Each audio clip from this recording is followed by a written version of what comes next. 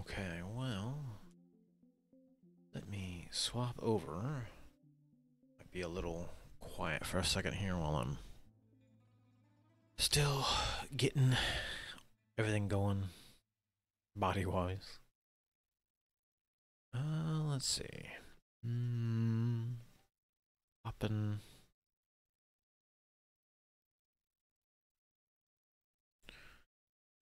Oh, hold on. Let me try to pop over this. Let me see, make sure that I didn't goof my volume gate up too much.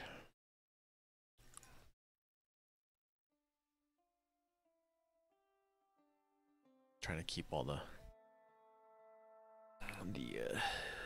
anything from bleeding in that shouldn't.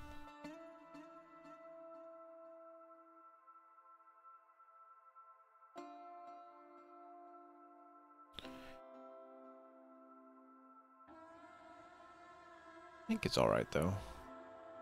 Doesn't seem like the chair audio gets picked up.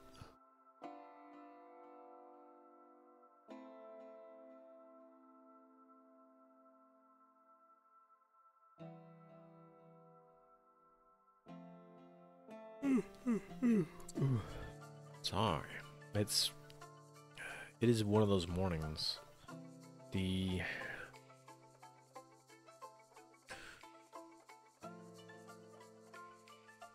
It got cold last night. It's even colder today. Very low energy day. All around. But we should be okay. Do a little bit of Crabfort. Oh, let me actually put the glasses on. Put the readers on. Depending on how I feel, if I can keep going, I'll do some more stuff afterwards. Oh,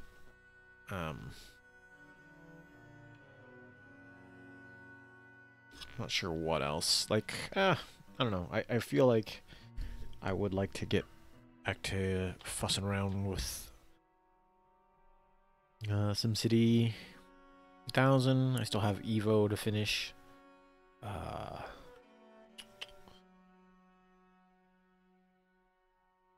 Something else in there. My brain is like not quite processing what I had going on in it. Oh, I kind of did want to play some more, either Nectar Answer or maybe some Nuclear Throne, just to, you know, enjoy a little bit of that. What is this? What? Oh, you're just molting. Invaders are all the fish folks hanging out still.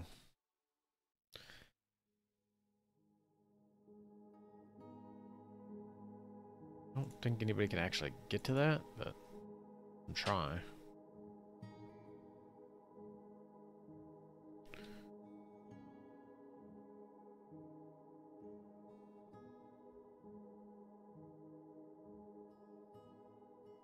I don't know that anybody can get to any of that, but you know. I wonder if I can.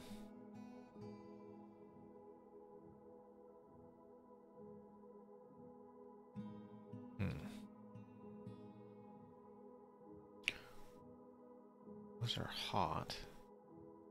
Oh, a bunch of cavefish folks down there too. Okay. Okay. I see.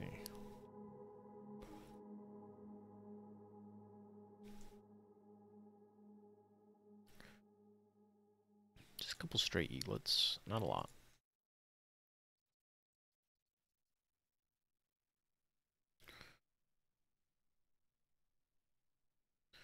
Ooh, so many of these guys though.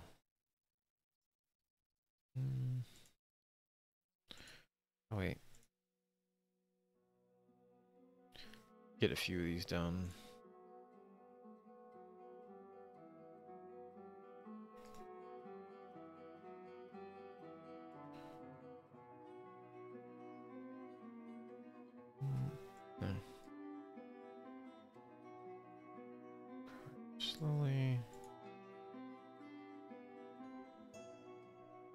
Frail, no.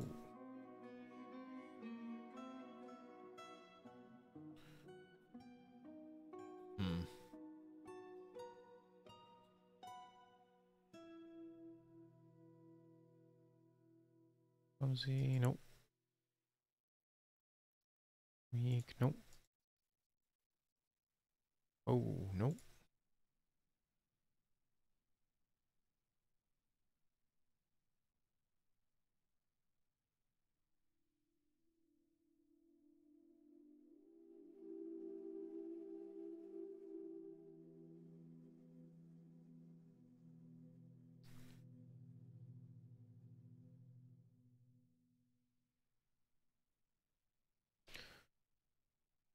SpongeBob. SpongeBob doing work. Noble's quarters. I need to make a... Why do I not have a location here for the Krusty Krab?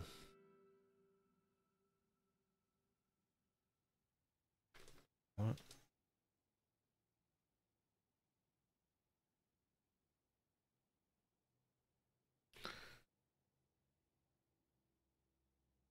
I could move the...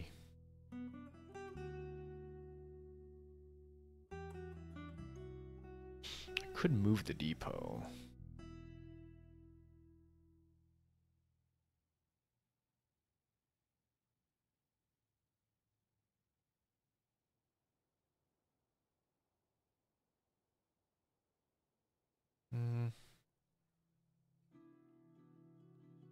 Nope.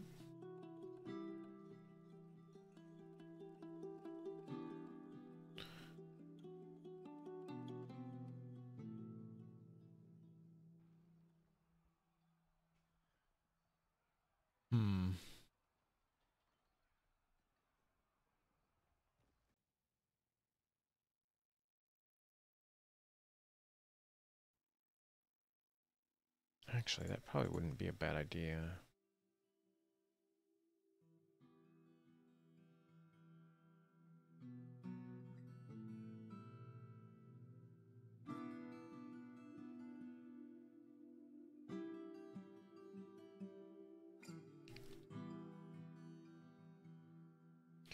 Uh-oh.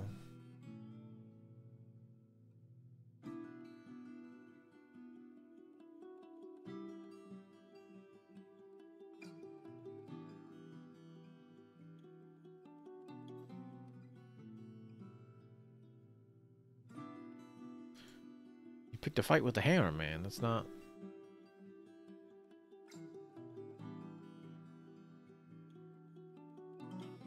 Just don't fall in the water.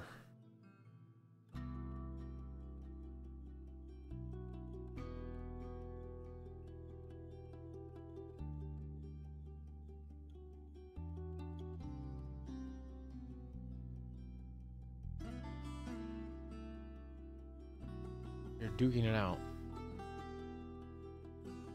in the water. No.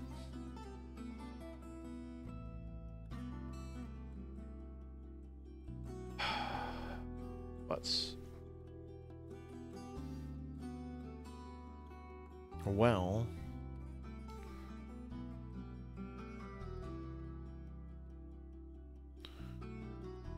I need to get... need to get some more replacements in here. That's what I need to do. No squads. No, not no.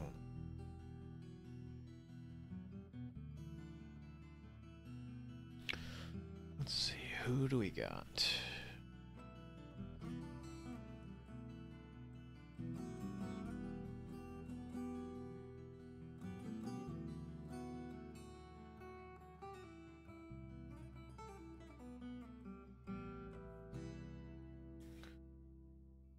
Competent Mace Dragon?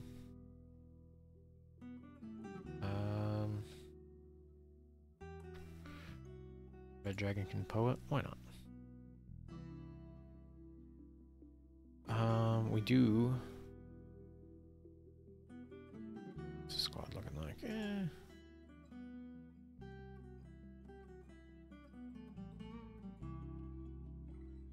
Let's go take care of this pest real quick.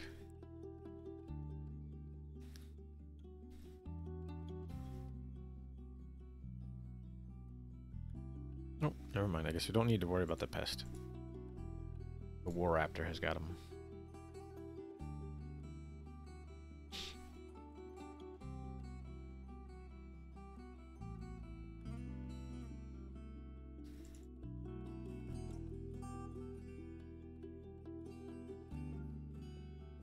Don't know if we can get to this body though.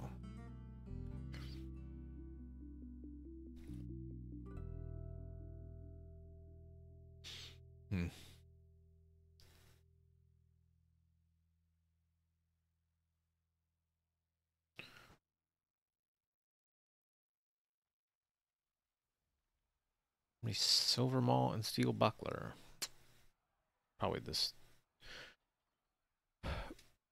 Probably the hammer dragons, unfortunately. We need probably some. Oops. Did I not have one for the workshop? There we go. I probably do need to engrave some. Engrave memorial slab.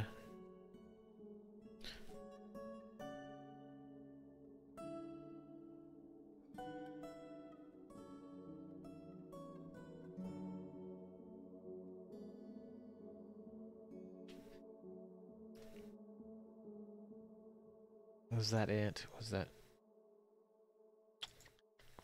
Hold on. Make sure.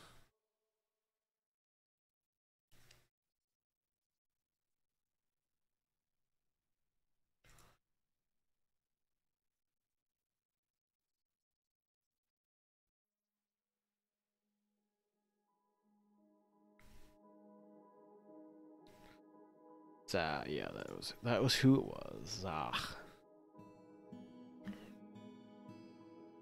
Red memorial.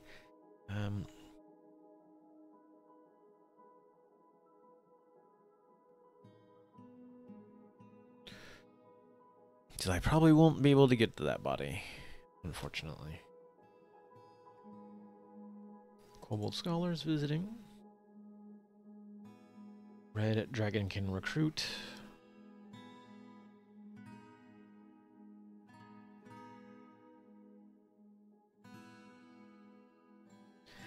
SpongeBob in there cooking away.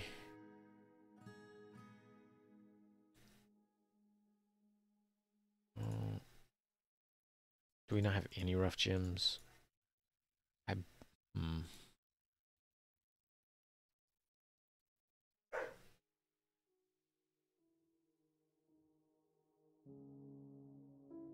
Wait a minute.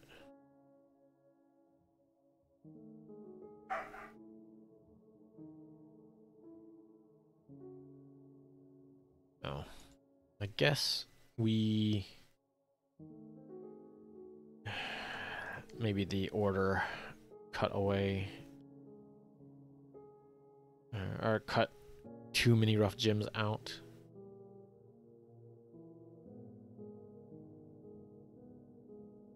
Let's look at some mining going. See if we can get some... Find some more gems hidden in the walls.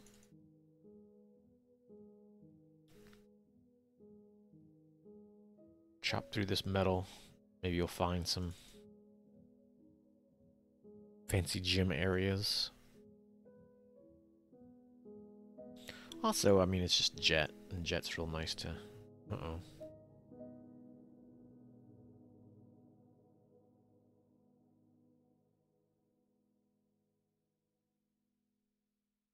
Crafts pod is throwing a tantrum.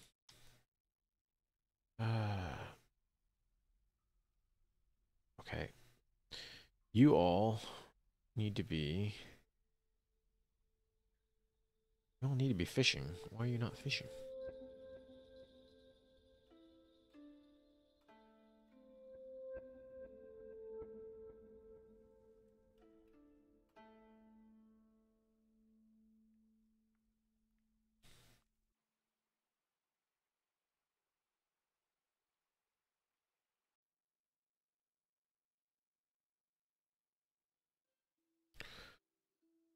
Fishing, doing some fishing.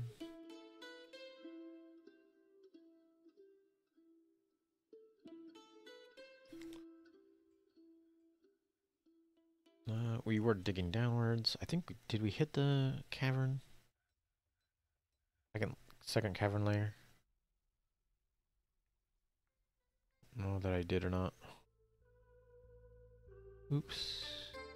No?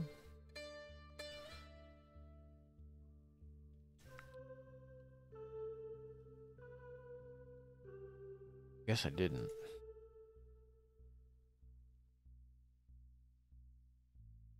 Down this way.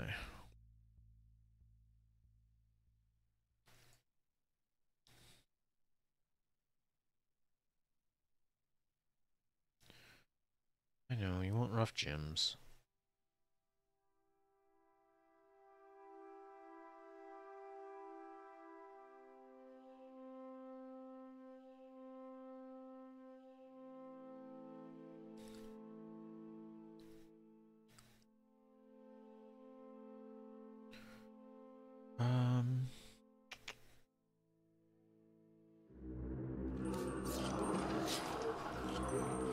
Oh no.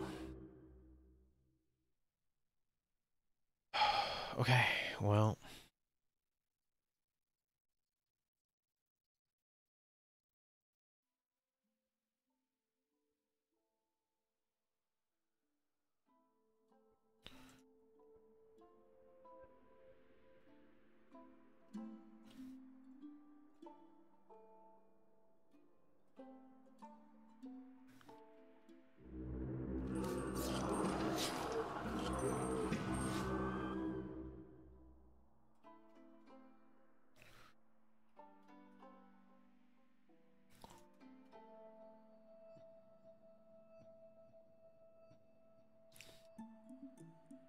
Station everybody in.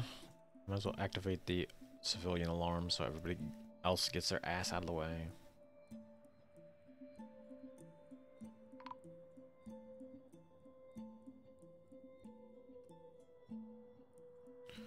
Don't jump, don't fall down here, no. You giant idiots.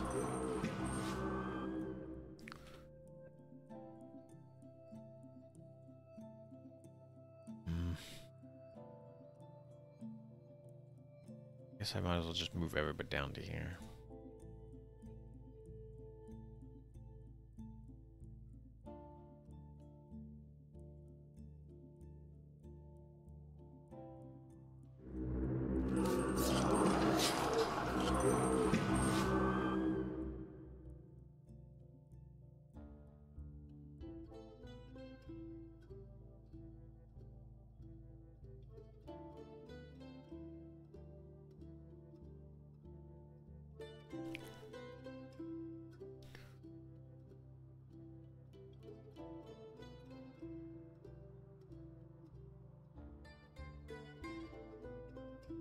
Don't try to dodge towards the water, goof.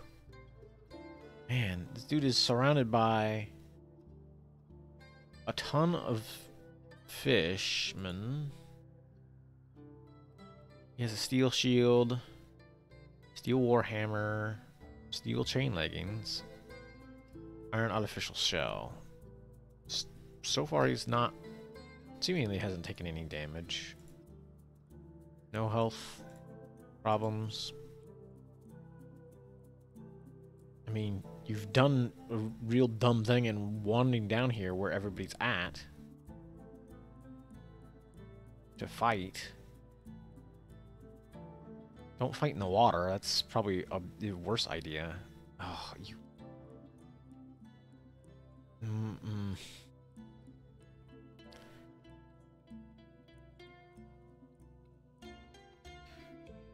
Hopefully the dwarf gets out of there.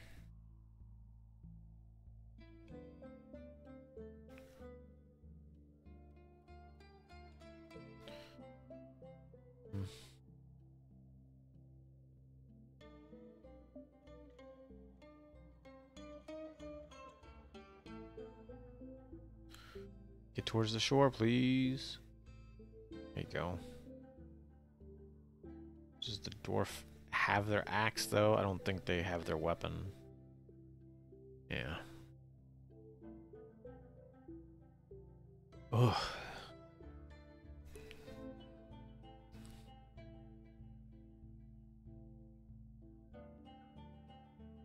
We got wounded, yeah.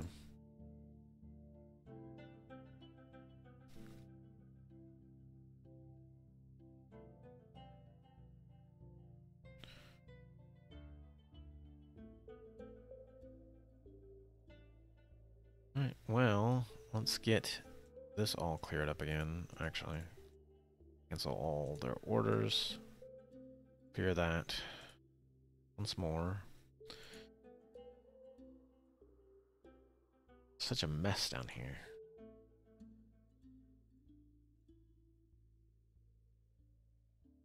Don't think they can do anything about these, but...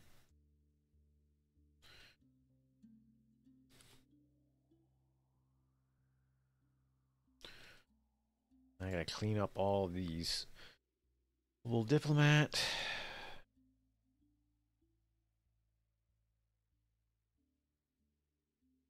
Fighting. A lot of stuff being canceled.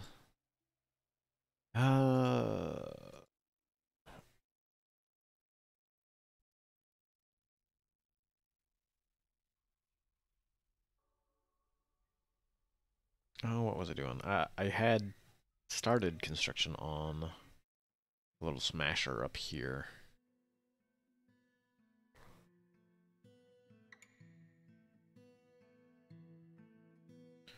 Just so I could dump some trash. Just come on. The lever's here. That lever too. Trash smasher.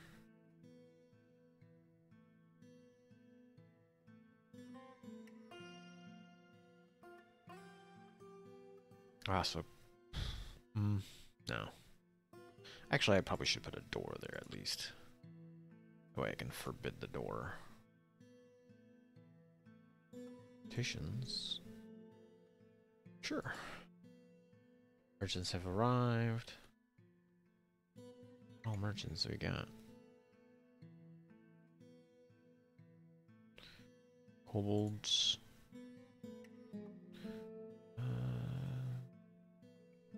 We got value-wise. I got a gym bin. Mostly gym bins, apparently.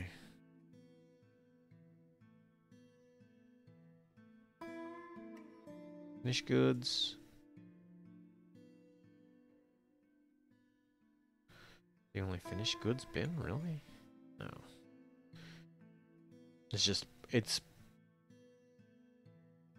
kept everything off there because there's probably things in there that are likely to be banned and or will get people in trouble.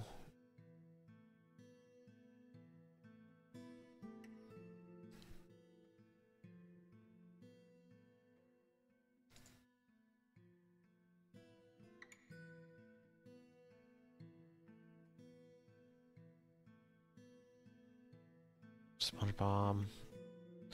No, not in.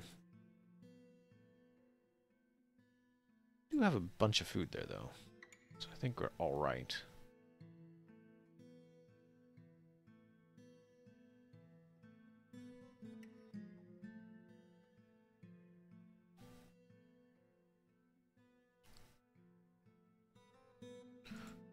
It's placed.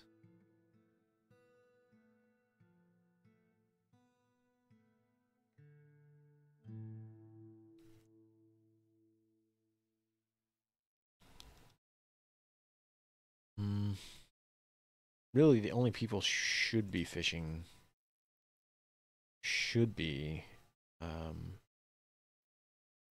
no.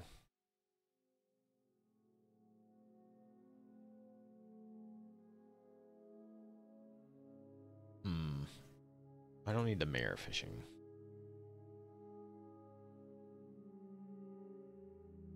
I'll let the professional fisher fish, but the reason these folks are set to fishing was because They were angry.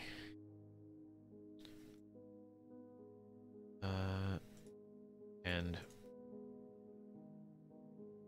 yeah, yeah, you should be fishing your blues away, you know?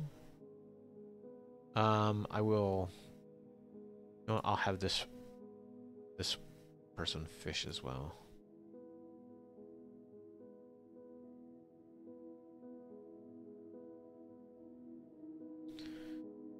Then, is this linked? It is. Let's pull the lever real quick.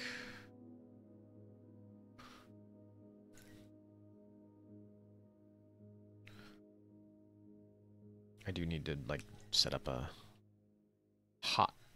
hotkey to the smasher area. Yeah.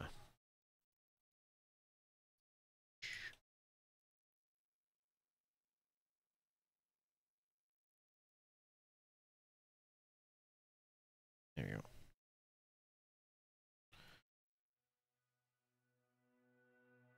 go. Okay. We've got cobaltite in our fancy rock area. Probably need somebody to get to work on some hematite smelting. Hematite, galena. Do hematite. Yeah. Hematite ore.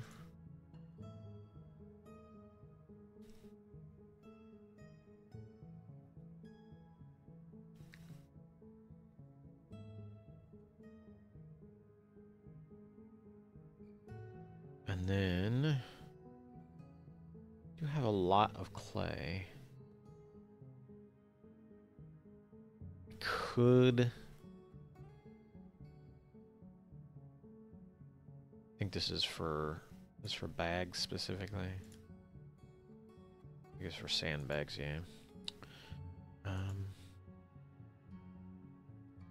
Which apparently isn't working because they're not actually putting the sandbags in there.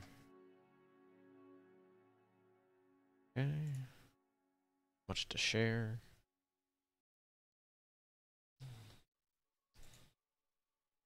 Let us request a broker.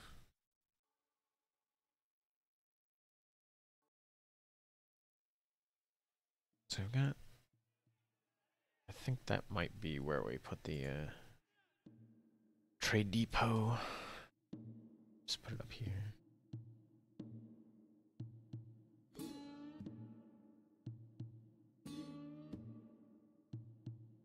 Yeah.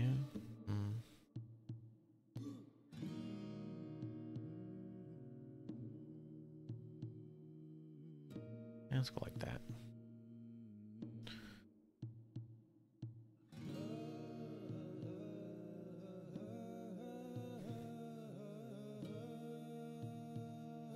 These rough gems still, yeah.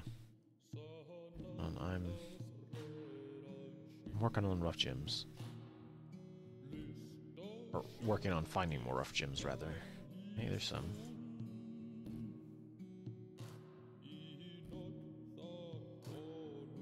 That's wet. Gems there.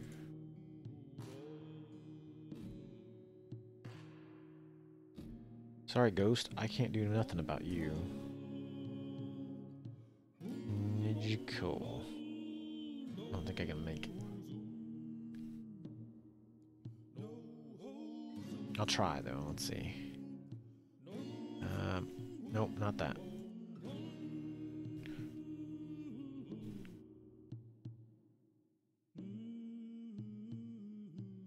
Oh, yeah, I can. Yeah. I will help you out, Nijiko.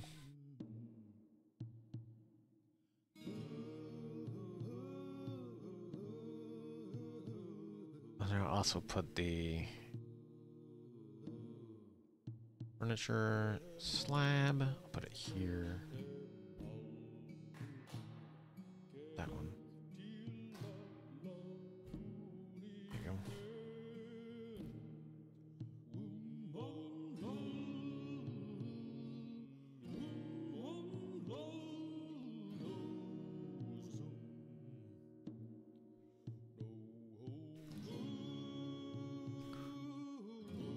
so this is up. Let us start smashing some things real quick. So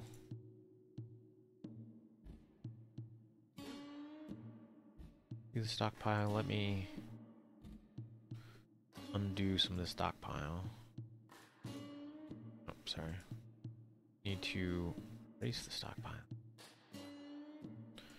And that way I can dump all this. The dump.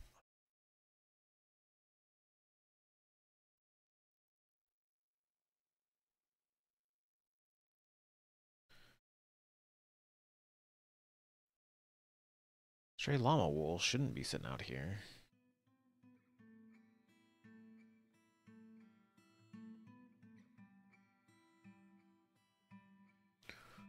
Mussel shells and random skulls and stuff probably need to stockpile for their own, really.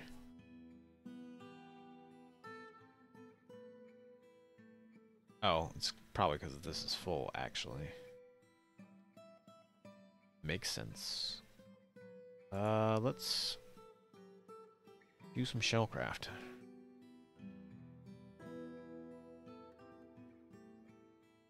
Let's do like, I don't know, 30. 30 old shellcrafts. Should clear up some space in that stockpile.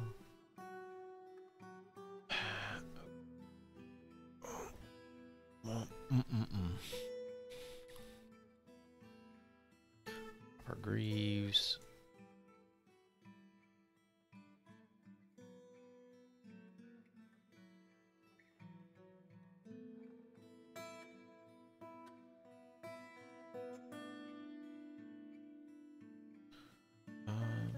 Need to find.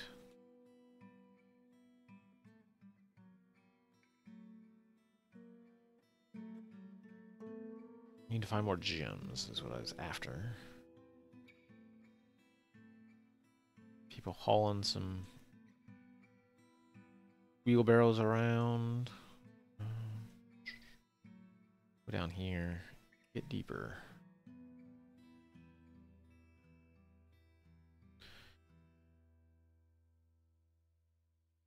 Let's dig out some space.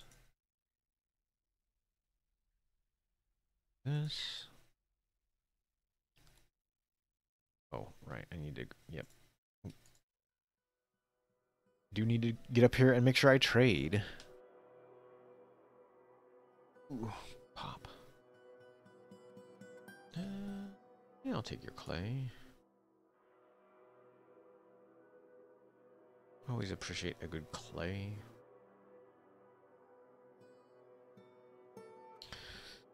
Oh, let's see. We've got a copper puzzle box. Take some toys. Well, I don't. Like I said, I don't think I have too many kids in this fortress. Giant bat. That's interesting. Might take a giant bat. Monitor lizard. I don't think monitor lizards are venomous, unless they're counting like a Komodo dragon. Might be in the monitor family, maybe. Maces, silver hatchets. Small armor. Small clothing doesn't really help me. I don't have too many kobolds in this fort.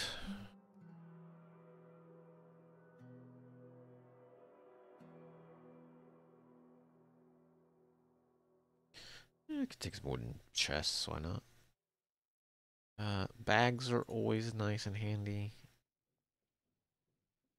Not super expensive ones, mind you, but... you know what, I'll take the sandbags. Why not? Because I'll use them for more sandbags in the future. Eagle. Eagle leather bag. They do trade. They do trade in a lot of gems and such.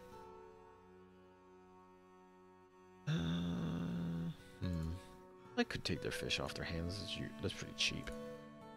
Pretty cheap stuff.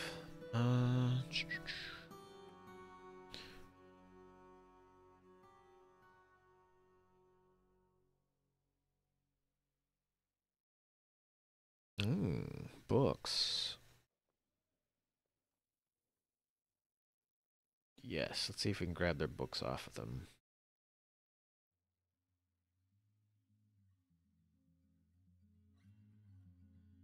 Oh. Not, I don't need acquire. I think those are just blank.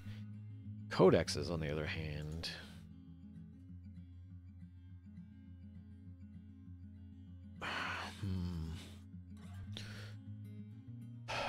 Yeah, let's try that.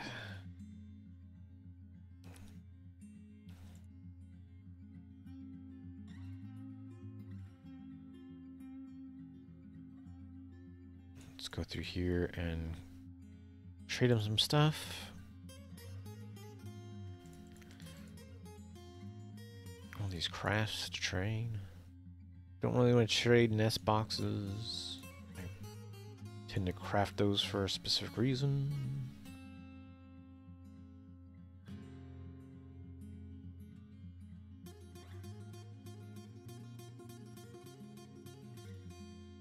Type bracelet.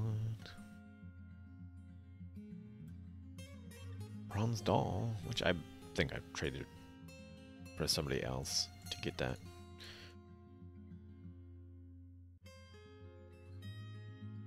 Might need to set up a stockpile just for kids' toys, maybe.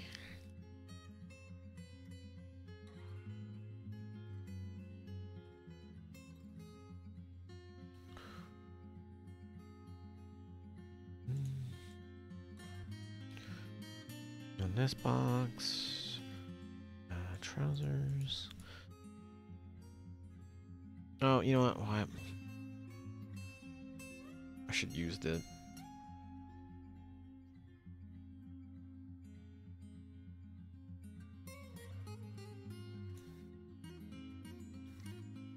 Let's see. Go through it this way. Oh. Myasora. Jet crown. Gypsum bracelet. Stone earrings. Nice. A bunch of junk. Give them all this junk.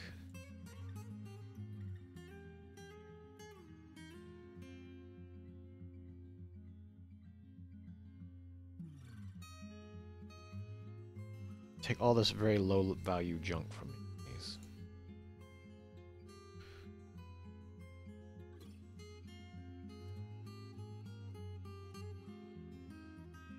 Stone.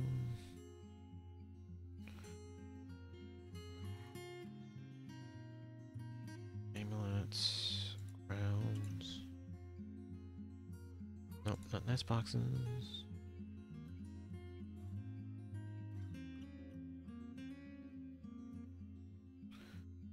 What else we got? Some trousers. Small trousers. Don't really need those.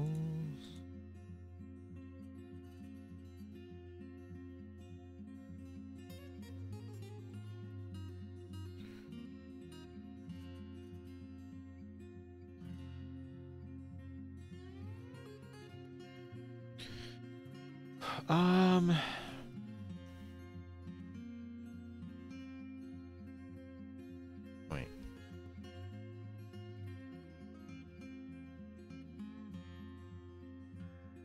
Yeah, okay.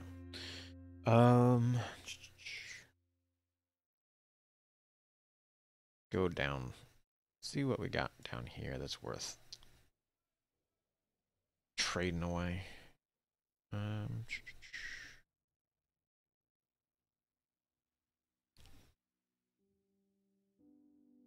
Yeah, let's get rid of some of this stuff. Limestone figurine.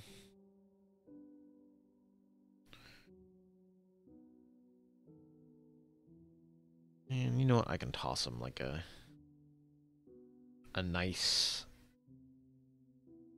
not shoes, not pants.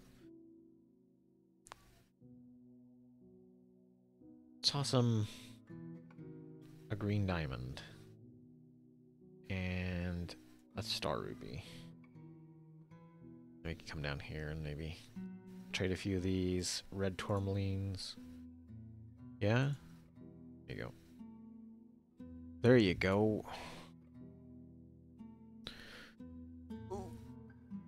Get trading done with the kobolds.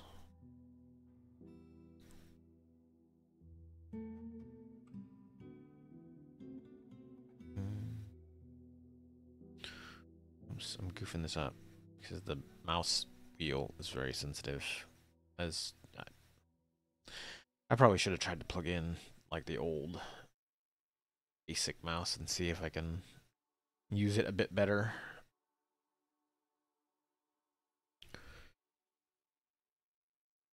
Let's see.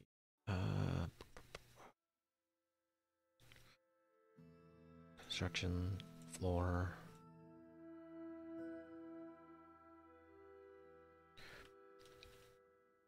Bauxite blocks, please.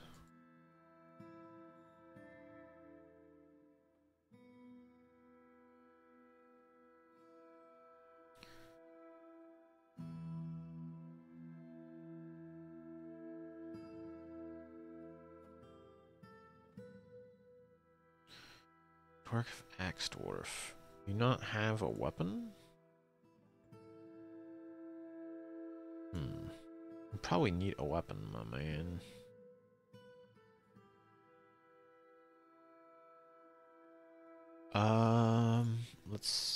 Let's craft. Do I have steel bars? Let's see. Steel bars. Just one? Really? It's because I have pig iron bars?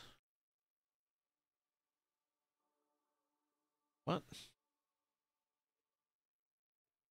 Could have swore I had somebody working on pig iron.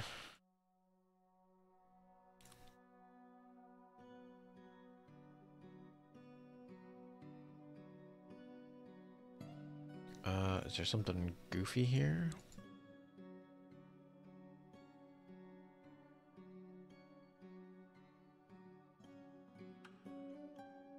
I'm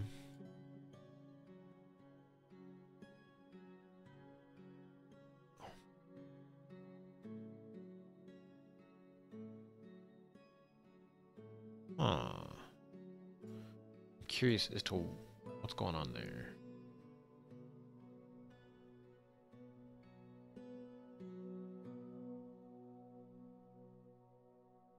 Tasks. Let's see. Make sure. Smell all that.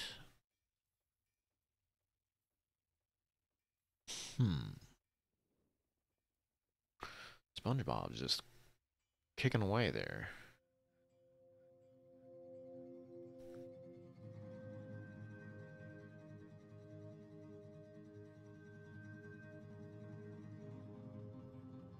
Huh.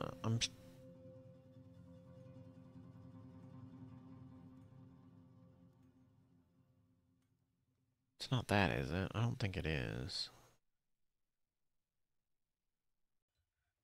Um.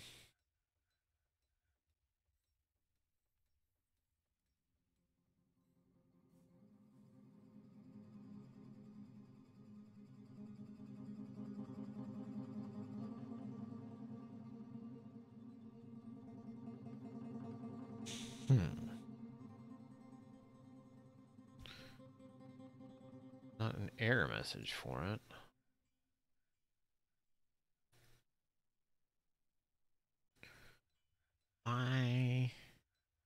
Oh, God. No wonder it's not working. I somehow put magma smelters in. Like a doofus. Like a complete dork. No wonder.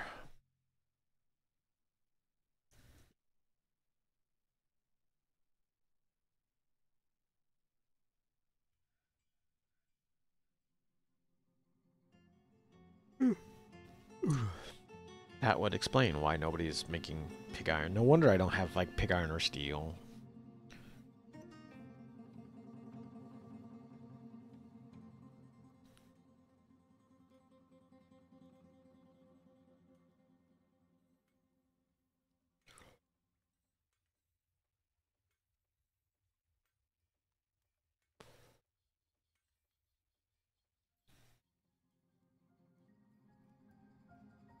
Okay, let's try this again. Workshops, furnaces, smelter,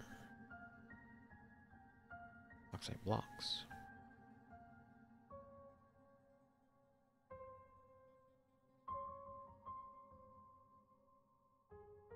Bauxite blocks.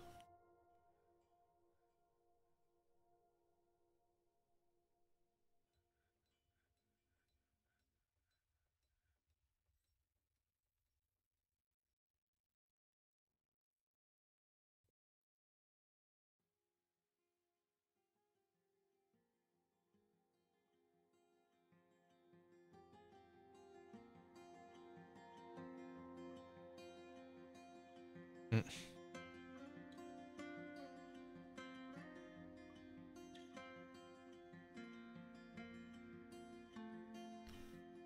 Gotta love when goofy blocks get stuck in their space so they won't complete the job because the area is being claimed by that job, that brick being there for another job.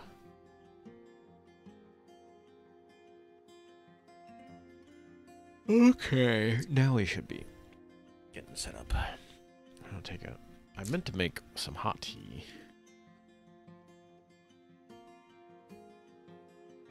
Alas, I will just have to drink cold tea.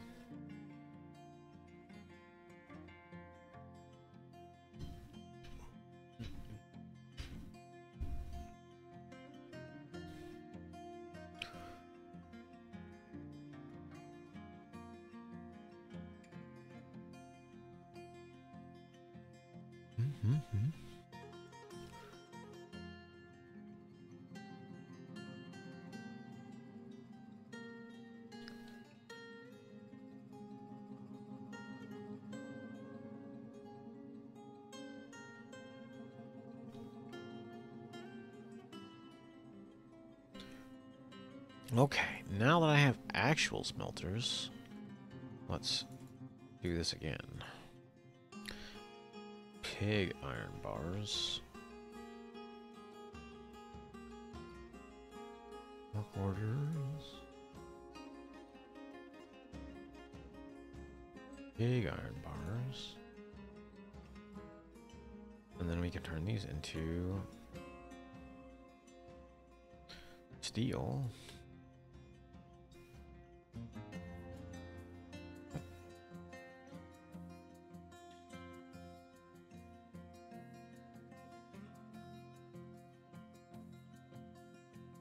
Okay. Oh, okay. Throwing a tantrum. Come on. Don't be throwing tantrums in my fort. Item blocking sight. Which... Oh, they were griping about that previously.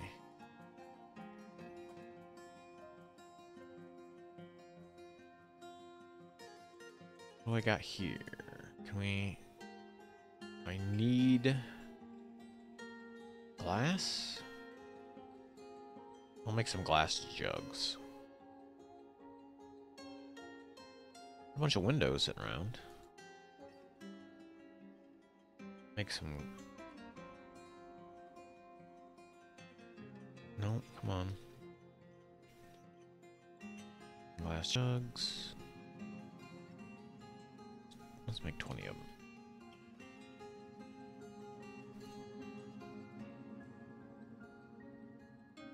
Do I have honey sitting around somewhere? Blob. Honey beeswax cake.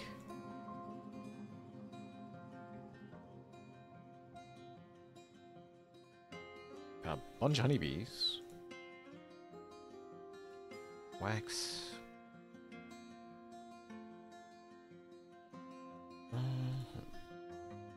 Not a ton of wax.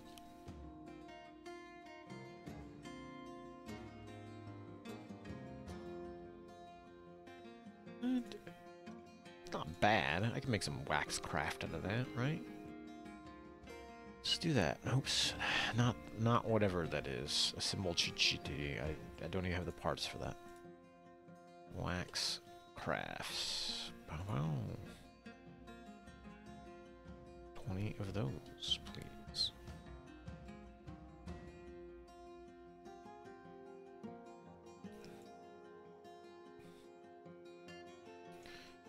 Iron bars. Limestone.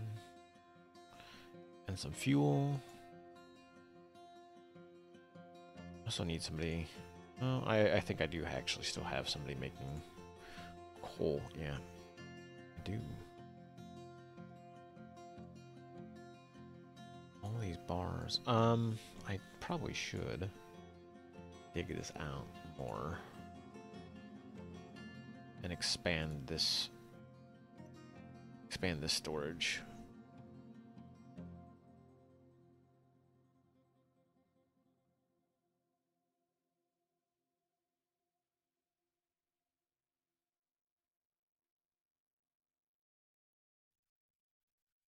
Also, maybe I do this.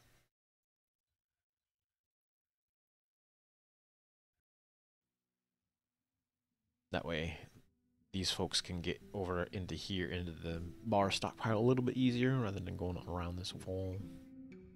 Let's go straight to it.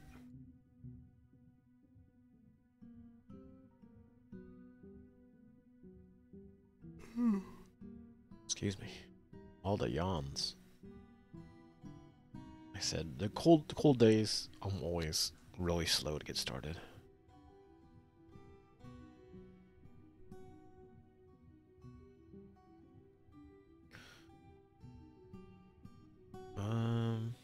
Dang. 3. Let's come down in here. All right.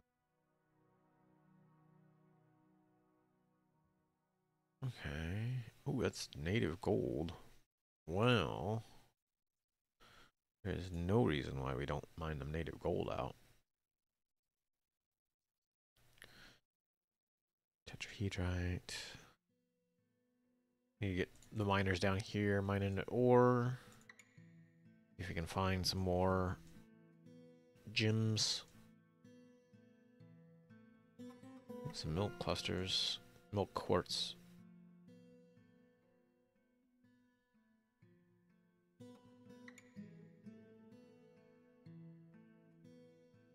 Got such a mining team that it's not particularly hard. Not particularly hard to get some mining work done.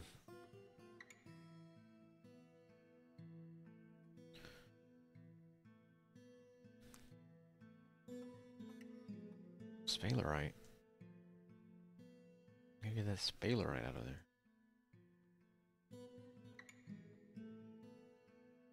Merchants will be leaving, that's fine.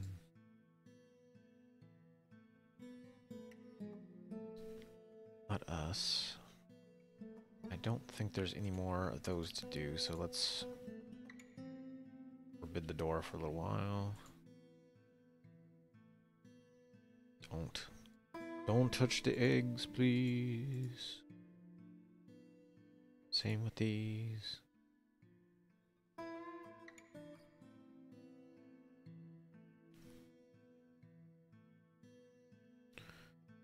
War Raptor rolling around. Oh, right. We didn't come and get this. Oh, that needs to be mined out. Ban on certain exports, sure.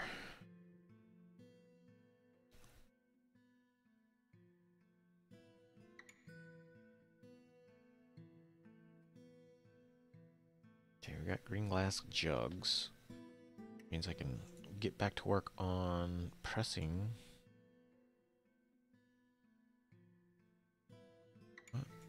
Why can't I? But it's where you can put the honey into jugs, right?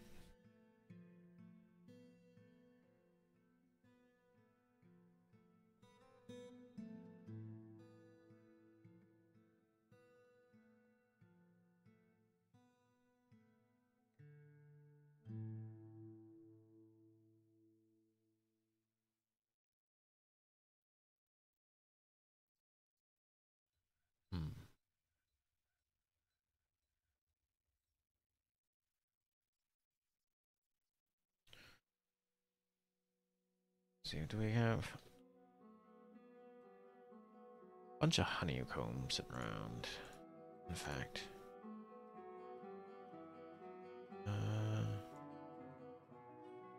Oh, it's still in the hive even.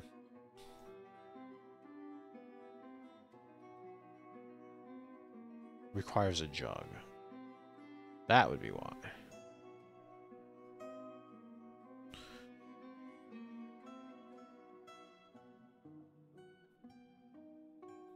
What else can I make jugs out of? I know you can make clay jugs. Metal.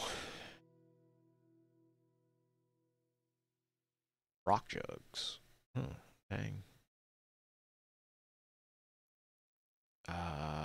We probably should just do that.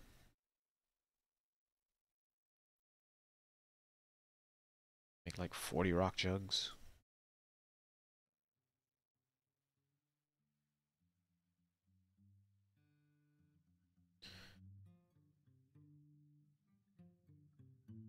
Eagles. And eagles are getting out. Oh no. Why are the eagles out? They probably need to get back in here. Hold on.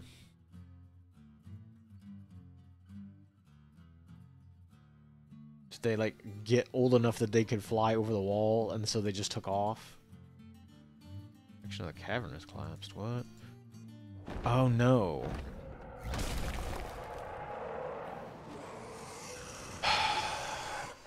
Very great. I think I goofed up again. Damn it.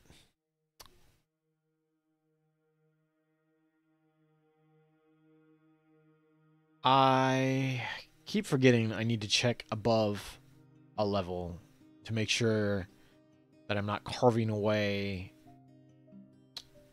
a pillar.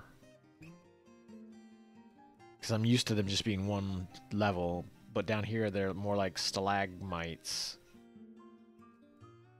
Damn. That's my bad again. Jeez. I didn't learn my lesson the first time, I guess. A beast. A beast is here. Let us get everybody over to this spot. Everybody here, please. Or here. Here is better.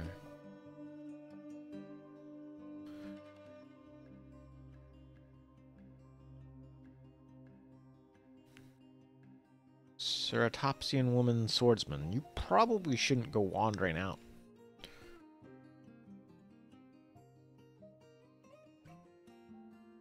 I mean, I know you're a monster slayer and all, but I would advise you not to run down to fight the Forgotten Beast. That's just me. I can't tell you what to do, unfortunately, so who knows what you will actually end up doing. What is this at? Rutile. Almondine.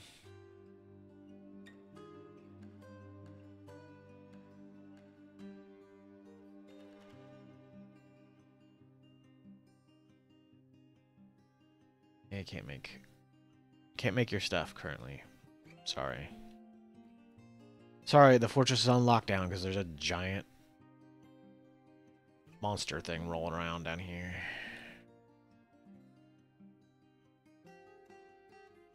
Please don't go wandering across the bridge.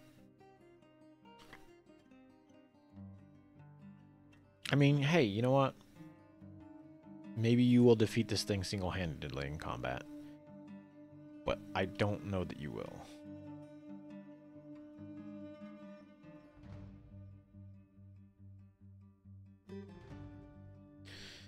Well, you've got a silver short sword and a copper shield. I don't know. I don't know about this. Lady. You...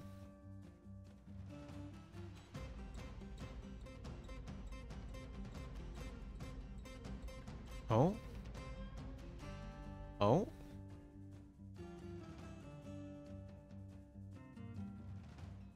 Well... You've injured him. He does have some kind of mist. What is that?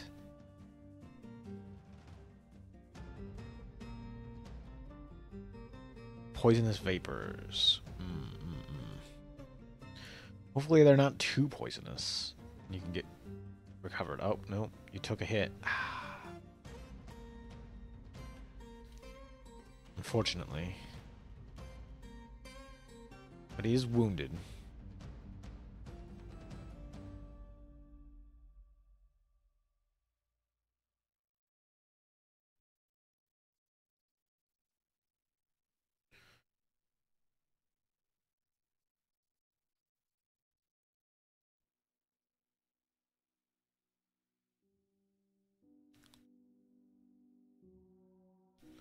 Okay, well, that worked out fine.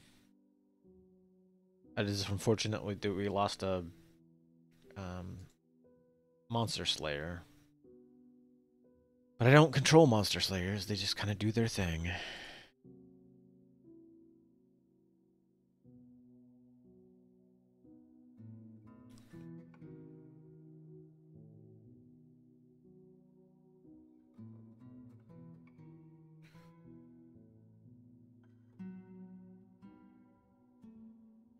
Okay. Crimson Shark. Interesting. Dwarf Hammerlord has been found dead. Oh no. Oh no. This must be pretty poisonous then. Ooh. Ugh.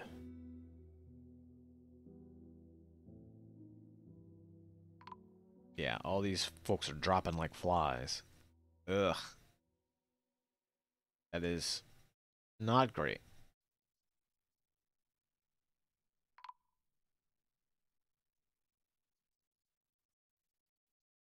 Badly crushed. Oh yeah, that got smashed by that. Fortunately.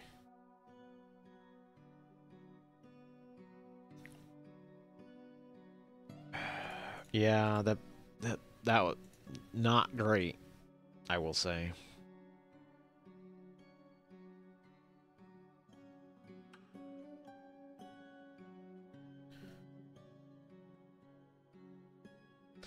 That happens sometimes though, you get some really nasty forgotten monsters, forgotten beasts. What is it? Naked human poet rolling around here, what? What are you doing?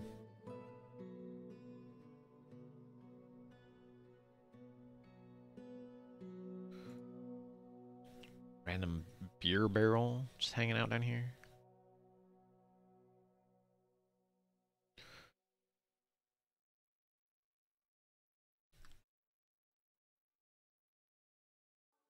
They're leaving.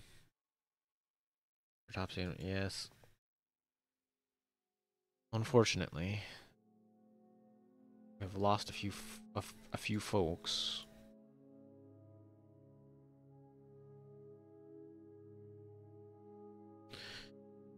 We have tombs.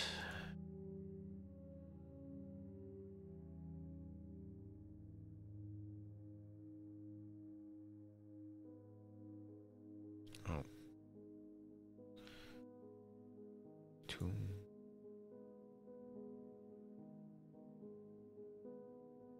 That's all those.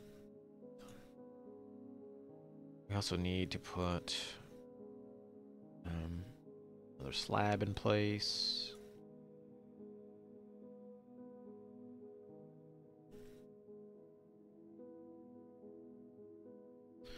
Also probably need to make a slab for the... Oops. Where's the water? Water level. For... S-U-C-E-T-K.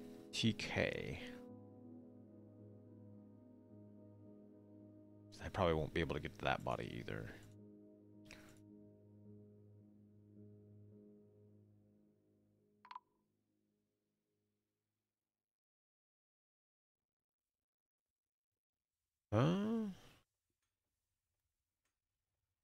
Show on.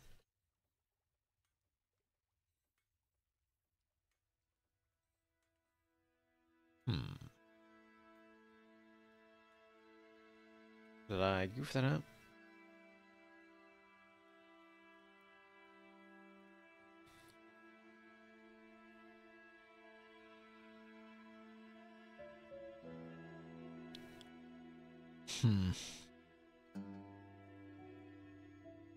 Don't know that I can do anything about that.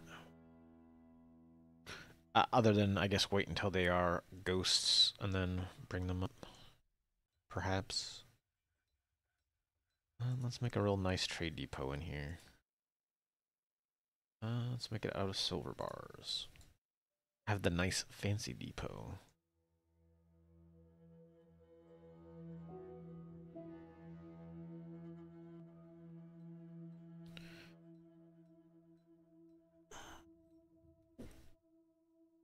Pop it back. Last jugs. Get a bunch of jugs. We can put money in.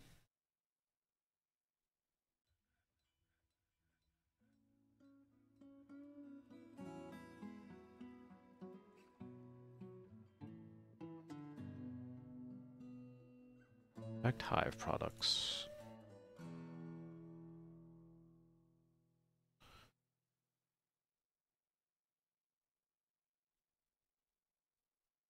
Store item in barrel. What item you got?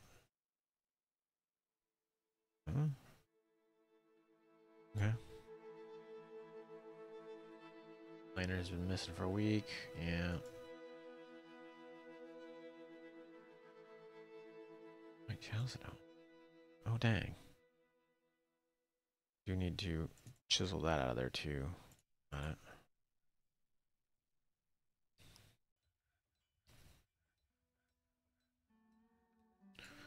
The iron bars. Make some steel bars.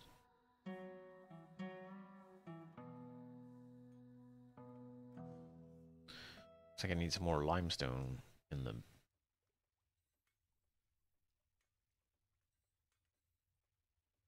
fluxstone pile. Kaolinite's clay. Don't really need more. Well, you know what? I might as well mine some of that out just because. Let's set this at like 5 though. Don't super need clay or porcelain rather, but I will mine it out just to have more. Toss in the stockpile. Let's see what we got going down here.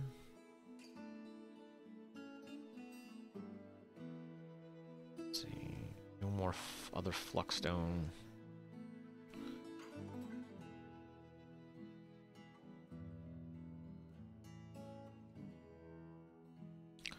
More cobaltite though.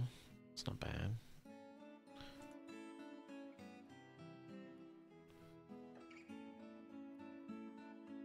No quartz. Some more cobaltite.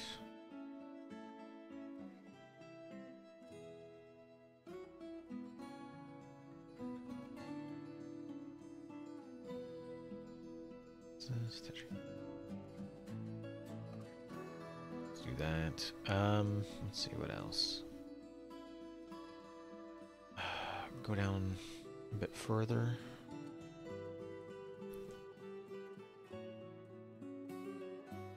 Diorite. I don't think diorite is fluxstone. No, it's not. Gold. Why did they? Oh, they stopped because the order came in.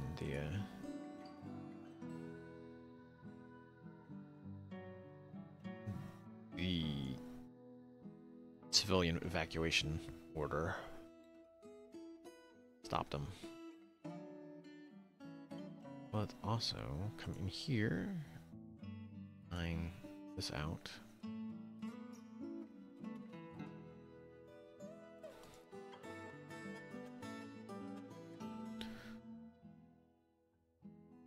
I need to find need to find where my fluxstone went, though. Also...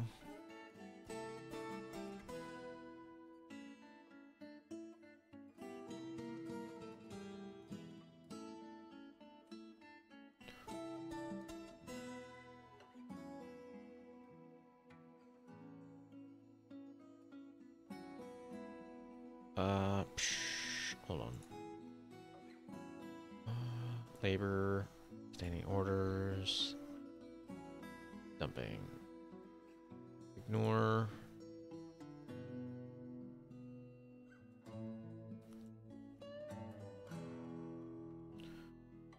It should be fine. Oh yeah, I forgot chores. Children, do not bury. Do not do burial tasks.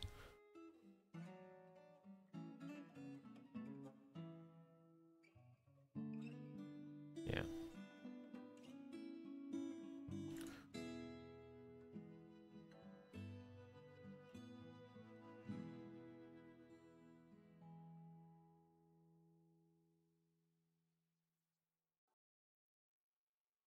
Let's see if I can get all this in there.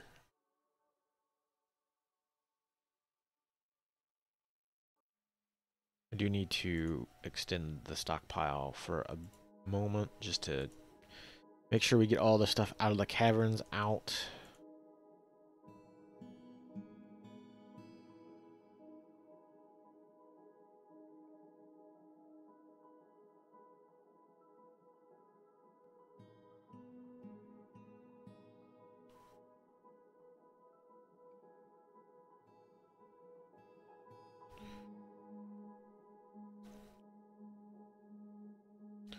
Get all these Dipterus remains out of here.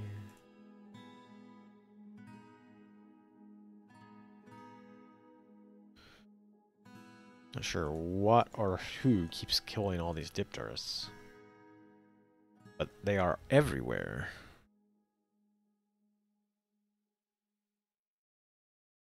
Dumping items.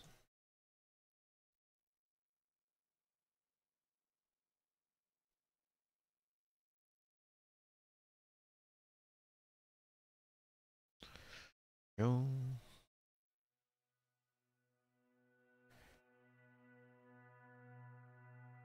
Okay. Let's pull the lever real quick just to smash some stuff. Test it out. Make sure it works, you know? The whole 9 yards.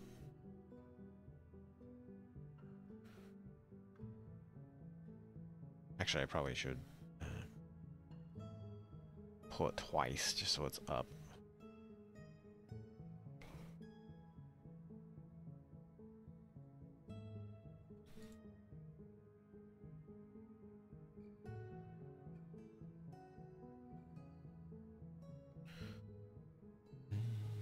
Let's see.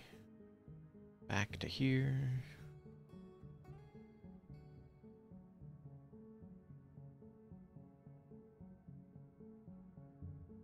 Smashed all that stuff.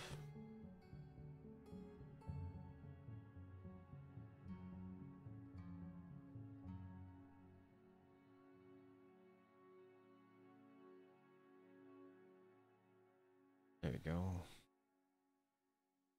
Oh, okay. Boss opal.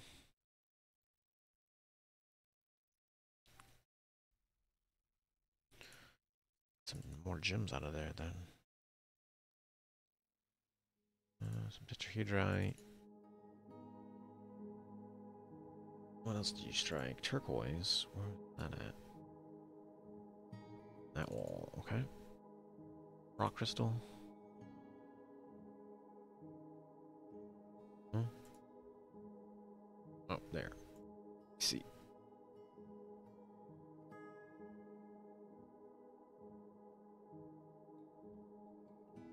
Eaglets have hatched. Let's make sure that nobody's pestering the eaglets. Yeah. Okay. We also probably need. Yeah. Put all the eaglets back in here, please.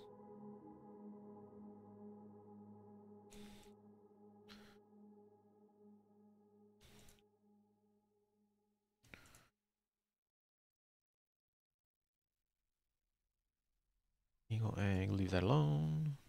Let's put a few more. Put a few more nest boxes in place.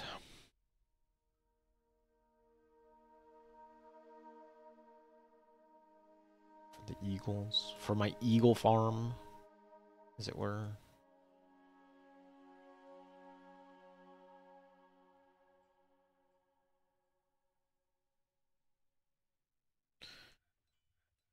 We've got a bunch of eggs in here.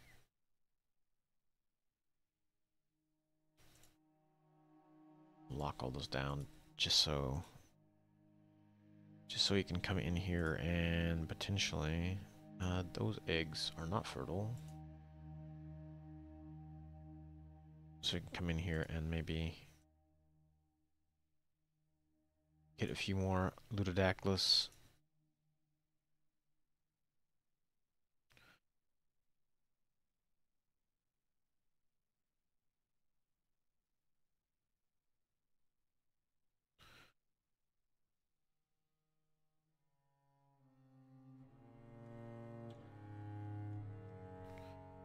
I think that should be alright. What we got for... Oh, actually what I need to do is make sure all the Ludodactylus are in this cage, or in this pen.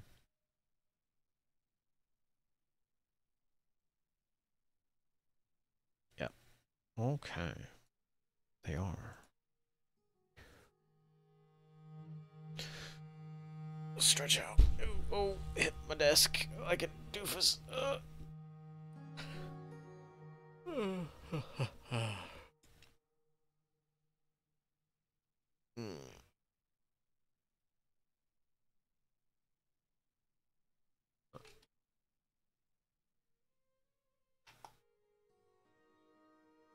Okay. Okay.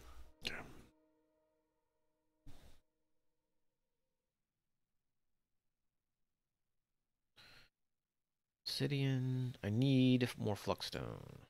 Fluxstone. What do we got in here? 16 meat, 16 fat. Decent amount of scale and bones. Not too bad.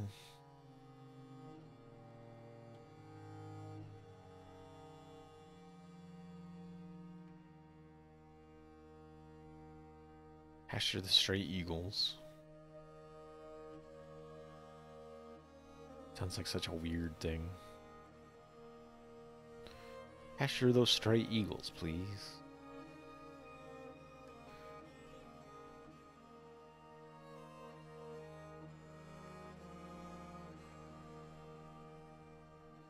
I think I can also come in here and get... I don't think maybe I can.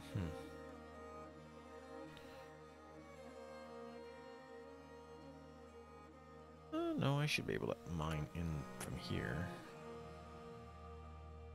Do that.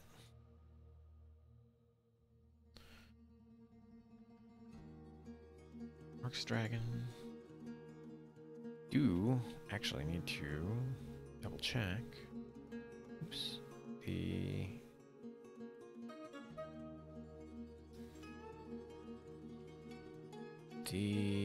Okay, they have theirs. I did lose some folks out of these two squads. Ooh, especially this one. Ouch. Very beat up. Let's get... Oops. Let's get more... Let's get more folks into there. Let's see. I've got...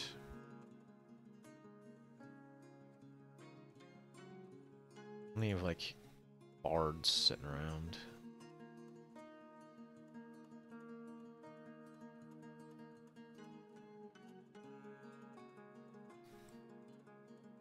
Million bard. Dwarf bard. Copper dragonkin bard.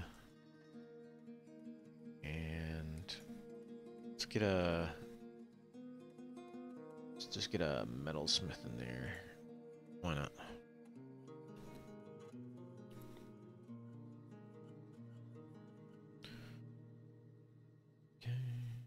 of bolts sitting around.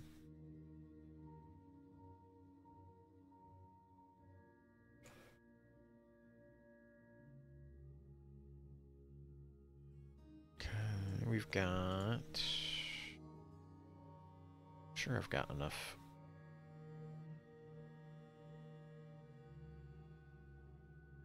Honey. Enough honeycomb to get some honey out of it. Let's see, what else do we need?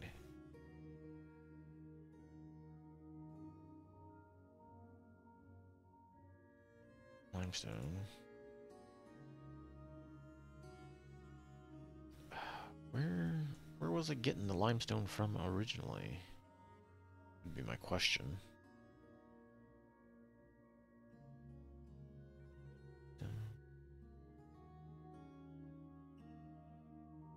Oh, come on.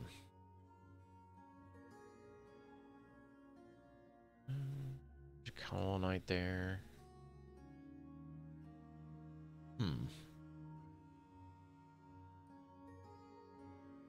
Always fun trying to track down like where you sourced that stuff originally. Just like, I know I had someplace in the fort I was digging it out of. Where did I dig it out of? Down one of these limestone, I see. Granted, it's a, you know, moist floor, so who knows how long this will work.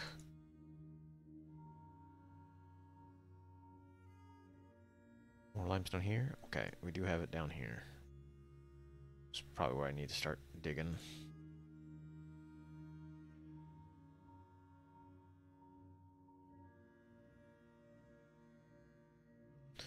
Also get into this wall a bit, see what we can find.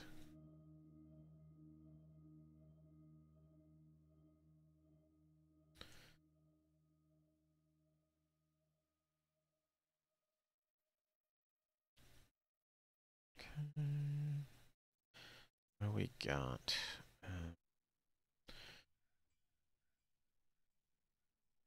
Just gonna say we're gonna run out of like easy to access fluxstone. Pig iron, making the steel bars. Got a decent amount of steel. Some steel, anyway. Yeah, fortress. Of course you can become the... Gaspon's throwing a tantrum. How are you throwing a tantrum, my dude? Why can you not pray to Sikti?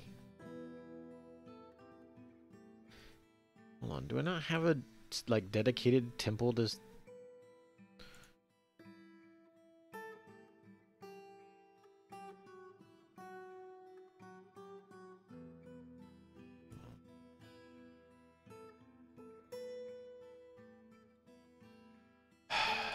Let me see if I need to just come in here and...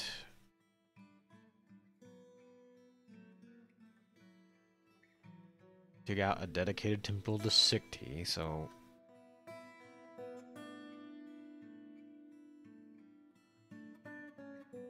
So some goobers stop throwing tantrums about it.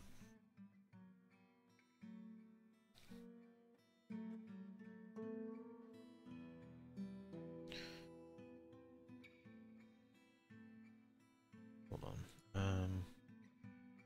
Make this 3.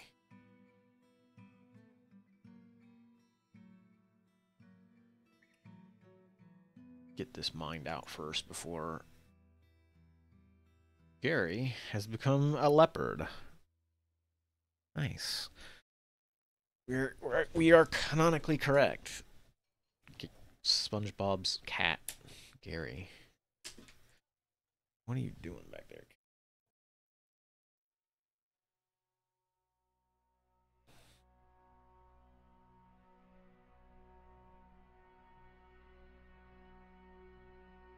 Yeah, we need more wax.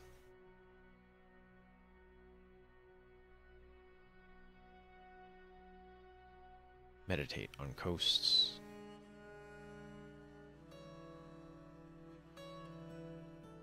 Hold on. Let me... I know what might also cause the problem. Try that. I mean, he's not, like, super angry, miserable, but...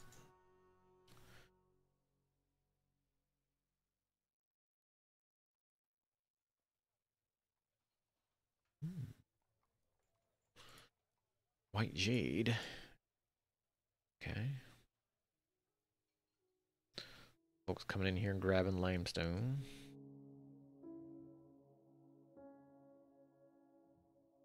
The eagle is fighting. Oh, did you start a fight with the eagle?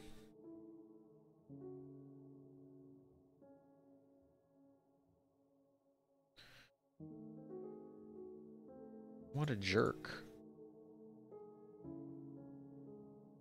What a jerk.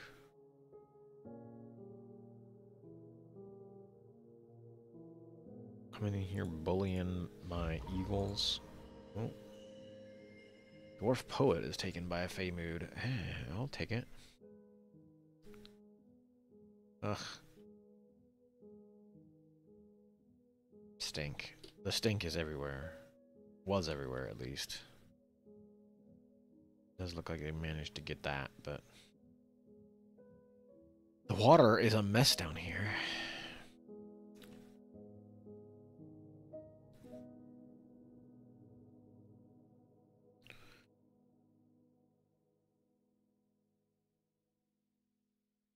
I think...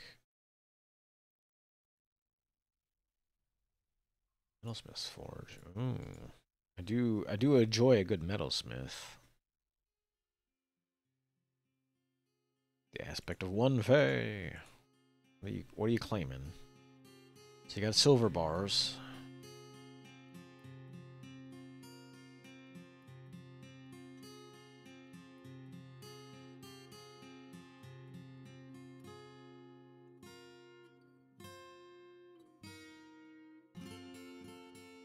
There's a couple of wheelbarrows just sitting here doing nothing.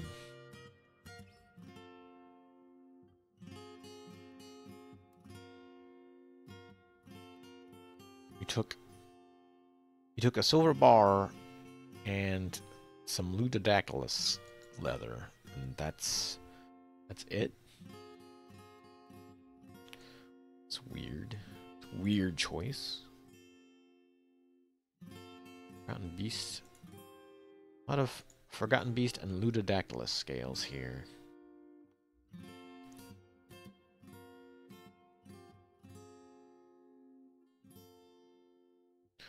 Dye some cloth, please.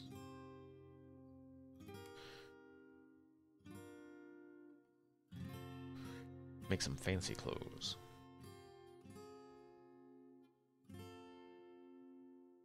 Mysterious construction. Isacola.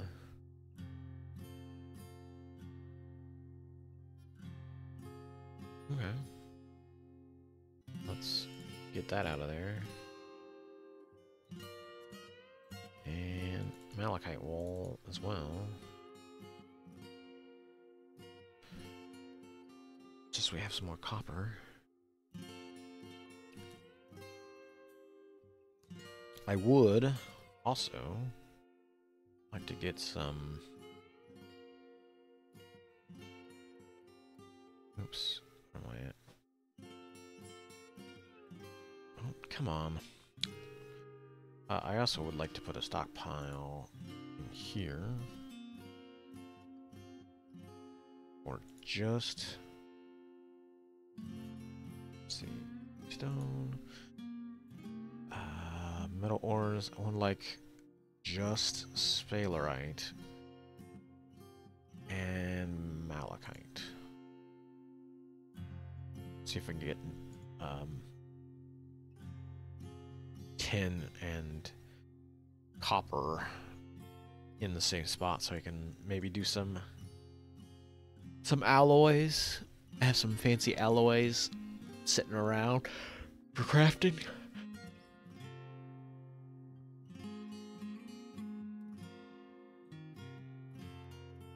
like to make the bins out of bronze, perhaps.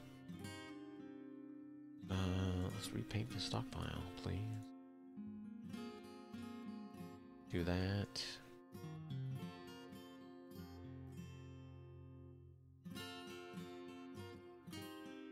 The porcelain. I should have probably made some more clay pots while I was at it.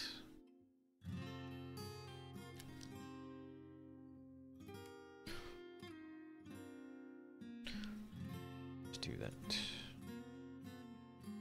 20. And it's 25. Let's do 25. Take all this stuff. Let's take all that stuff apart. We've got a fancy trade depot up here now. Which I will put the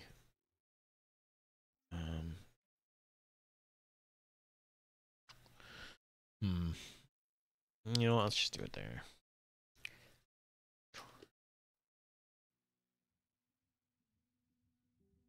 Okay.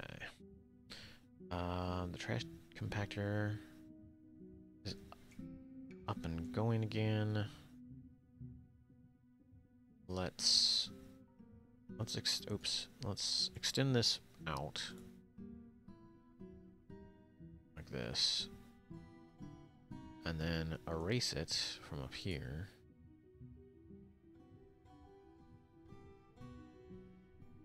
And then I can dump all this.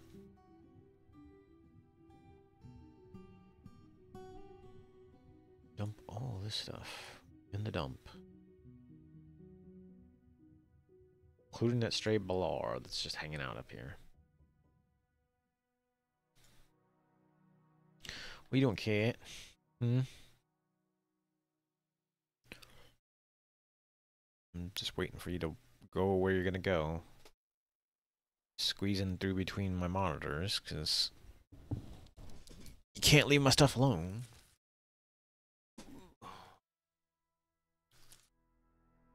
Check a thing real quick. Oh, you know what? I'll unpause it while that's happening. No reason to leave it paused.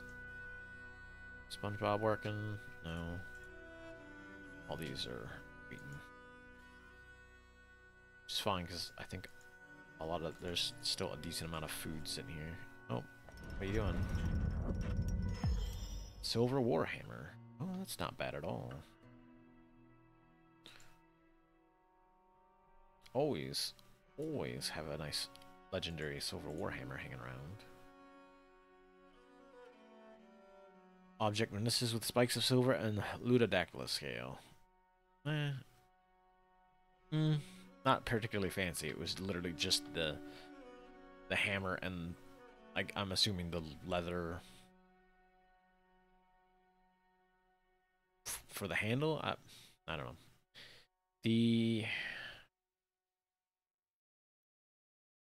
Was that Dwarf Poet? Lazarocust.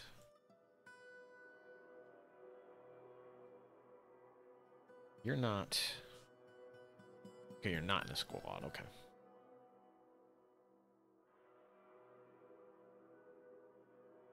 You are now a legendary weaponsmith, though, so...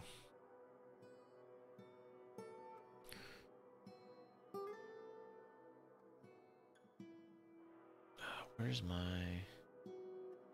Oops. Do we have... Oh, right. I was gonna make a... Oh, you know what? Actually, now that we have a legendary weaponsmith... I probably should come up here. Let's put...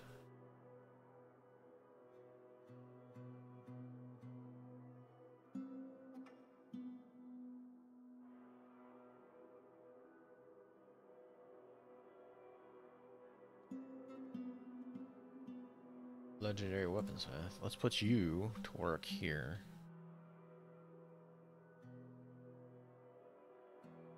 let's add steel, battle axe. Let's make like 3 of them.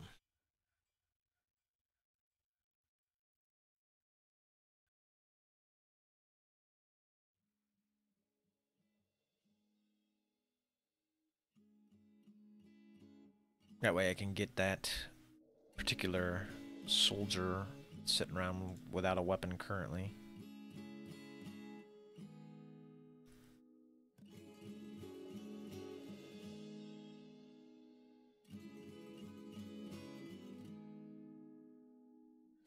Main account.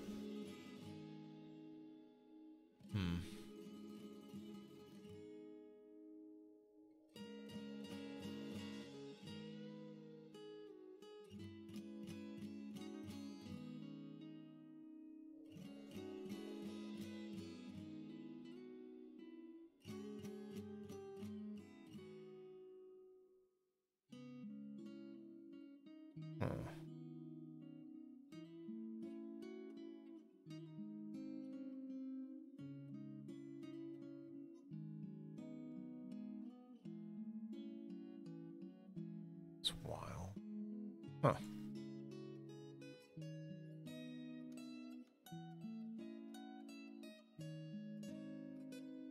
You have a bunch of gems in here.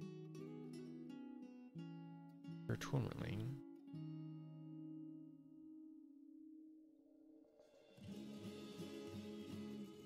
Some more jewel gems there. Some tiger eye. All this stuff out of there. Pyrite.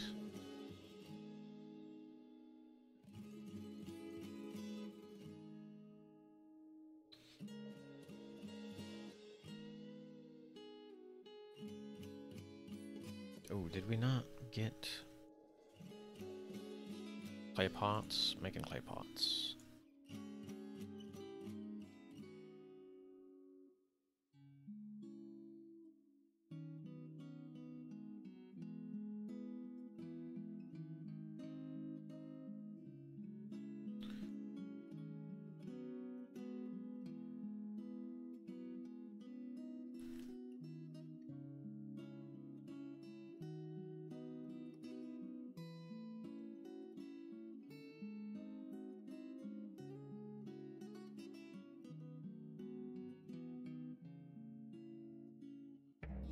Origin steel battle axe.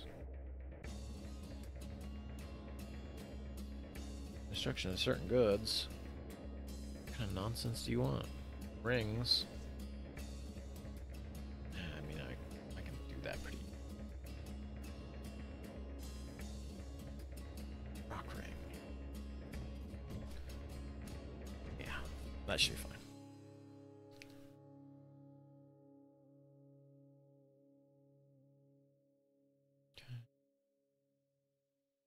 Yeah, I know we don't have any wax globs.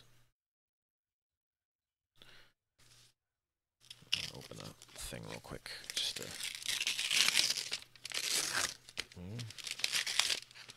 do with it.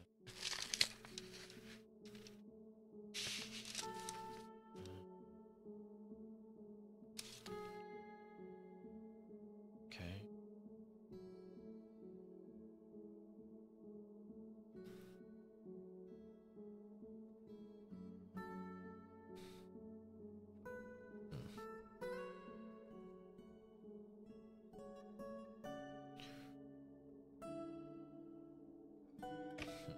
Well. Okay.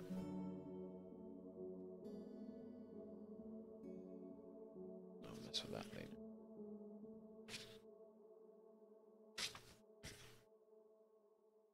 Okay. Press on honey. So the projects that I need to work on. Where you going now? I would like to get up here to the river and put a water wheel in here. In fact, actually, what I'd like to do is take this tree down. take this tree down and put a sort of a guard tower here for archers. That way we can kind of keep an eye on outsiders.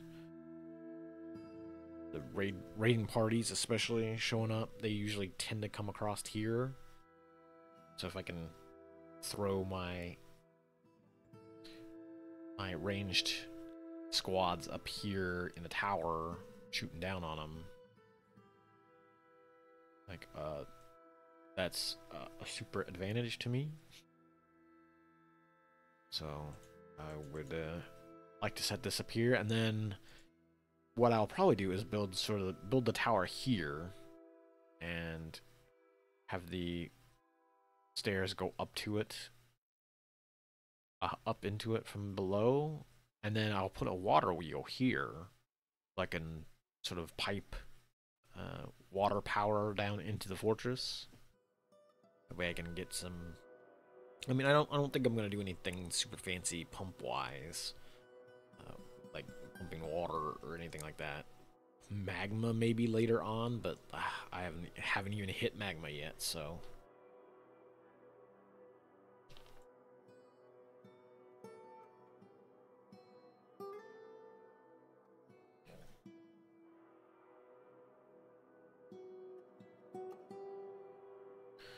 Let's see, we've got wintermelon vines, fisher berries, strawberry.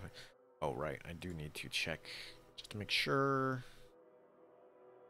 temperature is on. Right. Right.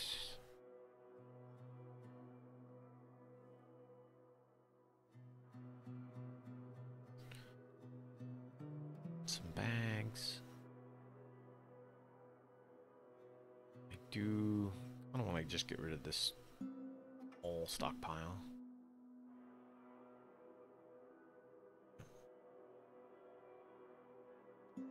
That way I can come down.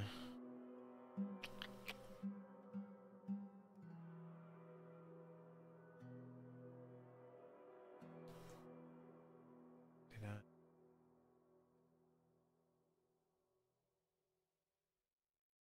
Got plenty of rooms in here. At the moment, anyway. I do, however, I need to put some more chests in place. Furniture, chest. Plenty of chests sitting around. Oh, no, not the copper ones, dang it. Copper ones are for fancy things. Got all kinds of other coffers that can be used for other things before we get into the fancy chests.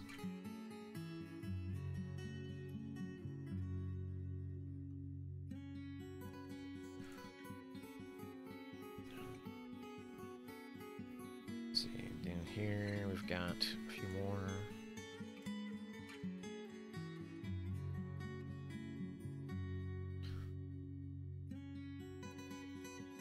Come on. Citron wood. Korean. I think all these wooden chests are ones I've traded for. I think I have built too many wooden chests. Oops, nope, that. Let's see, what do we got? Gypsum, copper, date wood.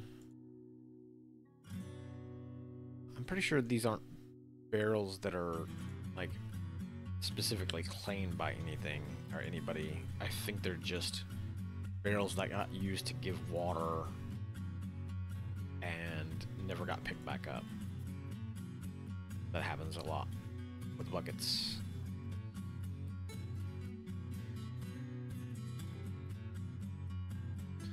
The buckets themselves are so rarely ever like important until somebody needs water, and then it's just like, oh, where's all the buckets? Ah, you've like thrown them all over the fortress, my guys. They're like everywhere.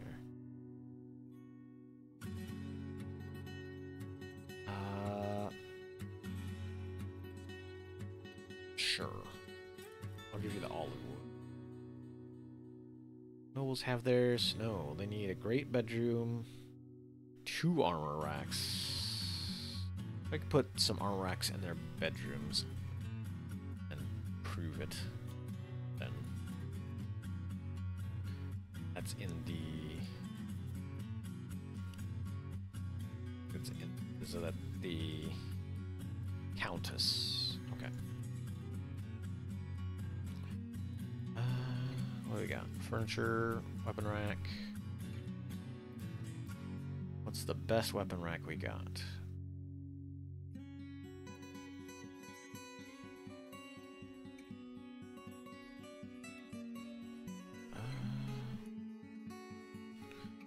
Let me double check something real quick.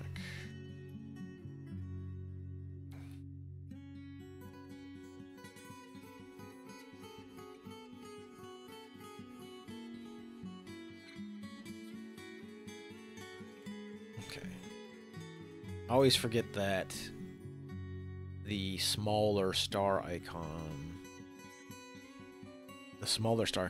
is actually less than the 3 lines. So this is actually better than this one. It's the larger star is the best masterful one.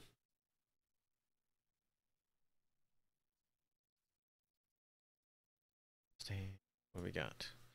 What do we got for armor stands? We got one of those.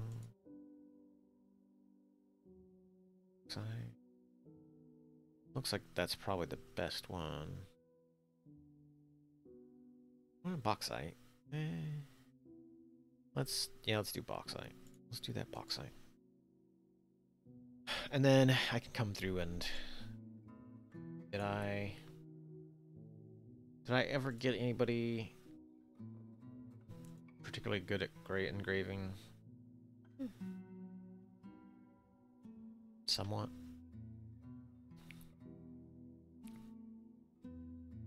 Probably should get down through there though and make sure we engrave all this through here just to give more practice. More engraving practice. Okay.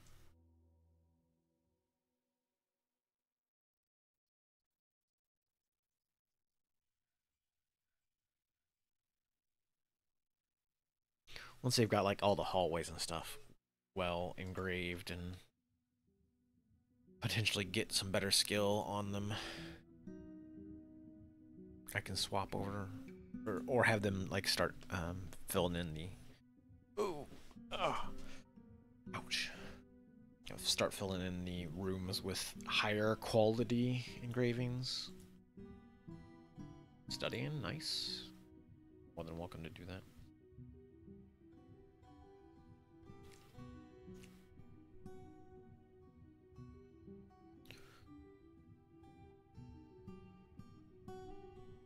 So you've got those that improve your quarters to bed. Great? No.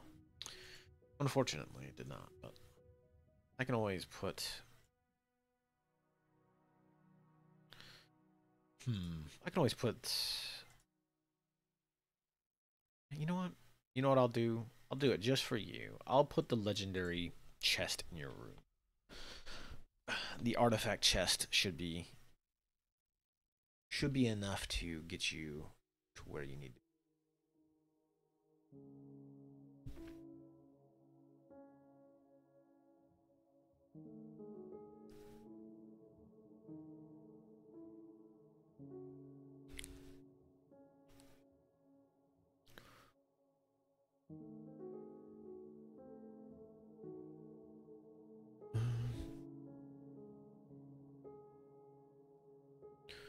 Okay. Got booked a masterpiece.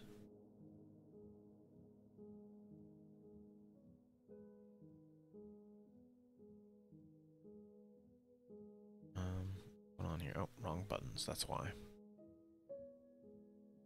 We've got in there eating. SpongeBob cooking. Do we get all our axes made?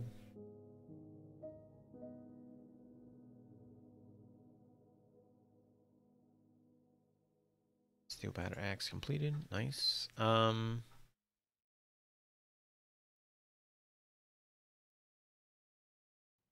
Did the dwarf axeman, did you get an axe?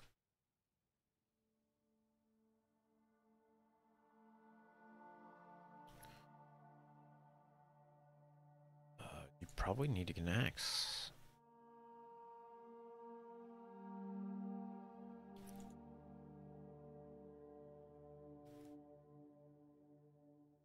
Update the equipment, maybe?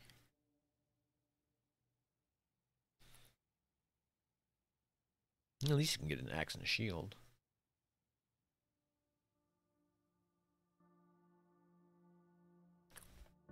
Ooh.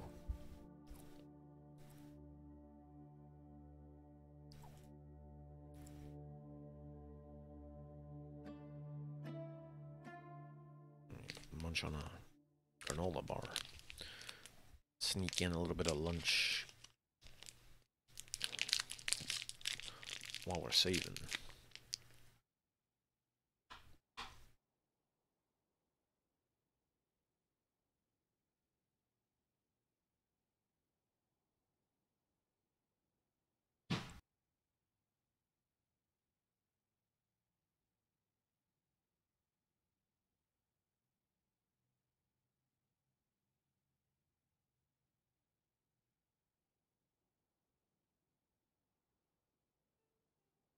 I'm all catted up again. What are you doing? Hmm? At least scoot in close enough to where you can lay down, goof. Getting catted up.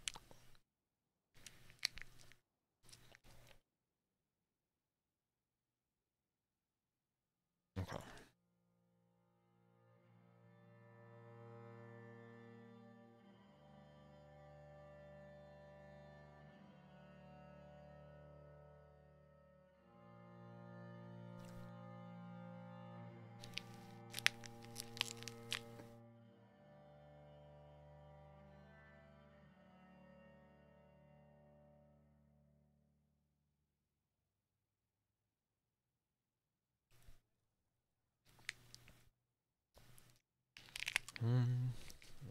Get this.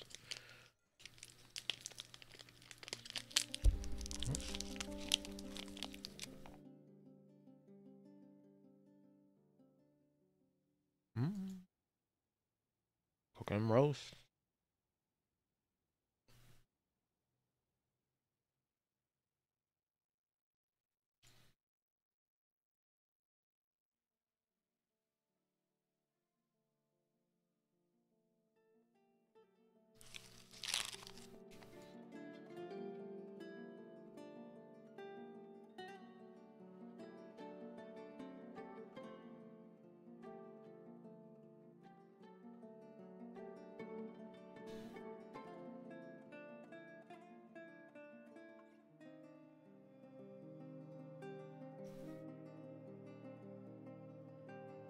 Okay.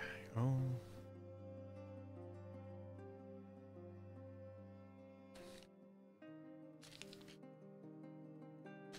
So let me stop here. Put that there. Let me get the. Oops.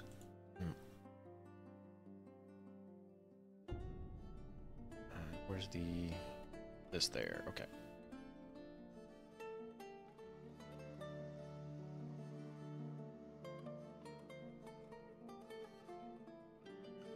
I don't think they'll pick up. I don't think they pick vermin remains up, so it's kind of useless to do that.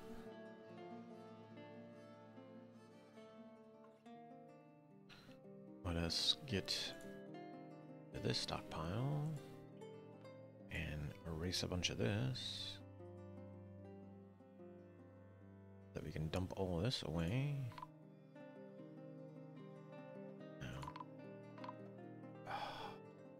Damn snatchers. Can't leave me to dump my junk in peace.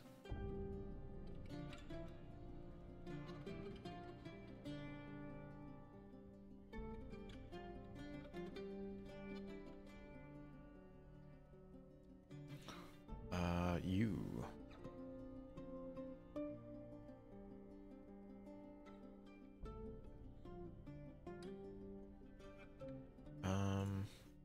You guys take care of this rat beef. You'll keep coming.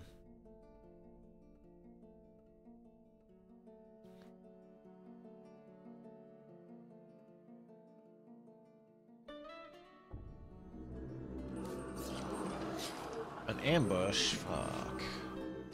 Well, I guess we need more than just those guys.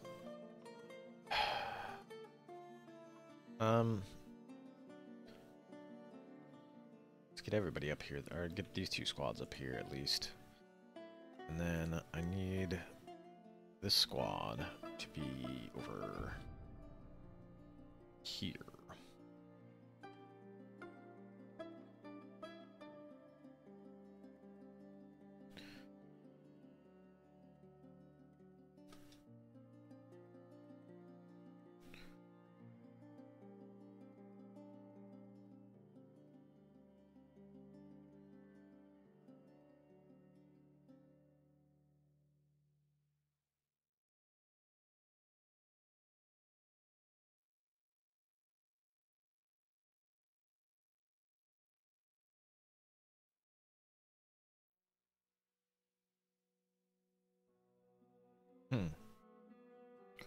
Some random stuff sitting there. Who knows how long that's been there?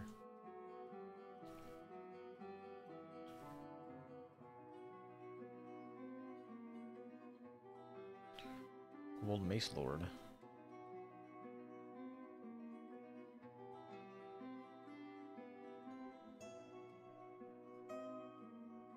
Driving the cave cold thief right towards us.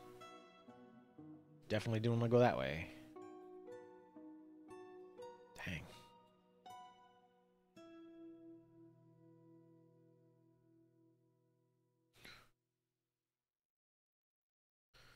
So we got... Oh, there's a bunch of stuff down in this random... What is this?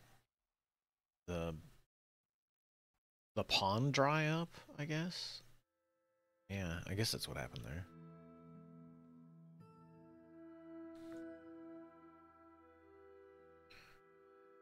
I guess that doesn't technically rain over here. It's always just raining blood.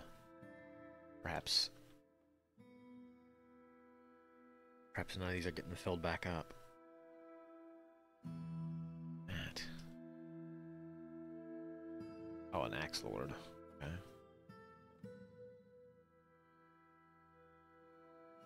Bam.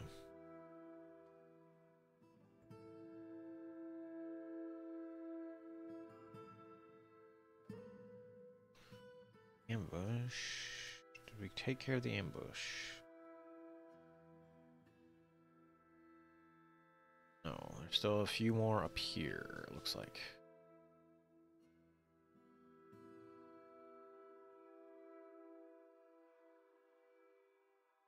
Bunch of random stuff down here. I'm not sure. Not sure what that is.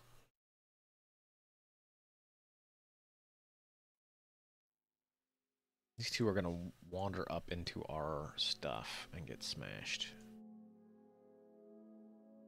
Oh. Another one there.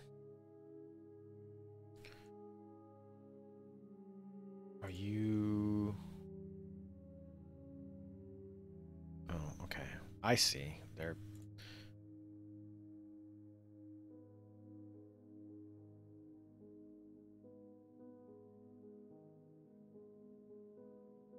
Come this way.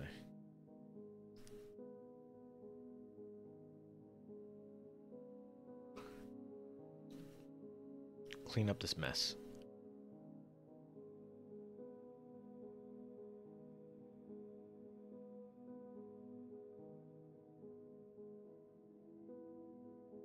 That's all of them.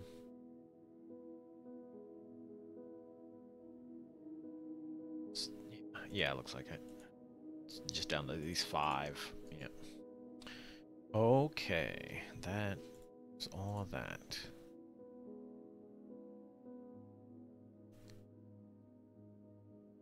should be fine.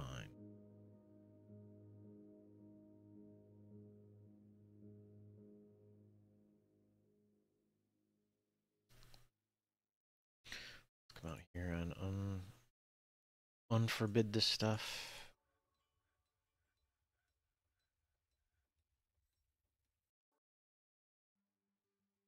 Anything else? No, look like it. All kinds of stuff down here that needs to be taken care of. All right. Got them.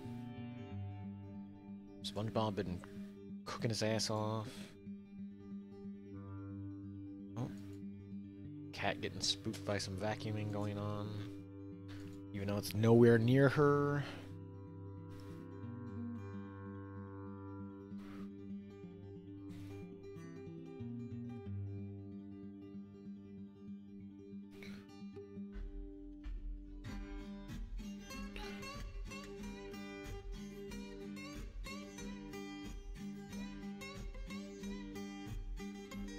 So we've got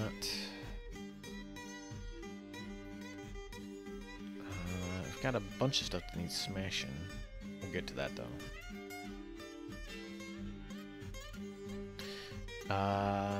This is where I want to like cut this. I need to cut these trees down here. Oops. I'm rolling upwards. Yeah. Why are you guys walking on these trees? What the?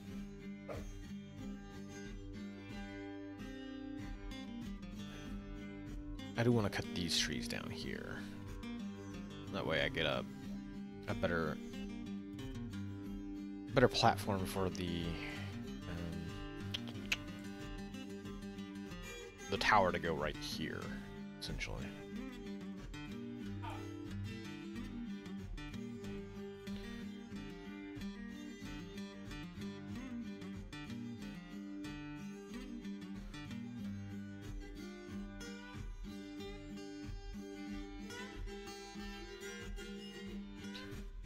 And masterpieces.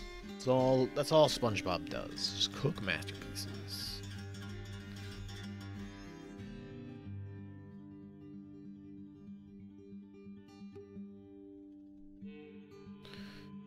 Got a lot of stuff to smash. I'll wait till they get all this cleared out.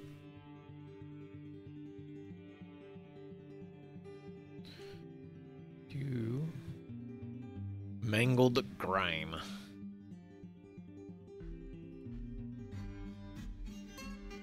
All that mangled grime, you say?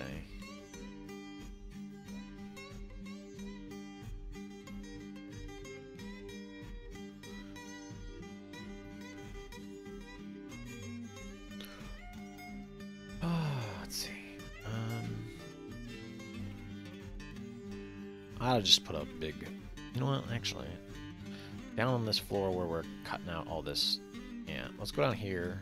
I'm gonna make it just a big.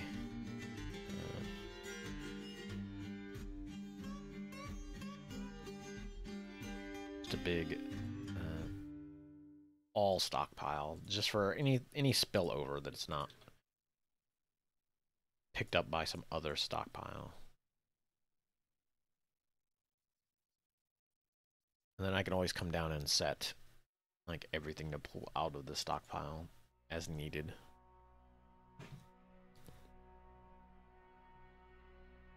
Actually, let's not put rock in there though. None. Don't put any of that rock in there because that defeats the purpose of you hauling this stuff up.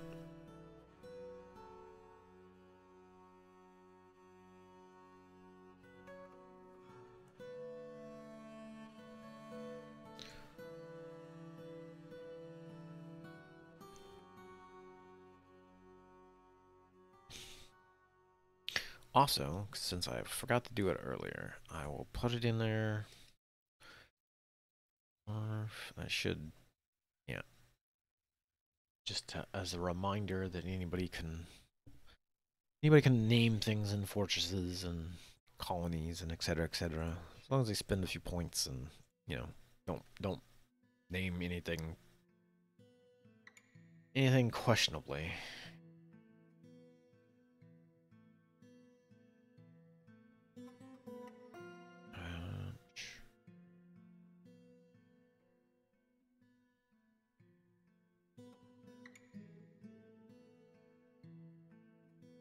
Look through some of this stuff.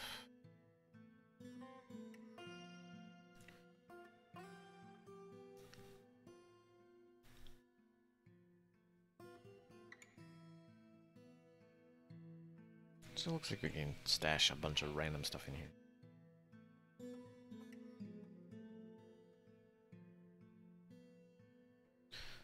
Gary? Saw Gary for a second there. There he is. Good old Gary. Frail, though.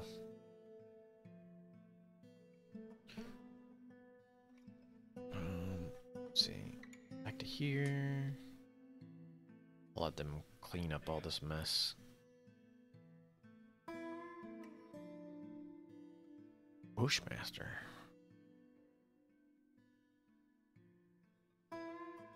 Oh. I need to forbid these doors for a little bit. Stop using random nest boxes that aren't yours.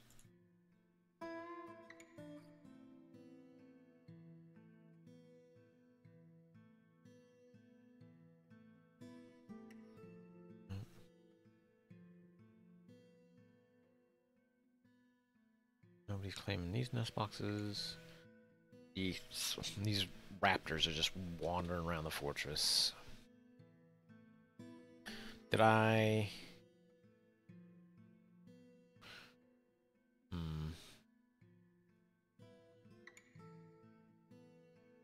Probably just need some more soldiers in general. The Baron Consort. The Human Bard. Go for it.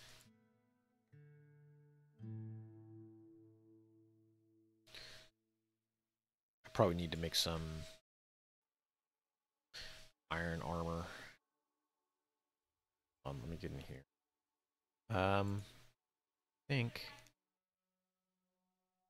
So I think the Tavern Keeper. Let me double check. I think he's just a legendary.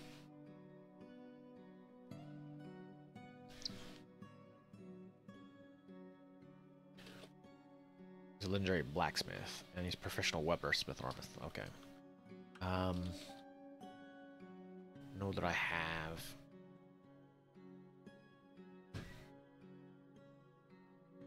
I do have the legendary weaponsmith.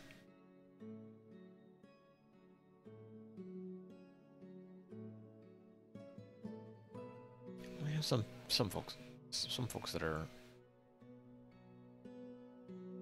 you know, one legendary blacksmith, one legendary weaponsmith, professional armorsmith. But I think the Cavern Keeper is already a professional armorsmith as well, so. We will make some iron breastplate. Wait. Oh, right. Armor.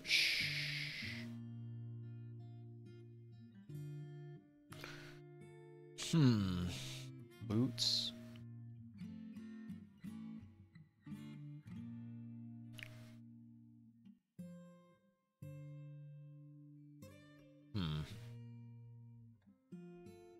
So the problem I'm seeing is that I can't really make particularly good gear for other races. Wait, I can make a great axe, you say? There's just a battle axe.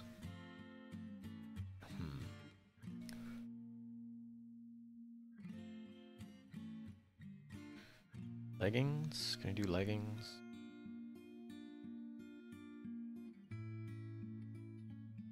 No. Don't make iron earrings, please.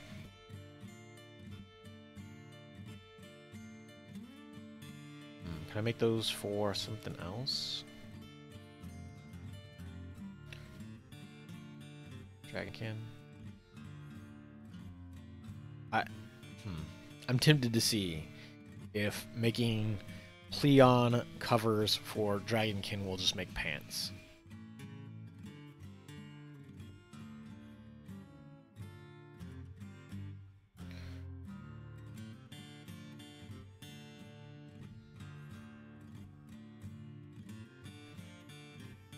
Let's see, what do we got? We got a bunch of steel there, steel there. Let's try... Let's add some... Let's see, I want to make bronze bars from ore. Let's see if we can get that done.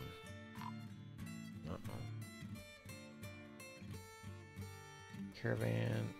Their wagons have bypassed your inaccessible site. Huh? What do you mean?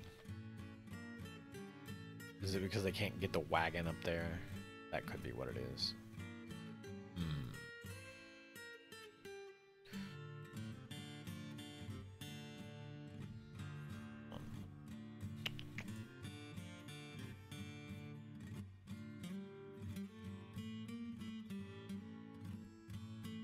Let's do this.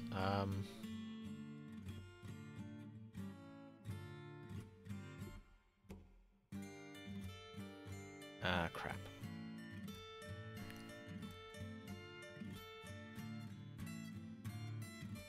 Let's see, can I get the...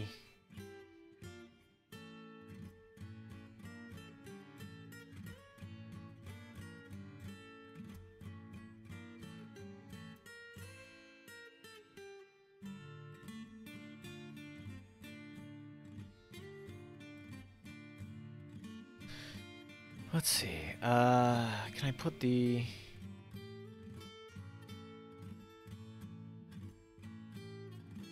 Let's do this, construction, ramp, here.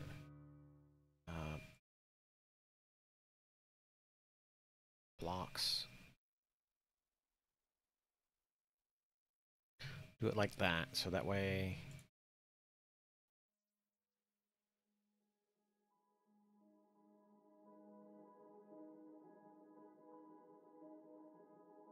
Not this. I do want channeling there.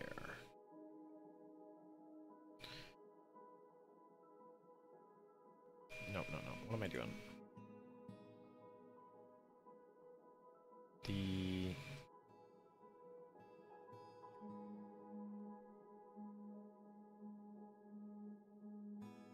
That like that.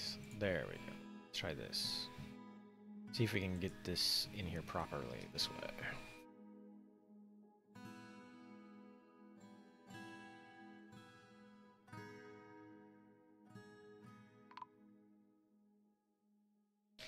Elven caravans here.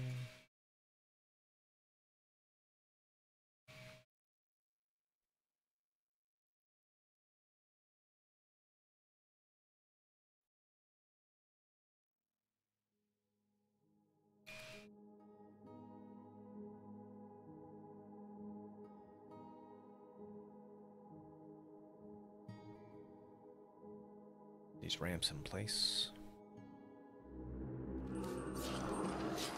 Oh, cavern dwellers. Just what I needed.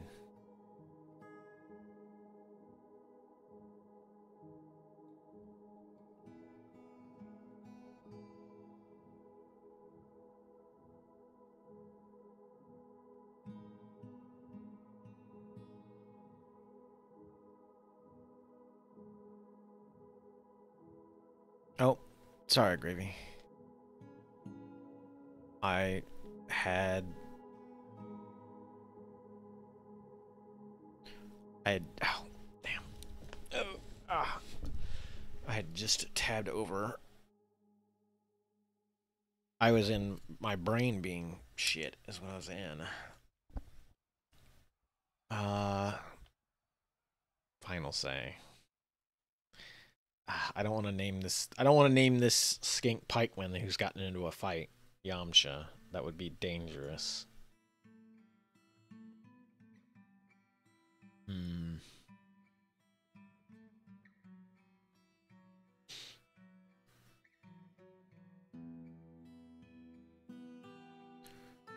Wait, did he fall in the water? He fell in the water. That's even worse. Yamcha. I mean, he is pulling a Yamcha currently. She is pulling a Yamcha currently. They're way over there, though. Wait, there's no way I could get a force over there.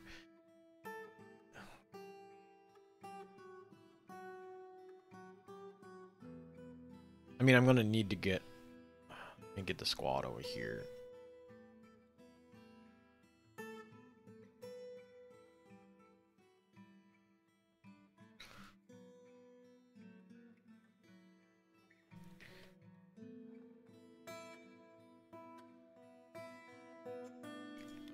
I mean, so the lizard folk can climb. So she should be able to get out of there, but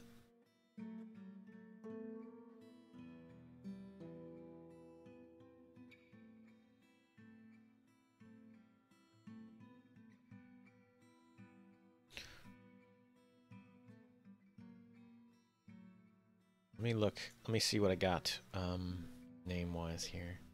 I do. You know what? I do have.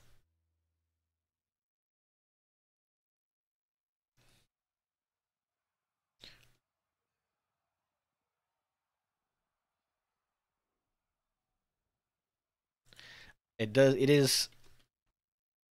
It is very appropriate for the mayor.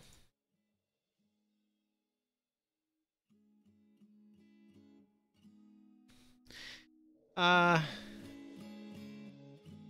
I mean, I don't know. Depending on like how you would judge like how things are going in general. Like he may have already been living in the times where economies were a mess, and I mean, excuse me, definitely just that's been the last few years. But again, at least he did manage to create a lot of things that a lot of people liked, and will be like forever remembered for that. Well, remembered for as long as those those things are remembered.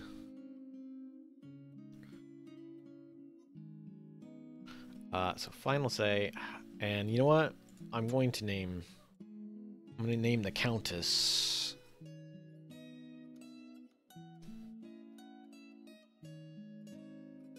I'm gonna name the Countess Yamcha. Because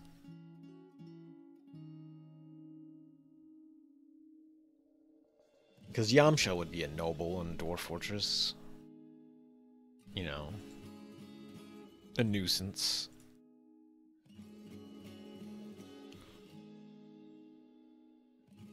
Yeah, well, I mean, if you want to get into the like philosophical chatter about that, like, that is the inevitability of all. Yeah. But, I mean, you would... being able to produce a lot of... produce things that people remember onwards, or even build upon in the future, like, it's not a bad thing. You obviously wouldn't want people to just dwell on your existence or your lack thereof forever. That would obviously be a bummer. Oh yeah. I need to get down and see what the, Yeah, that's also true. You don't want to be... You wouldn't want to be somebody who's remembered for, like, shitty things, more or less.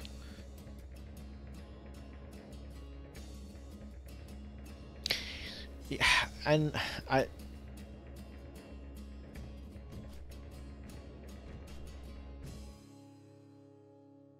I have to wonder, like, just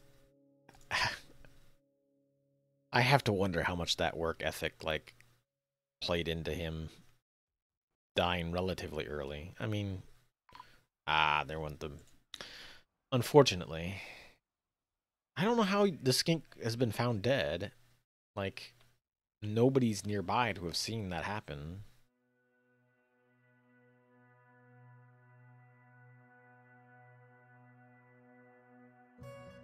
He did beat up a bunch of. He did beat up a few spearfish.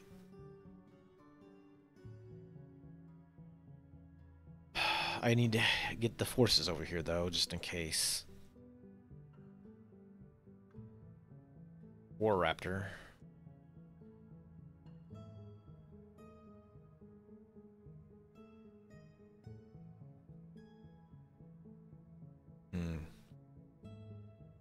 Because I know a lot of people. I know there was some talk of like just how much he smoked a day and that amount of work rate. Like there is always a potential chance that that could have contributed to like having a stroke or something.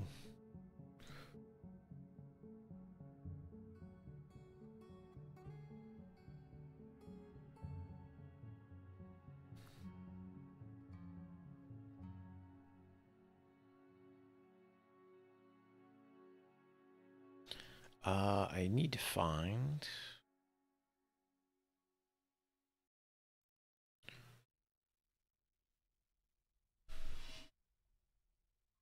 I think it was just in one of the. I think it might have been in the Smite Discord, actually. I think they were talking about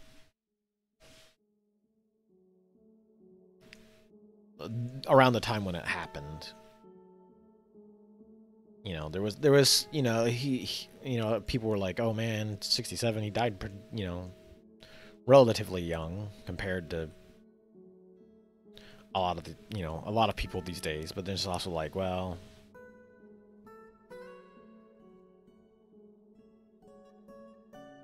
there could be a lot of contributing factors as to what causes that sort of stuff. Even in, you know, people who you wouldn't, you know, think of die, they would, you know, didn't die of old age or whatnot, or.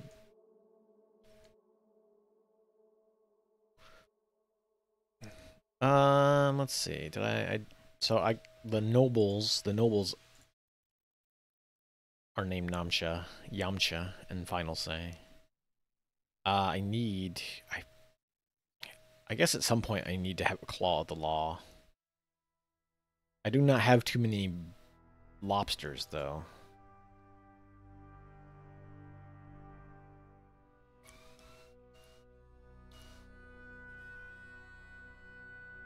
Oh, I mean, for the amount of stuff that he accomplished, yeah. I mean, he definitely did a lot of stuff in those 68 years.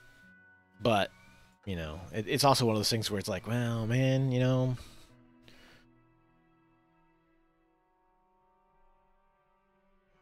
there's a lot of people who are still around well past that have done.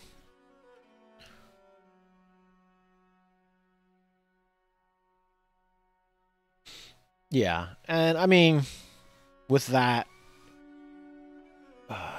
I mean, I guess that's part of it. Like, he didn't really. He did the character design and such, which is definitely something that he will be remembered for as well. That's what I figured is going to happen.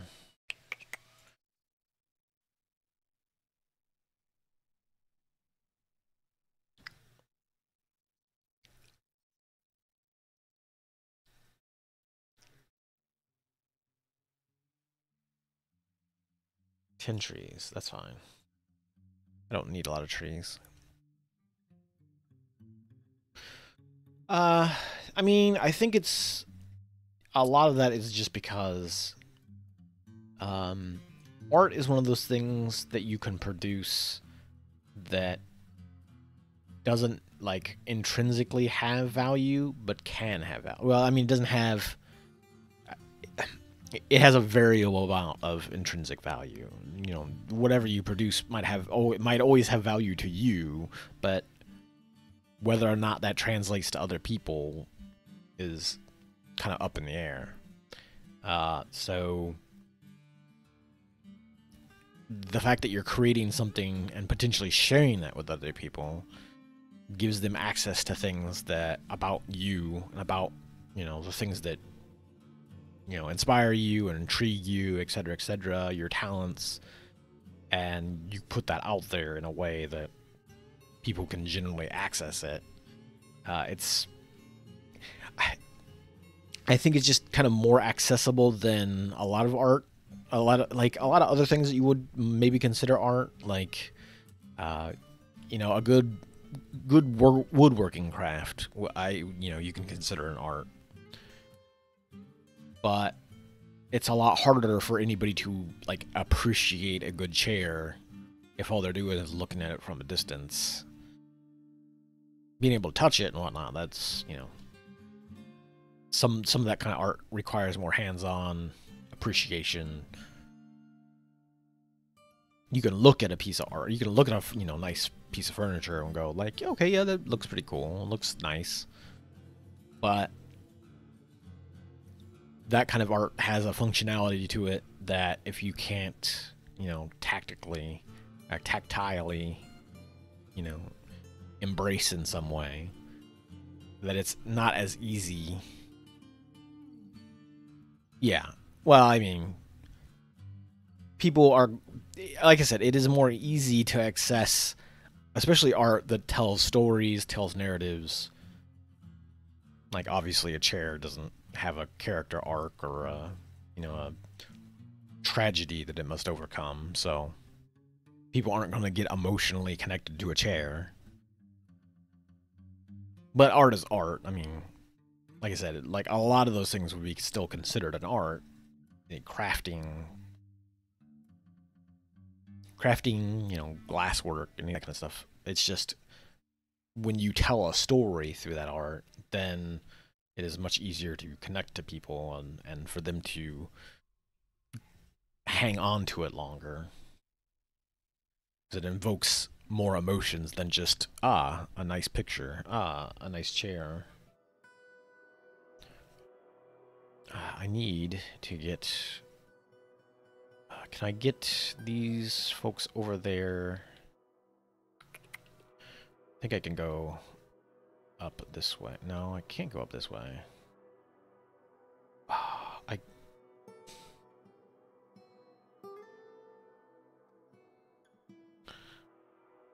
Yeah, how did they get... I guess they had to come over there from here?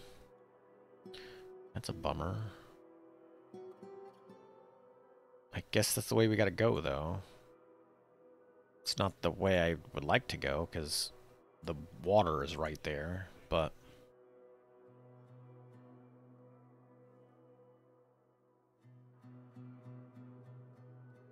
That's my big concern, is that if they get anywhere close to this, all these jerks are gonna pop up and knock them in the water. Which the crabfolk don't have any problems with moving around in the water. But the folks wearing heavier armor do. No. And then immediately. Did somebody immediately jump down here? Okay, they didn't.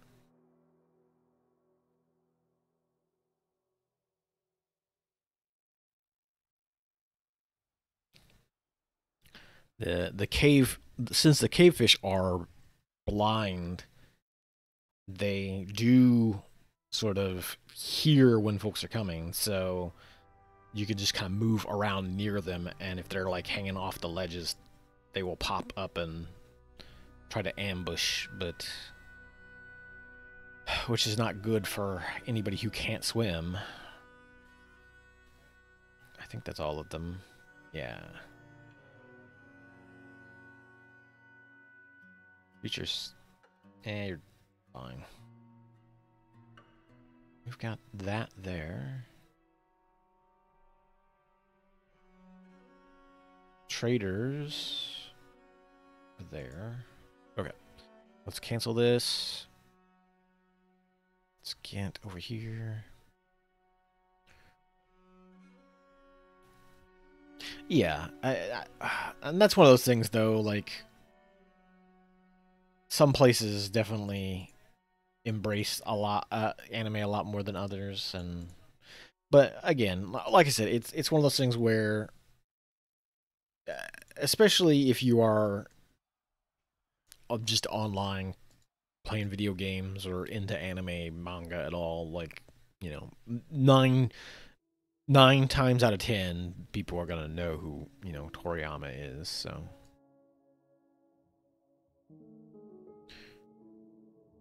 yeah, well, I think that's the thing. Like, I think um, there was definitely a lot.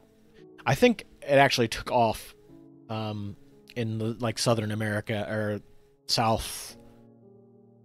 Yeah, like South America first. Yeah, I think it took off there a lot earlier than it did in the U.S. Like, the only people who really got it here early on were people who were like trading tapes that people had gotten fan subs of and such, and it it wasn't really until well, no, even before that, like, well, if we're talking like late 80s and such, which is when I remember this stuff, like, you had a lot of like the satanic panic still sticking around. So the problem was that there wasn't a real big market for it just yet, because everybody and their brother was still panicking about metal music, and it wasn't quite rap yet. It was like rock music, metal music. Um, the cartoons at that point in time, as they were kind of, they're still all getting lumped into cartoons. All cartoons were still at that point in time mostly kids things. Even though people like Bakshi would try to get, well, there were more than just Bakshi. I guess Don Bluth would also count in that. Like, people had tried to make cartoons more for adults, and even like originally, like Looney Tunes and stuff weren't necessarily aimed at children, but by the like 80s and 90s, that's kind of what cartoons were. It was just stuff that you aimed at kids to sell action figures and whatnot. So having Japanese anime come over, there was a lot of pushback against it, because you ended up with a lot of stuff that came over purely for the shock value.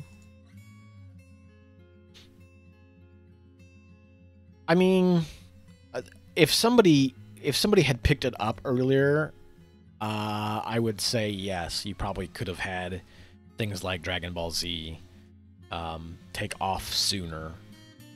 I think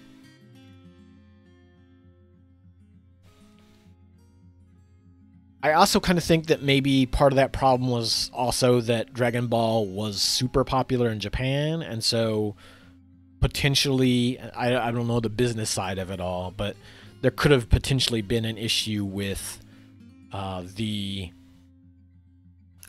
Japanese rights handlers not really wanting to like broach into the U.S. market at all, and so if a U.S. company were to do so, it might have been like prohibitively expensive because it was so popular in Japan at the time, or a lot of companies weren't really. There weren't a lot of companies that were trying to like push into the Japanese market or the U.S. market as well. You had a few, but there was still a lot of businesses in Japan that were just Japanese, that just focused on Japan. So, but did they get up? Oh, I need to get these trade goods up here. Let's get them gym bins up there. and cloth. Yeah, why not? I'll do that.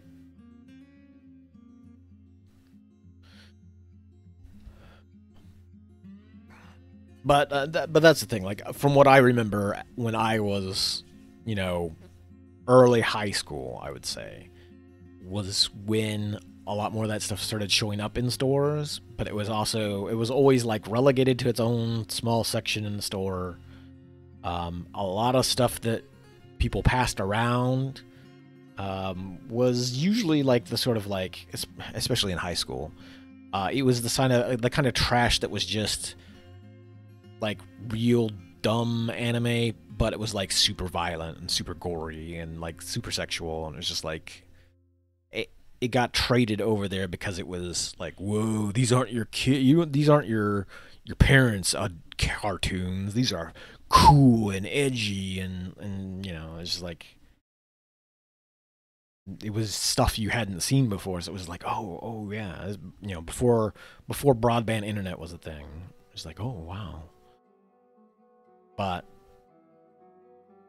it wasn't. Most of that stuff came over or was getting over here because it was. It had that very edgy adult theme to it, and it wasn't like super popular, so it was like real easy for them to get a hold of some rights and go, okay, we'll slap a cheap translation on it and, you know, churn out a few thousand cassette tapes, and that'll be it.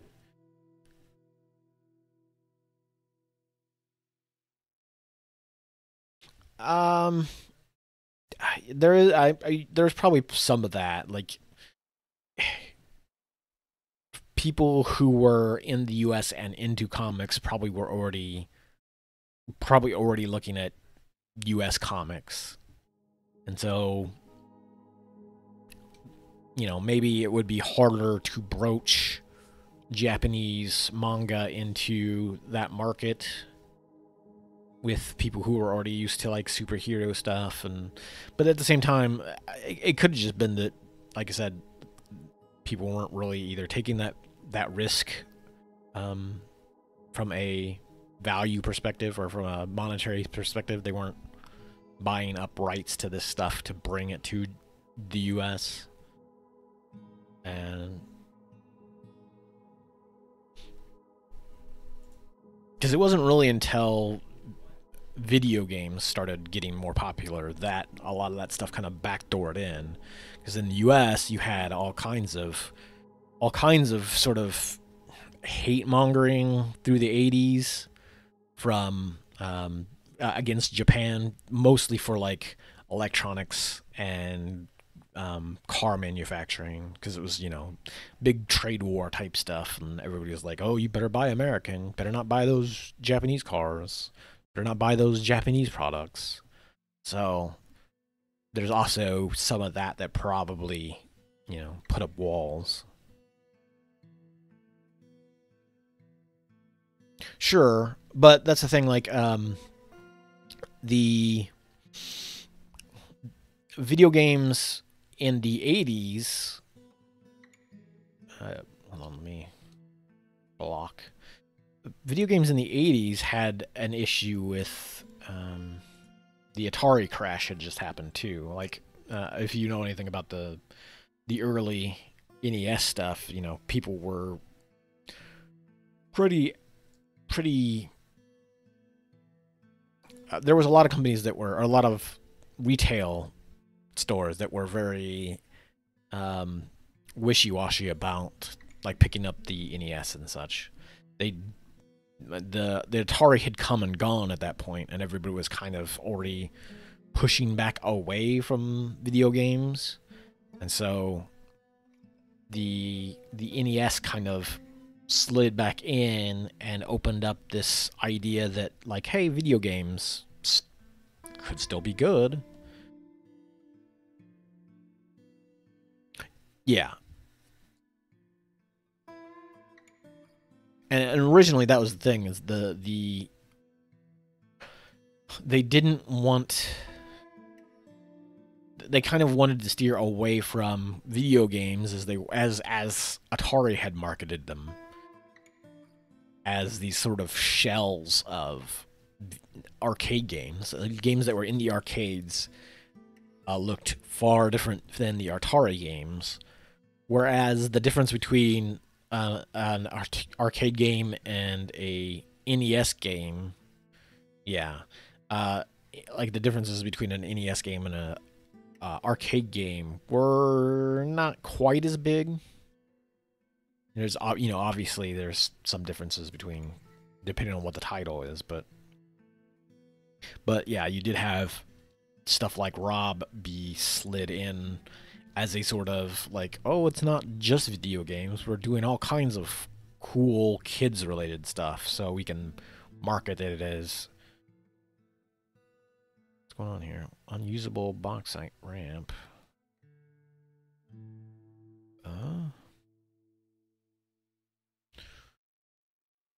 Why are these unusable?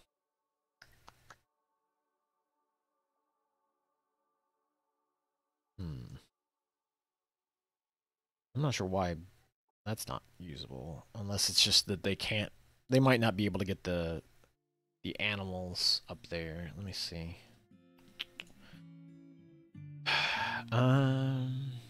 Is there a merchant?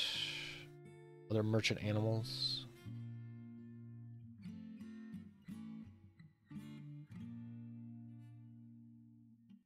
Okay, they're in there. See if the merchants have. Okay, no. Because they gave me a message about them not being able to get to this trade depot. And I assume that meant that they had a wagon with them. Let me see if I can find the wagon. I don't. I'm trying to think. Popular or like home PCs for a large part were. I mean, early on they were basically only seen as like home office equipment, more or less. But I think some part of that is also that early on you had a lot of different formats. You didn't have really any standards as far as like what a any one unit had.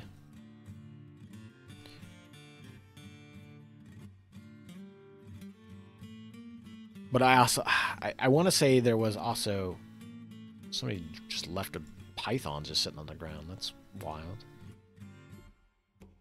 I also want to say that there was definitely some.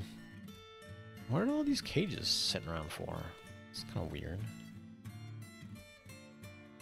I also want to say that there was some issues with parts manufacturing for that stuff as well at some point. Because I definitely remember early on there being a lot of like RAM price tomfoolery. I did mention not too long ago, like the cost of like 4 megabytes of RAM was, some absurd, like it's like 150, 160 bucks. When I'm talking the early computer stuff, I was probably like 8 to 10. I remember we had it's like is either 386 or 486 SX2, and it only had 4 megabytes of RAM. And we were getting to the point where these cool new video games were coming out, but they all required 8 megabytes of RAM. If you didn't have 8 megabytes of RAM, you weren't going to play them. And I remember like being like, "Oh man, we definitely need to get more RAM for our computer," and keeping an eye on prices for that stuff in like Best Buy would have it, Comp USA, any of the computer ads that showed up at the time, I would keep an eye out for that kind of stuff, and I would always be like, "Oh, hey, we need to get," and then my parents would be like, "What? You want me to buy 4 MB of RAM for this computer?" And they would look it up and go like, "Oh no, that's not happening." Because it would be like, sometimes it would be like 150, 160 bucks. Some months it would be like twice that. It was ridiculous. And I remember at one point in time hearing that they were having issues with RAM manufacturing because most of that stuff was going directly into systems. There wasn't a huge market for, for people doing their own computer building or computer any of that stuff. People were doing it, of course, but like there wasn't massive dedicated websites to building computers. There wasn't, big retail outlets that sold parts for you to just buy. Like, it was all usually done through either big box stores like a Best Buy or, like I mentioned, there was a place. The place that we had here in Kansas City was called like A+ Computers, and it was literally just a small office front. Like, you would walk in from the front door. The place was maybe the size of, maybe this bedroom and a half. Like, it would just be like, here's a space you go in, some stuff's laying on some tables, here's the computer printouts for all the parts that they had, and you just told them like, I want to buy this and this and this, and they would get that stuff out of the back for you. But that at the time, like I said, there definitely was a lot less standards in general for that stuff. That dog.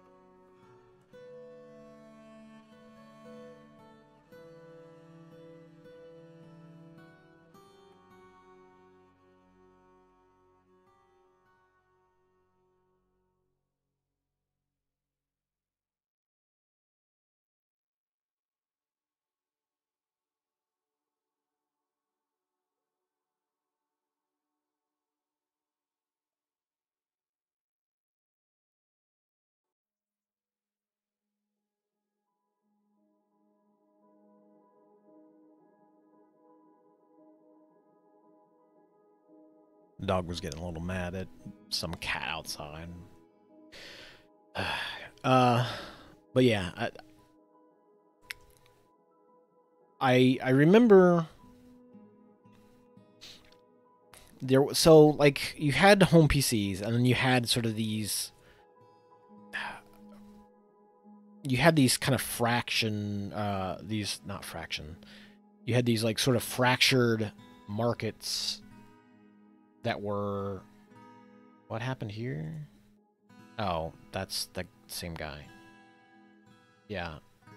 We knew he's down there, we just can't get to his body, so... you know what, maybe I can build a staircase down to him or something. See if maybe somebody can reach him from there.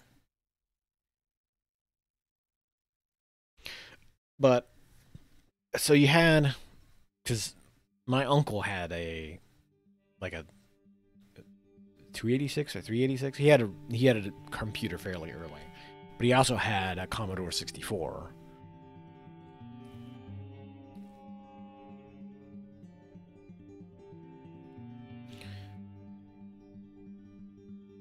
I mean,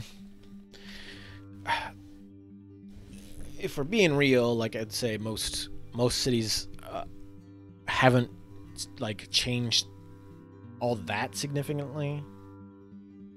Or at least those cities in like New York or California probably haven't changed that significantly.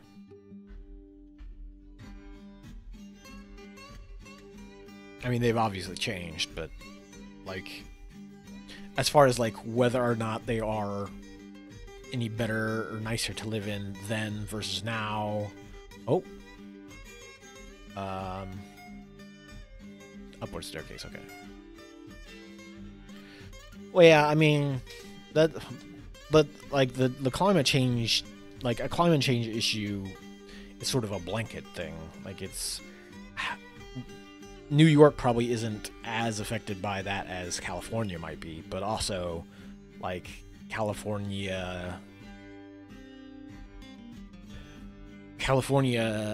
would have probably been having drought issues off and on for years and years before that, or before more recently anyway.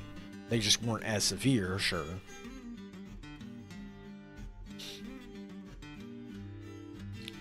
I mean, and like dirtier kind of depends on how far back you're willing to go as well, because for a while there were plenty of cities back in the 80s and 90s that were like disgusting because they didn't have any sort of smog regulations, or I had a lot of factories close enough nearby that didn't have like a release, what is it, like not smog collection, like there were factories that didn't have no, like, well, in any city in general, like Kansas City, like yeah, definitely had it back in the 80s and 90s. What I'm saying is like most cities and stuff, there were a lot of cities that didn't have much in the way of like smog reduction, or oops, hold on, and it's just that. I mean, there a lot of cities just didn't have a lot of environmental regulations in place, and so you had factories that would not have anything that really like filtered out what they put in the air, and that's why, like, sure, a lot of smog can also be caused by road traffic, but so many cities all have an industrial sector. They're not just like the industries are way over there. Like, especially Kansas City. Kansas City had tons of industry. Well, tons. They had a lot of industry that was like down south of the river, or all along the riverside, because so many of those older businesses, older industries, would ferry materials in and out of their facility via the river, or used river water into the factory to like cool processes down, or unfortunately pumped stuff back out into the river. But it wasn't, a lot of that stuff wasn't until more recently where they were like, oh, hey, we need to set something into place to, clean up pollution.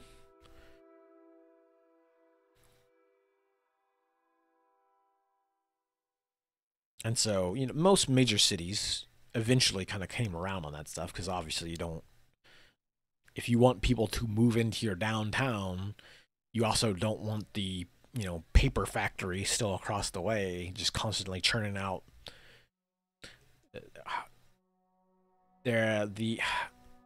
it's not quite a sulfur smell. It smells like you are like going past a facility that's designed to create like rancid pine chips. Like it's only just used animal bedding. That's the best way to describe it. It's just like the weird, like if you've ever had hamsters or small mammals, that sort of that sort of smell of like what their cage material smells like after you're like cleaning out. Like the factories would smell like that. It was like a paper processing. And it was gross. Not the worst smell, mind you. Like I would say the worst is the worst I've run across is there's some big cities in Texas. Well, not big cities. There are cities in Texas as you drive past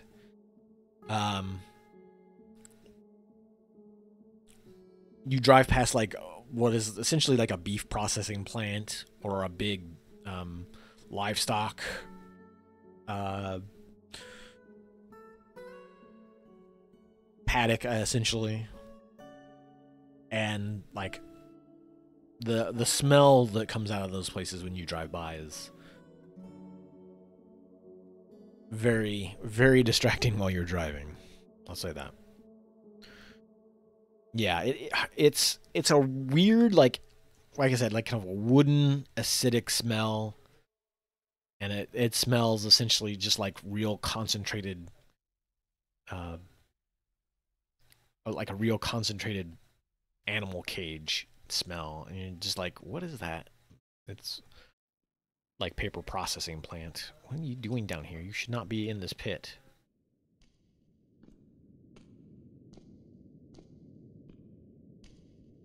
Why is this Balor down here? You need to get out of here, my dude.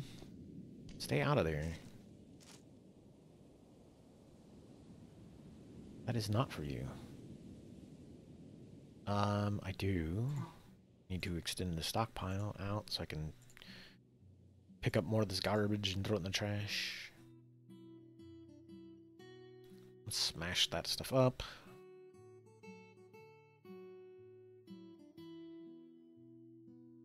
Pull that lever twice.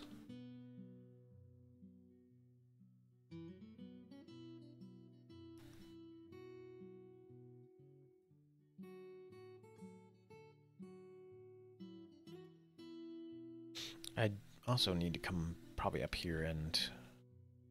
Where is it at? I need to...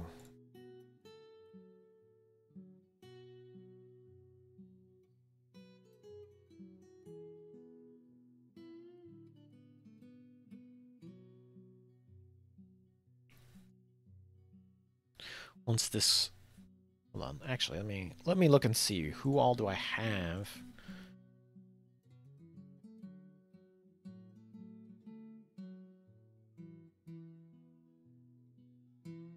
I probably need to put all you in here, actually. For the time being, put all the juvenile raptors in here.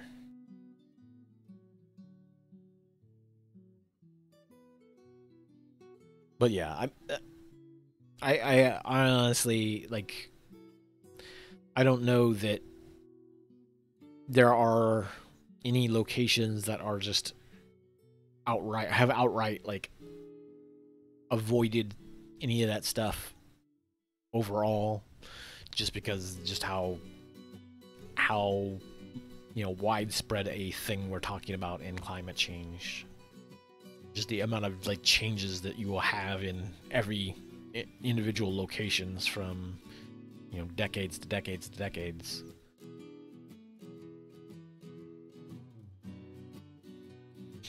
Because like nowadays, like here, especially here in Missouri, it used to be you used to have fairly substantial winters.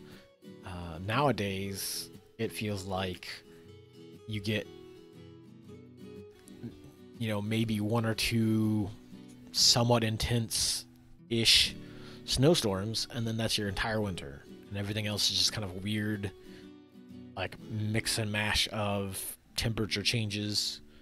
Like nowadays, our spring currently, and this is also sort of an El Nino season too, but like nowadays, like today, it's like down to the 30s. A couple days ago, it was like 60s and 70s. And that's not like super unusual for Midwestern springs and whatnot, but for the longest time, you know, into winter, you would still have some pretty chilly winter. Into February, still have some pretty chilly winters.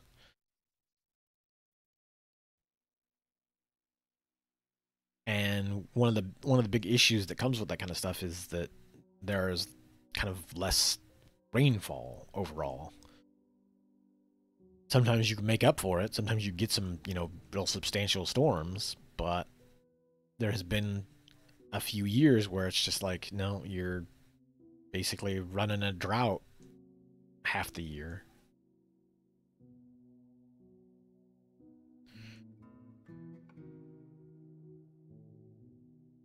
Oh right, I was gonna make. I got sidelined by all this other stuff. I need to make a temple to. Oh no, sand. Oh, I can. Limonite I can do stuff with. Let's see. For construction floor.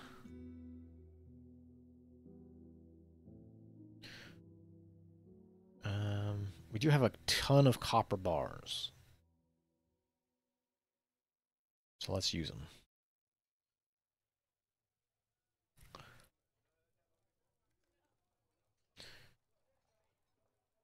Yeah, I mean, I haven't looked into like specifically much how much change they inflict upon any particular season. Like, you know, let's say as global warming increases, do El Nino effects diminish because they're just not going to be as intense as the overall warmth in the air around them, or you know, from season to season, or will it be even more intense because you know you're basically creating an even warmer, intense period in between, you know, or you're creating an even more intense scenario for the El Nino effect to increase upon. I mean, that's ultimately the issue is that, like, theoretically, there could be. I mean, I am so from a mechanical standpoint, like, of course, that we could definitely reverse things. We could definitely start working on that. Is there incentive to? Not for a lot of places, not for a lot of people. Like, that's expense that they don't want to spend to fix their, you know, shitty industries or their systems that rely on, you know, more heavily polluting materials, or especially just carbon dioxide production in general, or methane production, like any of those sorts of greenhouse gases. Merchants. Oh no, no, no, no, no. Did we not? Hold on. I'm being a dork. Did I not get the trader up here? I did. Okay. Just being a goof. Put an instrument in there. But I mean, part of the problem is, for one, you have people who essentially a Leonardus. What is a Leonardus? Hold on, I need to look this up. I need to look up what a Leonardus is, because that sounds.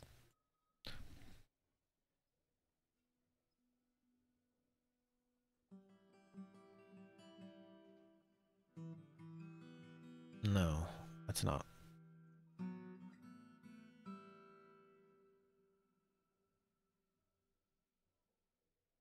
No. Leonard. No.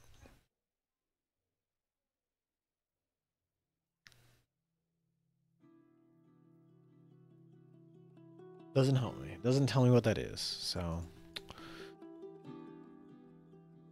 I'll have to look and see what a Leonardus is later, unfortunately.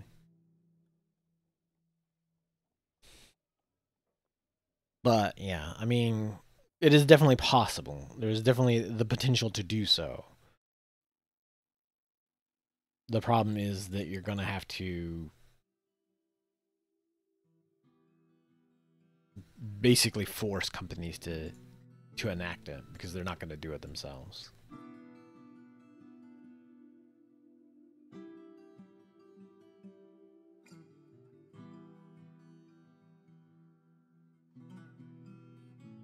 And some of it is a technology issue where, you know, maybe technology just hasn't caught up with the ability to produce enough power and energy for some groups, but or for some industries in general, but there are definitely a lot of things that can be done to better that situation that aren't being done because it costs more.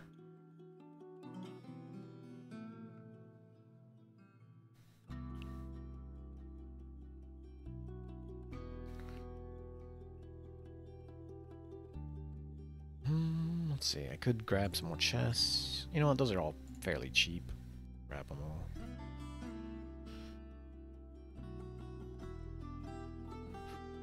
Yeah, and that's kind of always an issue with a lot of systems.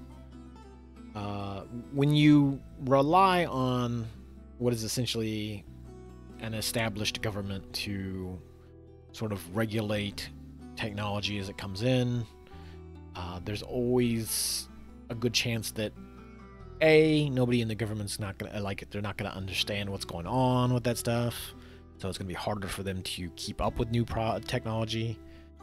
Hey Clell, what's going on? We are just rambling about the world at large. And I'm trying to trade with some elves.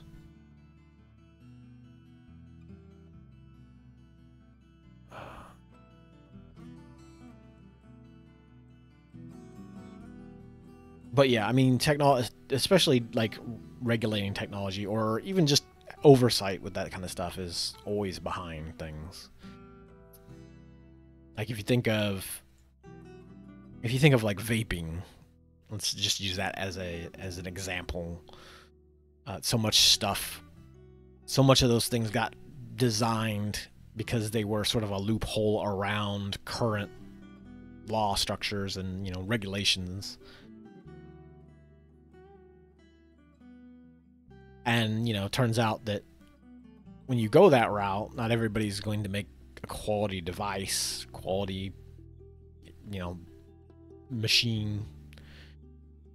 You're going to get problems, you're going to get damages, you're going to get people who are injured by that sort of stuff. It's the way it happens.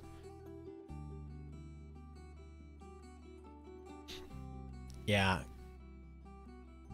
Cobra was in here talking about some climate change things. And I was just like, yeah, you get into an issue of just things could be done. Yeah, I mean, it started with climate change, but like things could be done.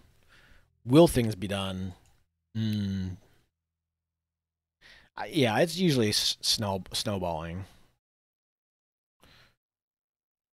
Yeah, and that's the thing. Like, not everybody, like, not all technology is being created just to like try to circumvent, you know, regulations that are already there, mind you. But when you find like you know, again with vaping, like you find a different way to potentially more healthfully and like enjoy a vice, and you know, technically you'd be like, oh yeah, you know, this makes sense, this should work normally, this should work better than the previous stuff. But then the problem becomes like you have the idea, but now that the idea is out there, not everybody's going to manufacture the thing quite as good. And so, you know, sometimes people are skipping corners and using materials that aren't supposed to get that hot, or somebody's using a battery that's not designed to put out that much power. Yeah, and that's always going to be an issue too, is just how, well, not even just like seniors, but like how detached those people in a government position, how detached they are from the everyday lives of an individual. Like, not everybody is, but you've got plenty of people who have grown up and gone to high-end law schools and had well-off parents. What are they going to know about people who live in an inner city area, or an old dying like industry, or industrial city, or even like rural Kansas or Midwestern cities? Like, they're only going to know as much as they're willing to listen to people for, and who knows if they're even listening to people who know what they're talking about. Like, you could go out and ask people from all over the place about their lived experience and whatnot, but that doesn't mean they have the answer to fix the position they're in. So whether or not they're even listening is a different matter. But how oftentimes you have, I would say like being in Missouri, like all you hear about is people griping about or the government, mind you, like griping about like trans issues, abortion issues, whether or not we're going to fund the billionaires, sports arenas. It's just like, why is this the thing we're focusing on? Like, what? There's so many other issues, and a lot of times it's just because somebody else says like, hey, you probably should focus on this because this gets you attention. But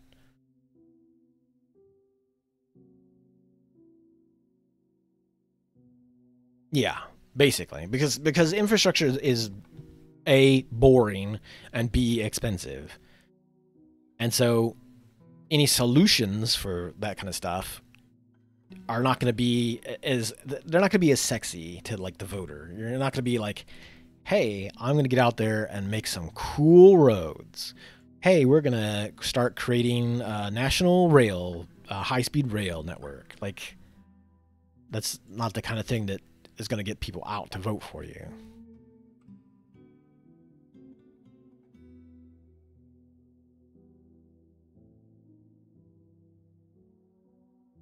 Or it tends not to these days, anyway. And that's the unfortunate thing, is you just get these trends of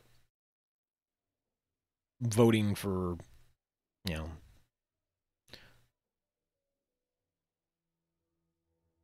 I mean, I guess most of it's just like people just vote for parties and they don't vote for. Yeah, and that I would say that's probably, and I do not blame people for like wanting to just ignore politics. Just I want to. I have enough stuff going on in my life. I don't need politics add into that. Like, I get it. That's fine. Like, totally valid. But like, also, I would say if you're going to stay your face out of politics and you kind of just ignore it, then you also can't turn around and pretend that you have a solution to it too. Like, you can't just be like, no, I don't pay attention to politics, but it's those guys over there doing it, that they're the problem. It's just like, you just told me you don't know what the hell you're talking about. Like, don't don't try this. Yeah, well, I mean, and if you're uninformed and you're going to willingly stay uninformed, you might as well stay out of it, because you're not helping any conversation. You can always become more informed, but again, like I said, I get people don't really want to dive into that kind of stuff when they already have their own issues going on. If they're if they are constantly working, like, it's kind of hard to stay on top of politics to that extent.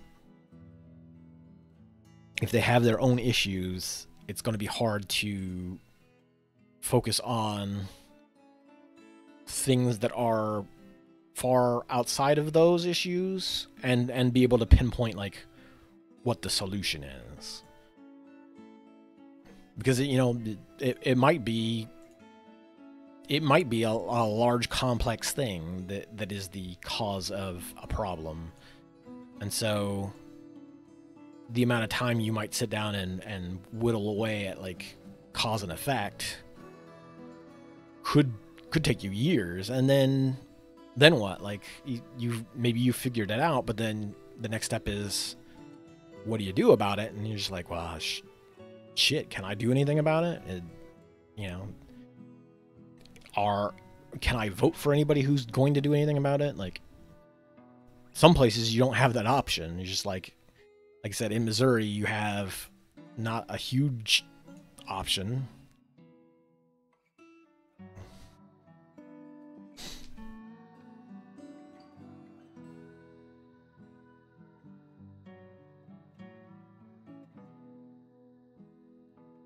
Yeah, that's the thing. Like, I definitely, especially during the pandemic and while I was down in Arizona for a few years, like, I didn't have anybody to just hang out and talk with, so I definitely spent a lot more time paying attention to politics. Yeah, and Cobra, that's part of it. It's just like, it's hard. Donald Trump is one of those characters where you either have to be ignorant of the system itself, like, you have to be entirely just like, I don't pay attention to it other than these years where there is a vote happening, or, like, that kind of nonsense directly benefits you in some way. Like, that's the two groups that are you know, that are covered in a Trumpist policy or a Trumpist campaign. Like, you can't. You know what? Let me go to this. You can't sit down and go, like, yes, this guy's policies are great for us, because then my response would be like, please tell me what those policies are.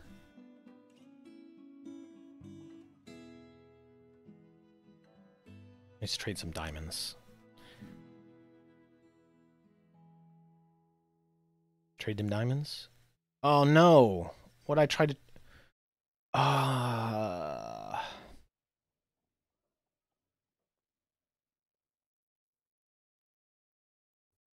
Was it something on one of these shields?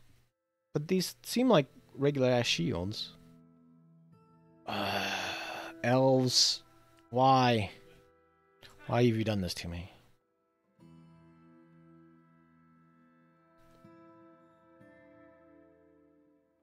I don't know what it is I tried to trade them, but apparently I tried to trade them something that they didn't like.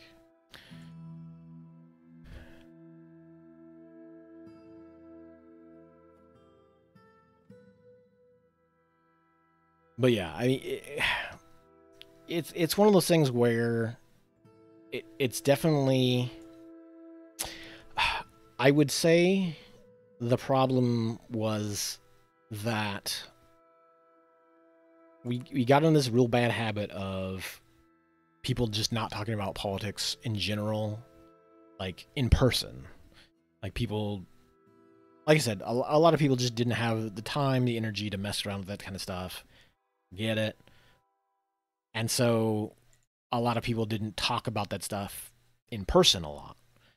So you didn't really have a lot of, like, person-to-person conversation about various values, various policies, etc.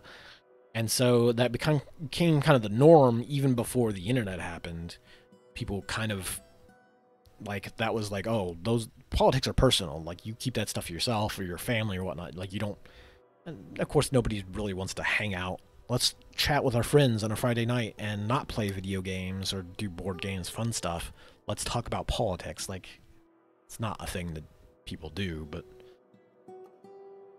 like there was just a lot less like personal conversation going on with politics in mind. And so social media kind of ended up filling that gap. Like people got interested in politics, and the people who were interested in politics all kind of congregated there. Yeah, and it's one of those things that the problem a lot of times is just how personal that kind of stuff can be to you. Like you obviously don't want to like create friction or conflict within your friend group or whatnot. You don't want to bump up against people and be like, oh crap, I've damaged a friendship.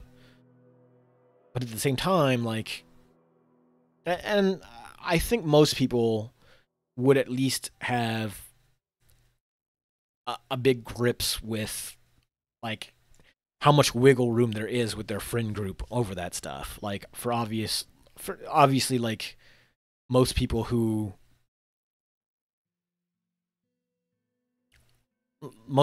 have friends, like you're gonna, if somebody's like really, let's say, racist or sexist or like they're very hateful towards certain people, and you might be one of those people, they're usually, I mean, it's usually pretty hard for them to hide that kind of stuff if they're like really hateful.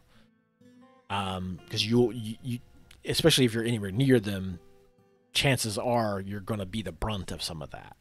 You might get it from them. It doesn't necessarily mean that they're like, you might still catch bits and pieces of it from people who even aren't hateful, but you know, people who are in those spaces talking about those things might accidentally brush up against that stuff and carry it with them into those kind of friendly conversations. And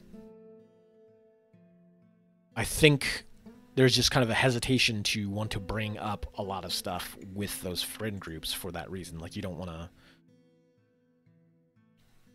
to bring in anything that might be hurtful to somebody. Now, again, if you are to that level of like bigotry, hatred, that you could potentially like hurt somebody, chances are they probably aren't, you know, they aren't going to concern themselves with whether or not they hurt you. But again, like as that person on the outside looking in, you might be like, well, I know, you know, this person's attitudes in this way inform me that like maybe they have some thoughts about me or a group of people that I know that just like, you know, maybe I don't need to be friends with them, or maybe I don't really need to work on this friendship all that much because there's not, you know, maybe there's nothing there. With better friends and stuff, and with people that you've known longer, it becomes easier to talk about those kinds of things. But see, that's so like with like social media, like my problem with it has always just been that the way in which the algorithms work always kind of pushes that real controversial stuff to you.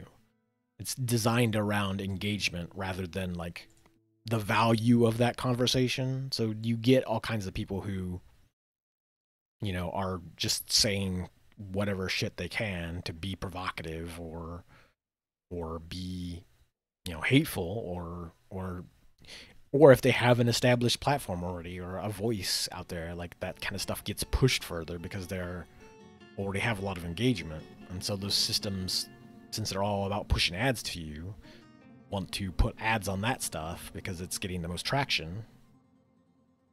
And so yeah, so you end up seeing just a lot of hateful stuff on a lot of platforms just because that's the way those platforms are designed. They're designed to get people, they're designed essentially to focus people in on various conversations because those conversations are where they can throw some ads in, and that's where like most of that ad money will get most used. Like they're not, if your video on YouTube that gets like 10 views or 50 views or whatever, like nobody's dying to put ads on that. But if you have 100,000 views or a million views, like, hey, people will line up to throw money behind that because eyes are getting to that. So the unfortunate thing is that it ends up normalizing very bizarre or hateful or just, illogical beliefs sometimes. Just because it grabs attention.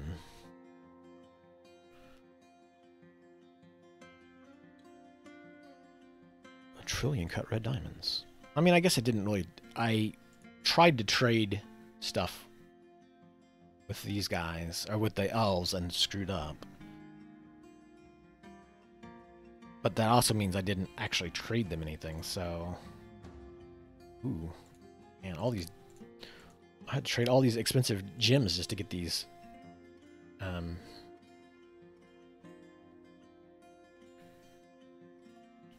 to get our giant crab farm up.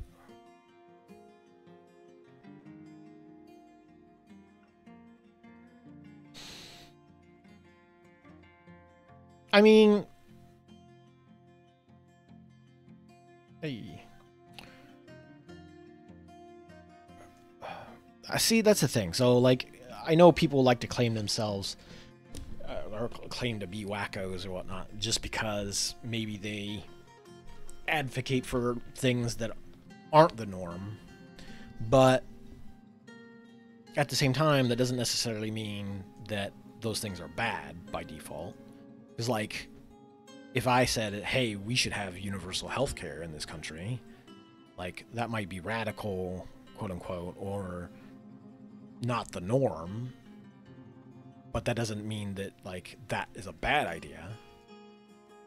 Like, as somebody who would have years and years ago loved to have been able to go just get healthcare, see doctors. Like, I absolutely don't want other people to go through that same situation where they're, constantly having to fight their own bodies or deal with the amount of pain and discomfort and stuff and have no answers for any of it. Like, it's very...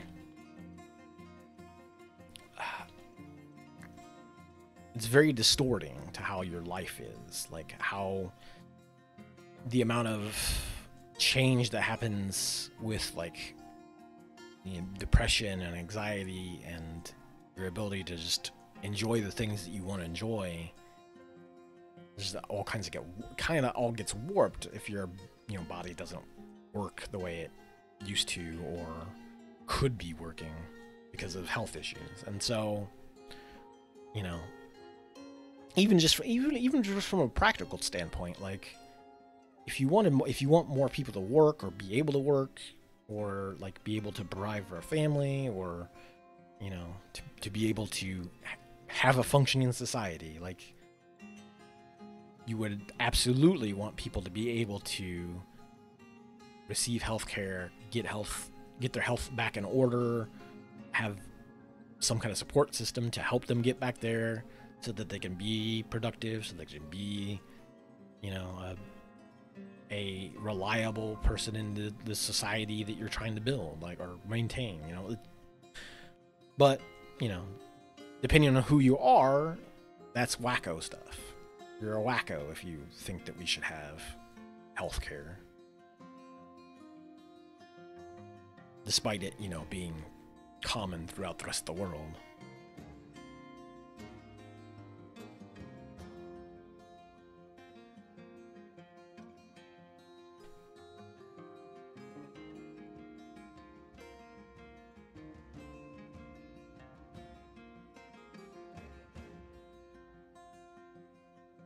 Yeah, but that's kind of a thing, like, online, at least online discussion, you can have discussion. There's space for it, and that's that's fine, and there, you can find spaces that aren't quite as crazy about it.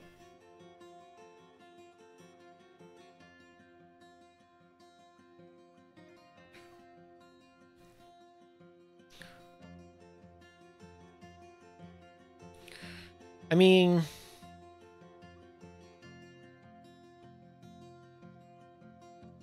I guess it kind of depends on what you mean by individual responsibility on healthcare, because like, as far as your individual health is concerned, there are so many factors. There are so many factors involved that you can't really like directly affect or have knowledge of, or like, you know, obviously you want people to eat more healthy and be more active and whatnot, but like,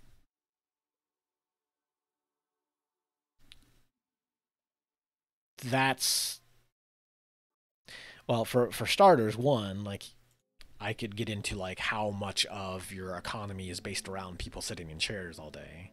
You know, how unhealthy is an office place, or your place of work for that sort of, you know, stagnant lifestyle or whatnot. Like, how much energy are you gonna have after that work to go and be active? Like, what kind of food is available in an area? Yeah, I mean, eh, like, one of the big problems with that is, like, just how I remember back in the day. Yeah, and that's the thing. I remember back in the day, like corn syrup wasn't in everything. Like, high fructose corn syrup was not sneaking into like everything under the sun, and then suddenly it was, and now everybody's concerned about obesity, and it's just like, well, you know, when half the products out there have hidden sugars slipped into them, like, you know, maybe that's part of the problem. Like, maybe you don't let everybody just sneak sugars into products to make them sweeter and, you know, more, because a sugar can be addicting. Like, people can absolutely get hooked on that kind of stuff. Yeah, and that's kind of a problem. Definitely have had some of that problem myself, just from like the dental standpoint of having uh, tooth issues from what is essentially, like, you know, growing up in a family where, you know, soda was fairly normalized, and, you know, early on I didn't have any, you know, you didn't really have too many problems with it, so it wasn't a big deal. Um, it wasn't until, like I said, I think for me specifically, I didn't really have too much of an issue with it until I started having the stomach issues. When I started like having acid reflux, it felt like it very quickly started to deteriorate my tooth enamel, and so adding extra sugar to that, you know, was just even worse for things. But yeah, I mean, it's definitely, you can, and that's kind of part of the thing though, is just like, if you if you put all the onus on the individual, if you just say like, hey, you need to be the one to solve all this stuff, there are always going to be people who fail that. Like, you, especially if you don't have any sort of uh, lifeline, any sort of like help there available to you. You're there's going to be people who fail that.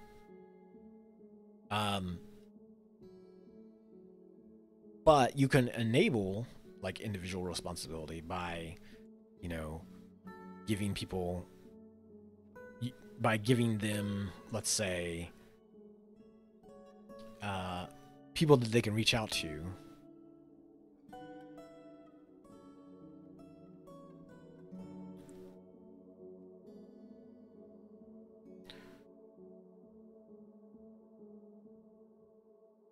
I mean, there are like if you from a health standpoint, or even from a dietary standpoint, like if you had access to individuals that could help you out with that, or even just like a full, some sort of program that you could look up and find fairly well up to date information from a health standpoint, from a like a healthy eating standpoint, let's say, like meal planning, that kind of stuff. Like, hey, you have issues with this, try eating more of these, etc.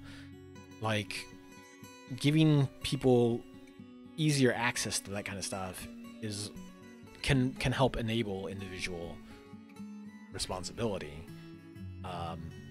When you nowadays, like, if you just go and look that kind of stuff up, you're gonna see so many ads for like so many random diets, things that are like unsubstantiated, like just people selling you, dietary plans that are untested or are still kind of like in the process of being tested. Yeah, sounds like to me, Krober, you have like some of the like nerve damage stuff that I have, because I get that kind of stuff all the time. Well, not all the time. I get it frequently enough that it's like something I've talked to a doctor about, getting like muscle spasms in legs, and especially like neuropathy in hands.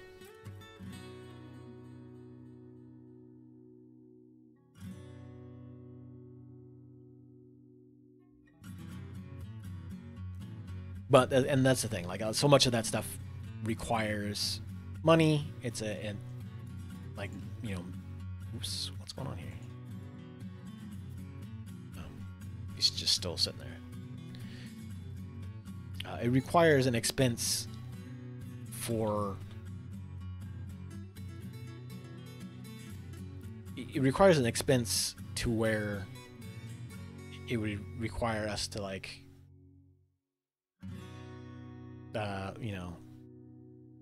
rethinking how we tax things, or how we budget things that people don't want to do.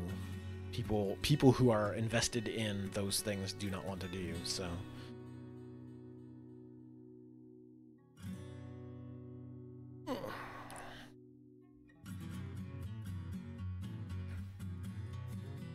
I mean, yeah, it can be. I don't know how easy it is, honestly, to sniff out nerve issues like that.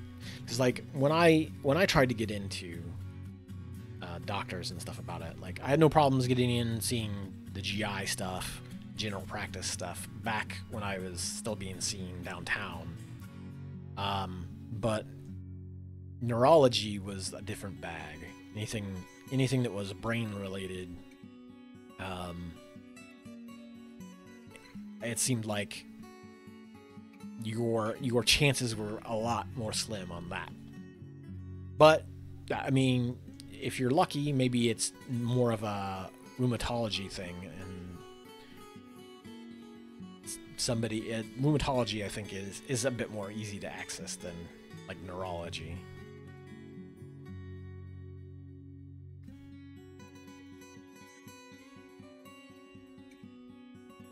No creature.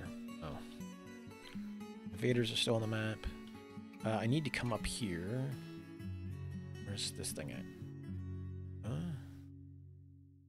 Oh, we did a good smash on all those things.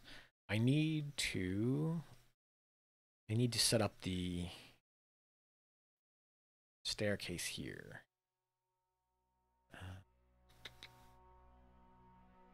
Is there a place that I can set the staircase at? So I want to make a tower here. There's going to be a tower here that overlooks the river.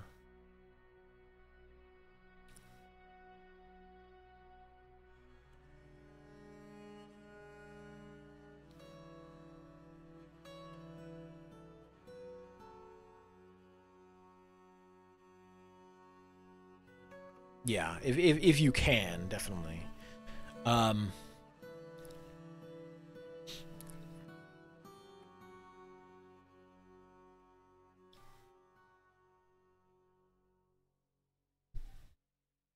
like you said, like I said, you could have some of the kind of stuff that I've got going on with the TMJ.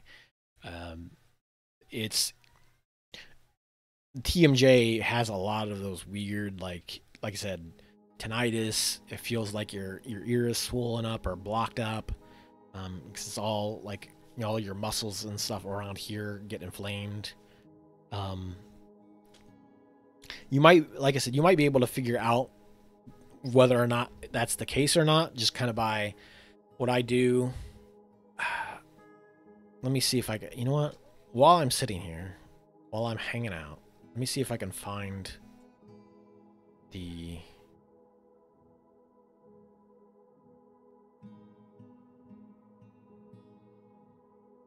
I'll see, hopefully my computer doesn't explode on me while I'm poking around at this.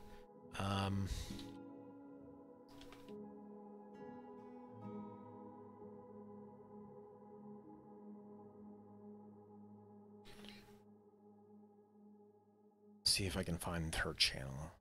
There's a... This is just the one I used specifically to find... you can kind of tell... where is it at?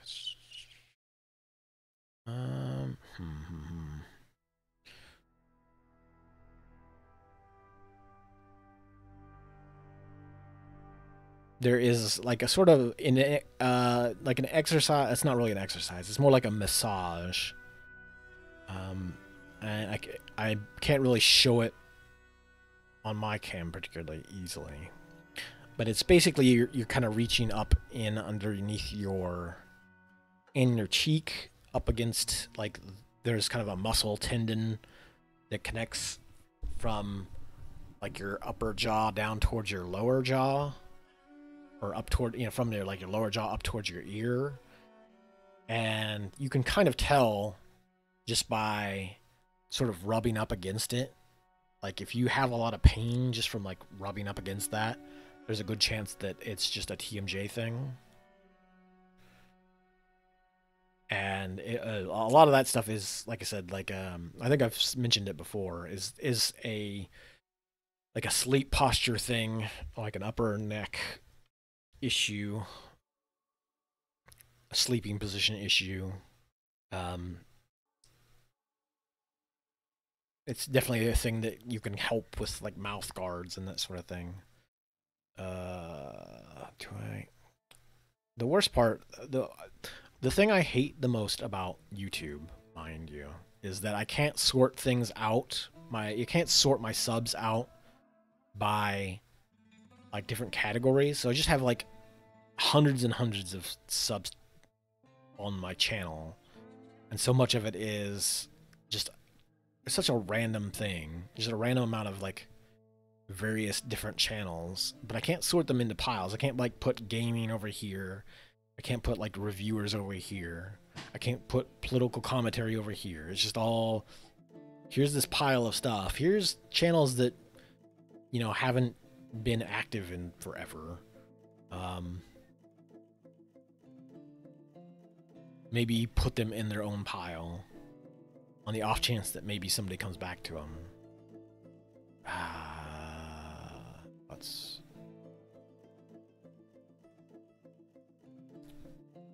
No, okay.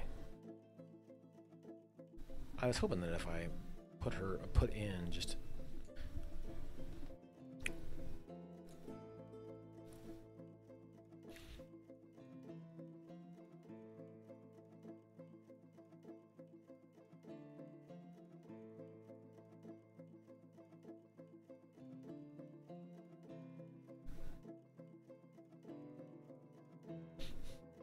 Yeah, like I said, if you, I would suggest Cobra just to give it a try, because you might find some relief from it. Like I know, if you just look up on YouTube, look for like TMJ muscle relaxing techniques.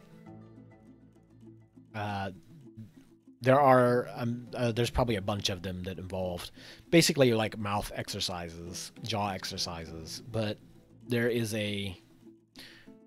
basically there's a massage where you can like you basically take your finger and you push it up against the inside of your cheek out here, and you'll kind of feel along the like tight muscle here. All right, you'll kind of feel it along the like inner muscles in there. You can kind of feel like a, especially if you have your mouth like stretched open. You can kind of feel the oh no, dogs are walking by, so the dog is freaking out.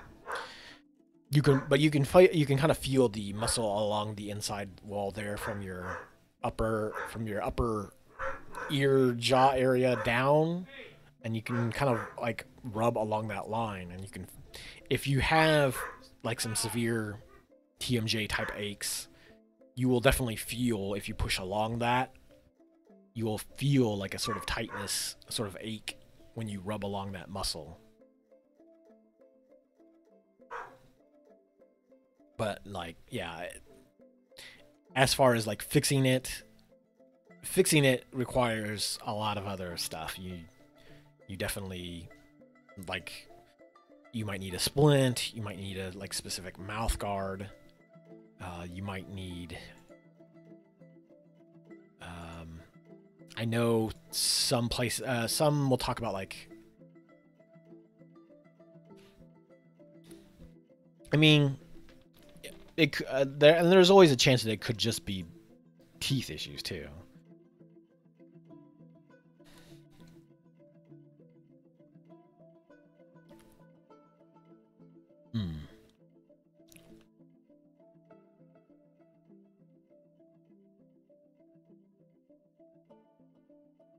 Wait, how many was that?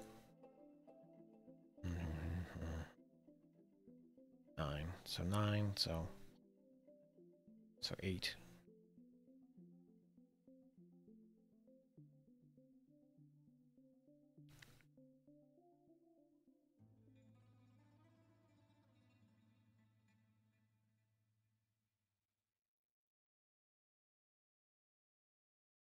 Well, that's the thing. So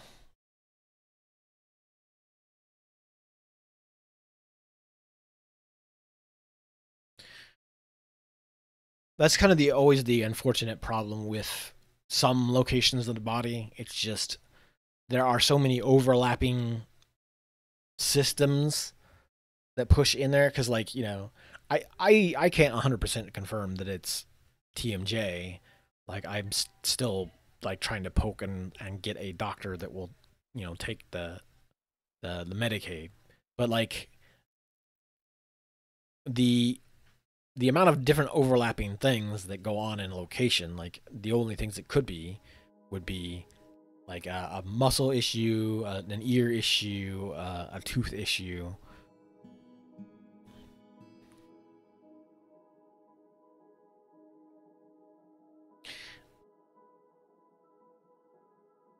And that's kind of part of it is also like you as a person might know what a certain thing, like the idea of a, okay, so I have gained somebody else within our hold. Cool. Like, you might know definitionally what thing is. Like, you might know what a broken bone is, or like a, you know, fracture, or like a muscle sprain, or etc. Like, you might know what the idea of that thing is, but you aren't going to know what that feels like until you've actually experienced it yourself. Like, you can't describe what it feels like if you haven't experienced it yourself. You have an idea of what it might feel like. You know, somebody can tell you what a, you know, broken bone feels like, but to you yourself, you can't like just go, ah, yes, this is a broken bone, unless you've experienced a broken bone. Yeah, I mean, it's one of those things where you know, how are you going to know what cancer feels like? Like, have you had cancer? Like, you can listen to what people who have that kind of stuff might tell you, but Whether or not that translates into your experience is a different matter.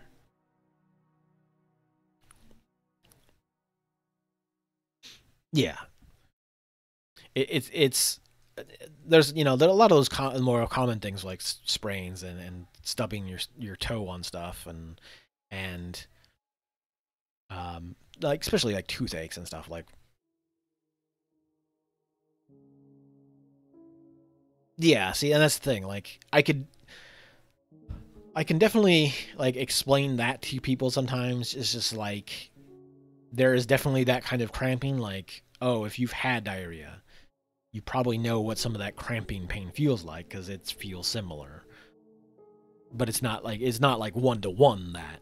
But there's definitely those times where I have those cramps where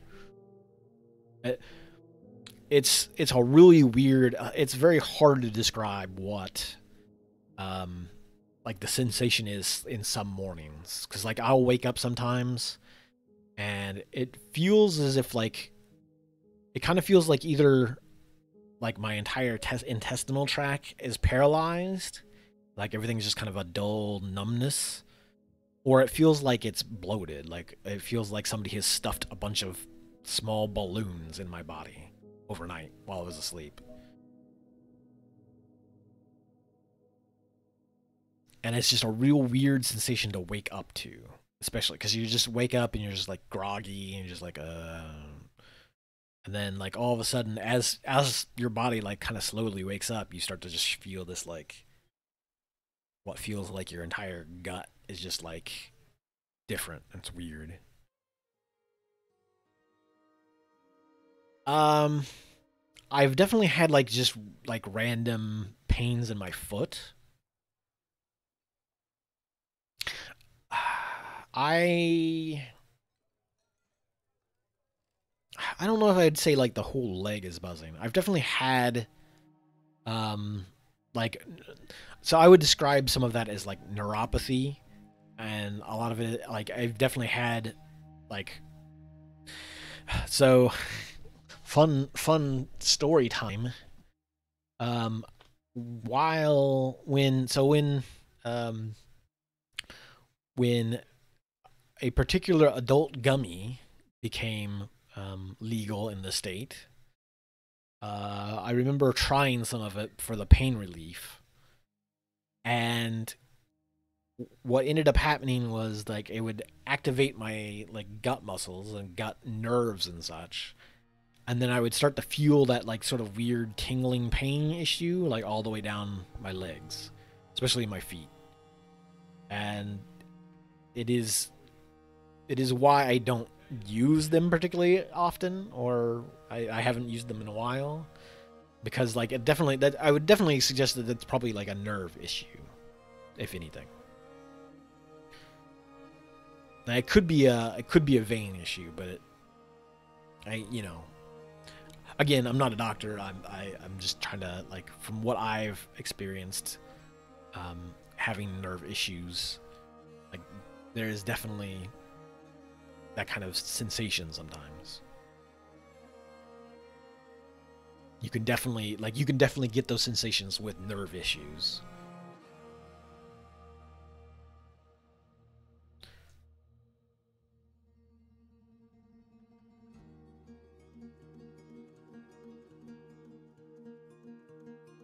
Let's see if I can.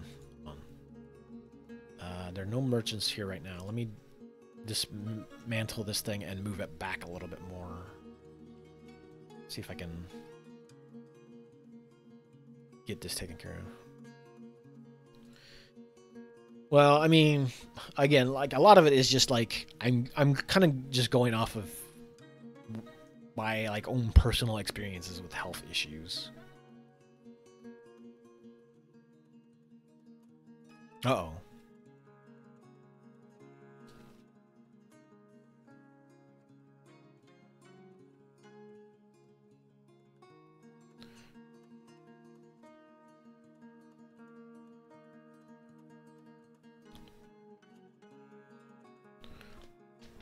Oh no. Okay. Well, let me get up real quick. Uh, hmm. That is slightly weird because it's telling me that there's ads running. I don't know.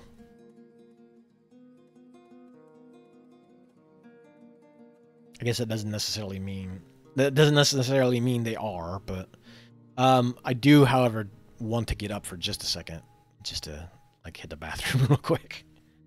Give me just a second. Da-da-da.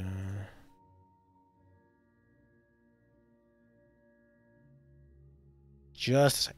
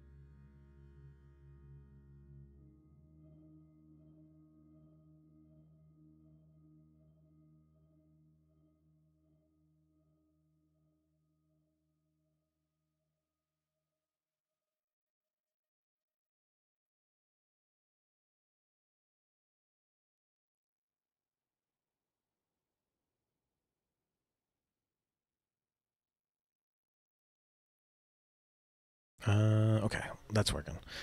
Somehow, when I got up, um, the microphone stopped working for a second. I just had to replug it in though. Oops. One second. Put my readers back on so I can see. Well, I don't need them to see, but they help me read things on the screen. I appreciate reading in this game. There's a lot of reading going on. Okay, let me swap back over. But yeah, I don't know. Like it tells me that there's ads running, so I'm just like, oh crap. I need to stop for a second. I need to hang out a second. I don't know, but now I'm like just well, am I running ads? It says it is. I don't know. I don't understand the Twitch system particularly well.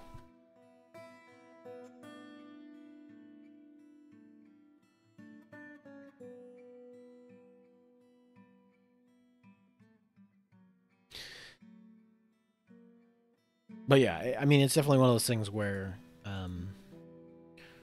yeah, it's just a sort of I'm basically just going off of life experiences,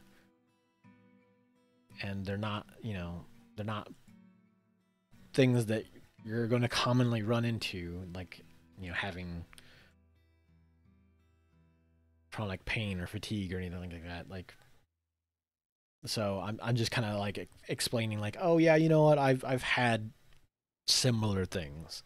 That doesn't mean necessarily that that stuff is going to help you. Like I don't have an answer to a lot of my issues, a lot of or what's going to help, but you know,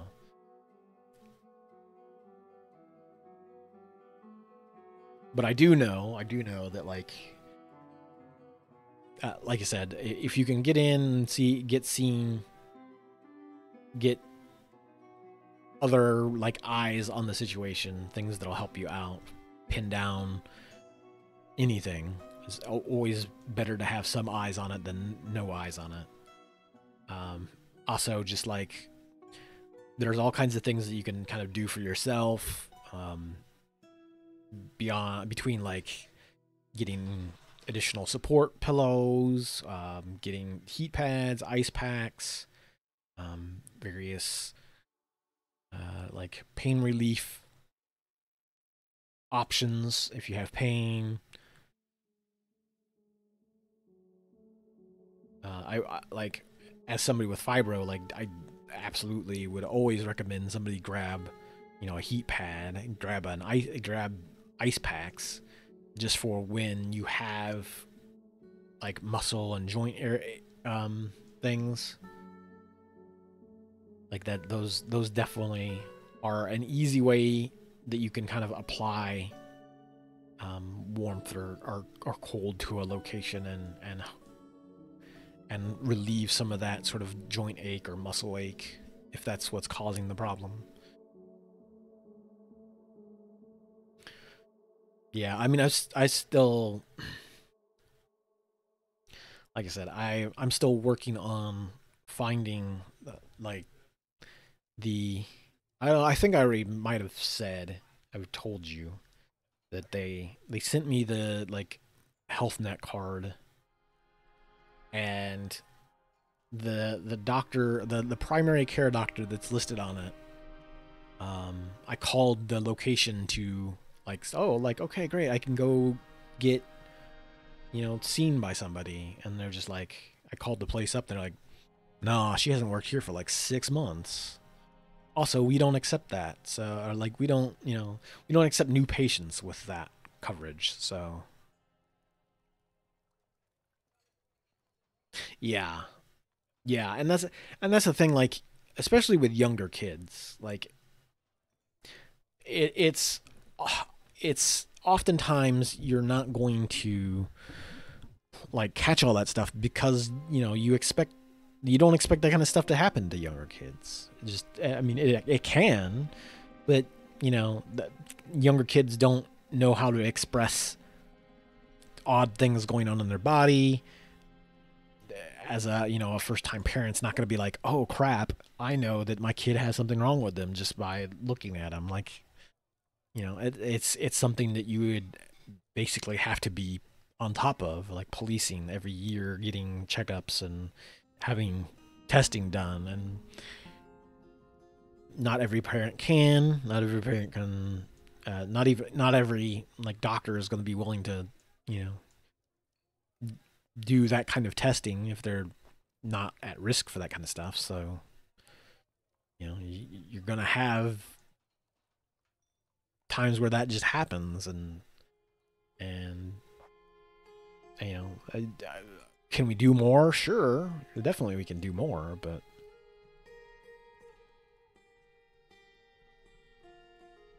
like whether or not there's an actual like definite solution that will wait, bronze bars. Ooh, all kinds of bronze, making all kinds of bronze there. But yeah, like as far as like actual solutions go, like oh, oh, I need to replace the trade depot.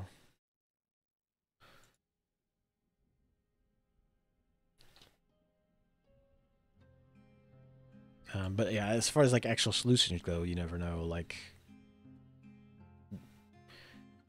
any progress towards a solution is always better than not having any solutions available, basically. Hedgesaur, woman scholar is visiting. This this dinosaur woman. Where's she at? Hopefully I didn't miss it. This dinosaur woman wanders into our fortress. So she wanders in all the time. She just carries books in. I need to pay attention. I'm going to watch her for a second. She brings these books in. Oh crap, hold on. I got to make sure. Okay, nobody's stuck in there. She brings these books in, hauls them down to the library, and I'm curious if she's like hauling our books and taking our books out of our library, like she's like actually using it as a library, or if she's just bringing her books in, coming in to have discussions with people, and then leaves with her book. Like she's having a book club down in our library.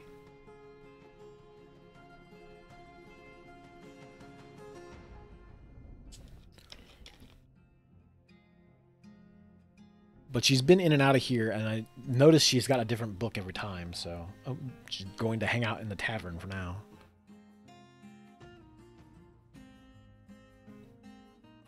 Yeah, and that's true. Like I said, and having a family that's like able to help out with that. Maybe not to the extent of, medical care or whatnot, but at least having family that I can,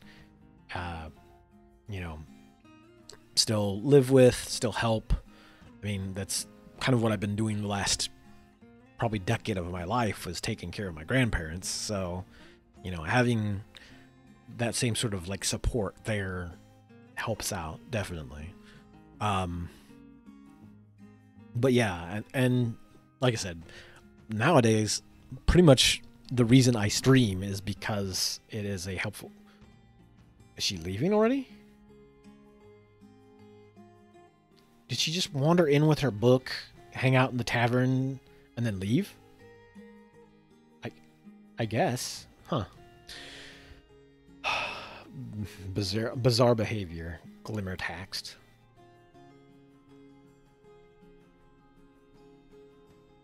Okay. I guess. I thought she was coming in to hang out in the library, but no. She came in to see what was going on in the tavern, and then left.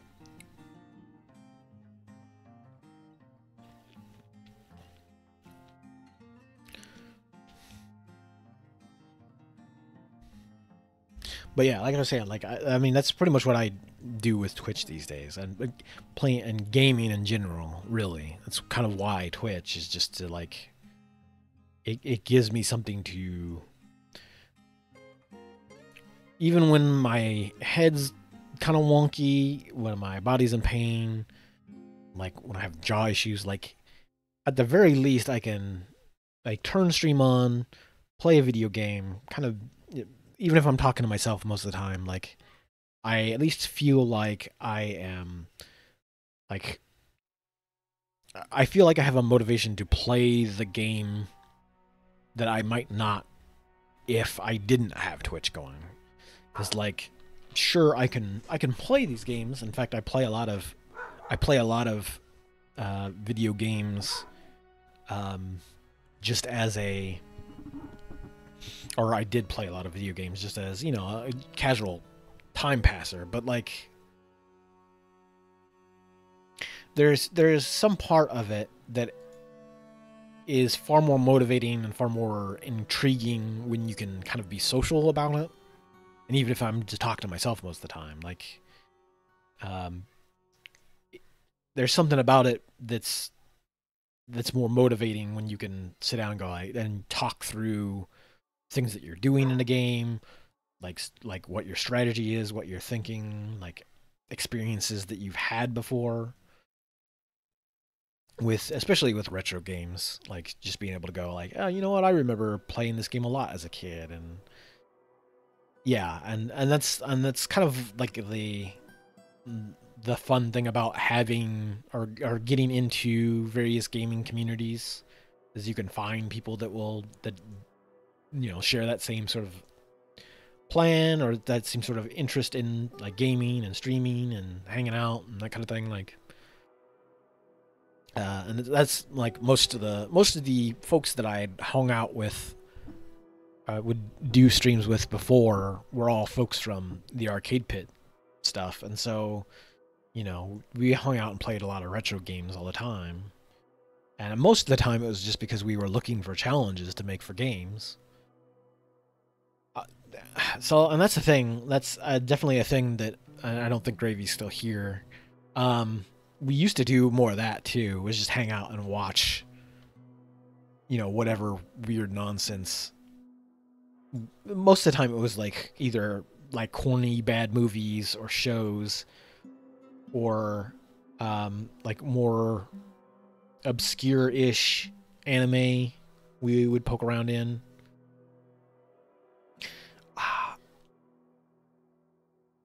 I'm trying to remember. I actually think I rewatched Avatar not too long ago. I was, let's say, like, you know what, that sounds like a good idea, but then I'm like, I think I actually rewatched it not too long ago. Oh no, we're out of ore. Oh, we're out of tin. Well, that's fine. Wait, are we out of tin? Oh, I put the spalerite here like a doofus. Spalerite isn't... Spalerite is zinc. That's far less useful. Let's trash that. Let's get rid of that. Yeah. Yeah, like I said, I hadn't watched it since then, around then. And I don't think I, like, actually I would say I didn't, like, catch it in its initial run.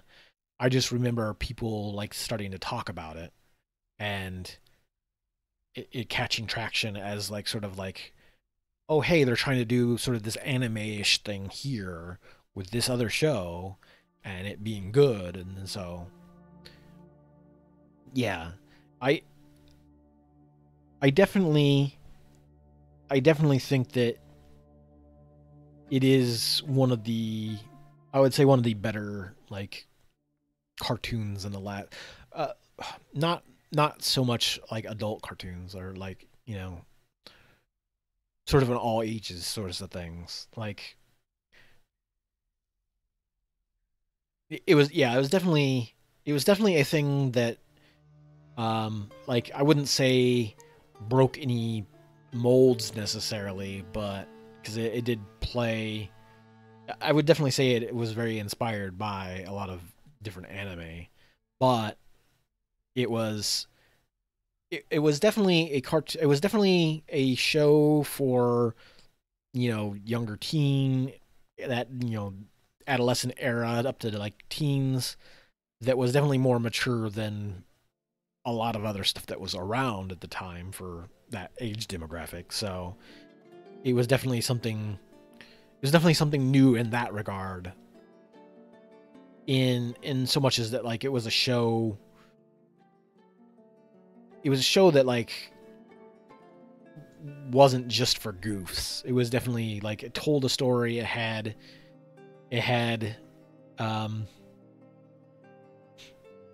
yeah, I mean, I would say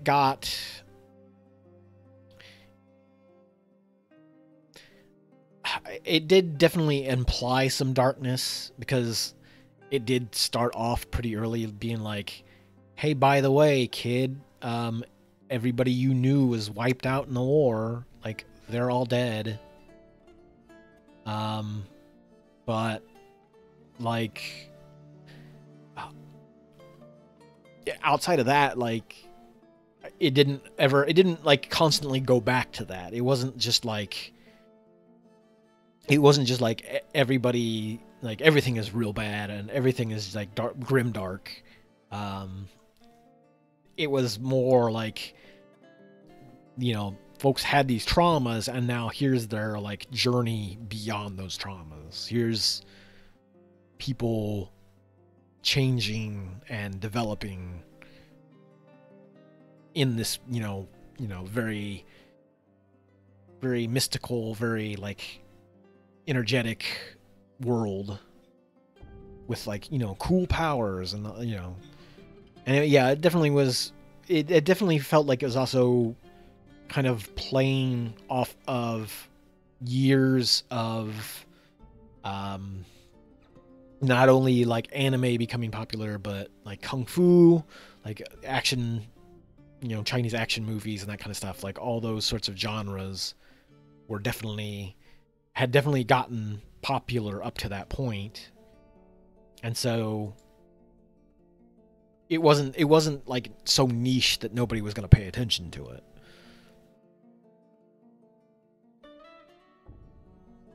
Like all the things that it was kind of building off of were popular enough that like they were going to have groups interested in it.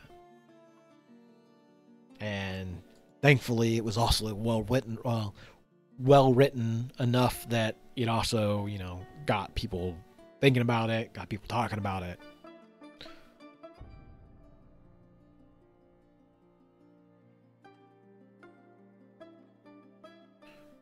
Did I? Oh, everybody's in here. I do need to make some.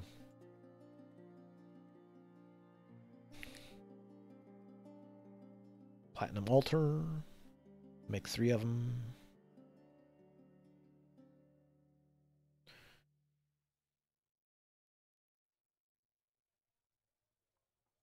But yeah, it was definitely the kind of show that felt like I would also say it actually kind of felt like it was building upon a lot of the stuff that came out of Nickelodeon before that as well. You still had like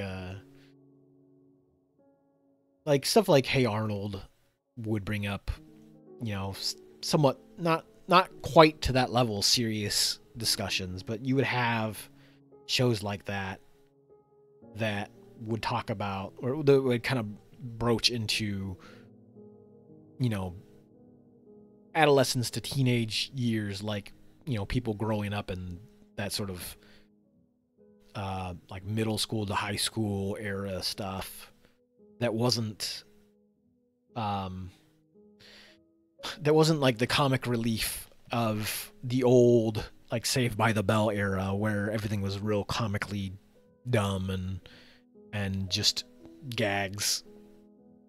And then occasionally you would slip a serious, like, here's the drug episode where somebody deals with a problem, like, which always kind of felt weird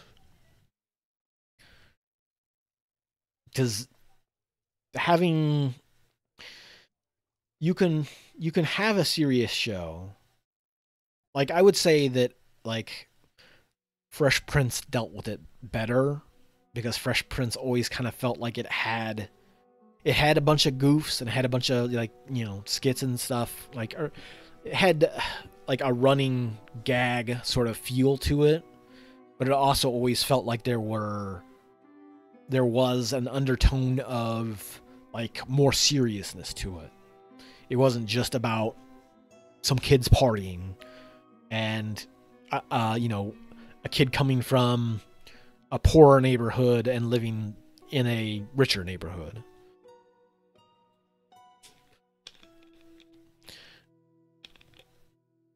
Oh yeah, like, that's the thing. Like, I'm sure Avatar pulled from, like, um,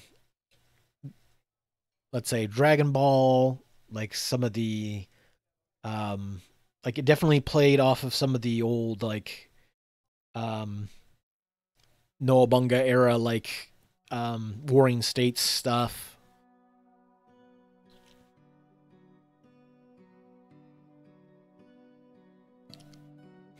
I'm trying to think of, like, what else would really be in there.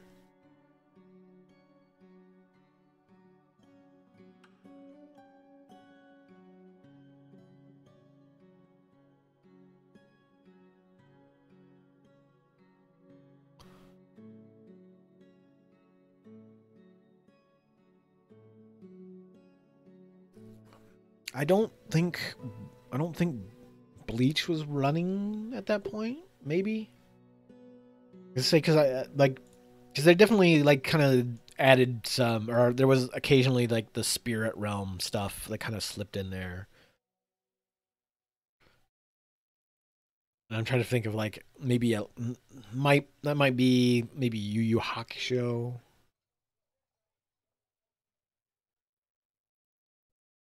I'm trying to think of like what other stuff really dwelled on sorts of like spiritual spirit realm sort of things.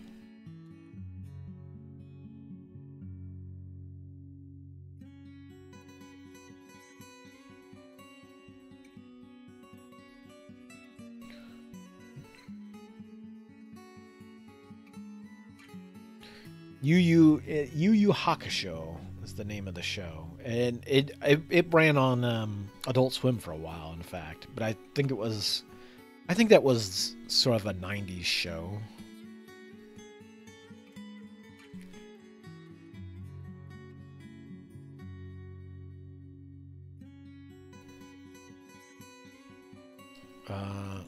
Yeah, it was.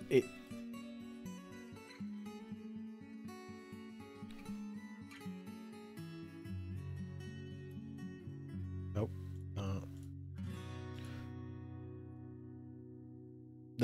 That's how it's spelled. But that was more like that's definitely more specific to like spiritual, like spirit realm, ghost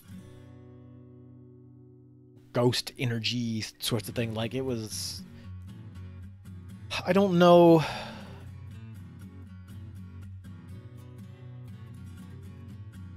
It's kind of the thing, right? Like it's kind of hard to pin down whether or not they borrowed anything specifically from any other shows.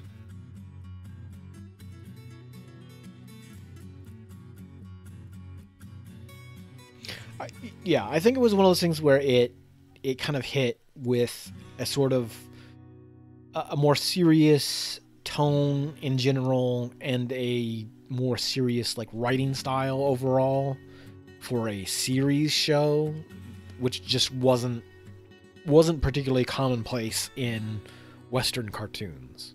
Like that's definitely more of an anime thing that got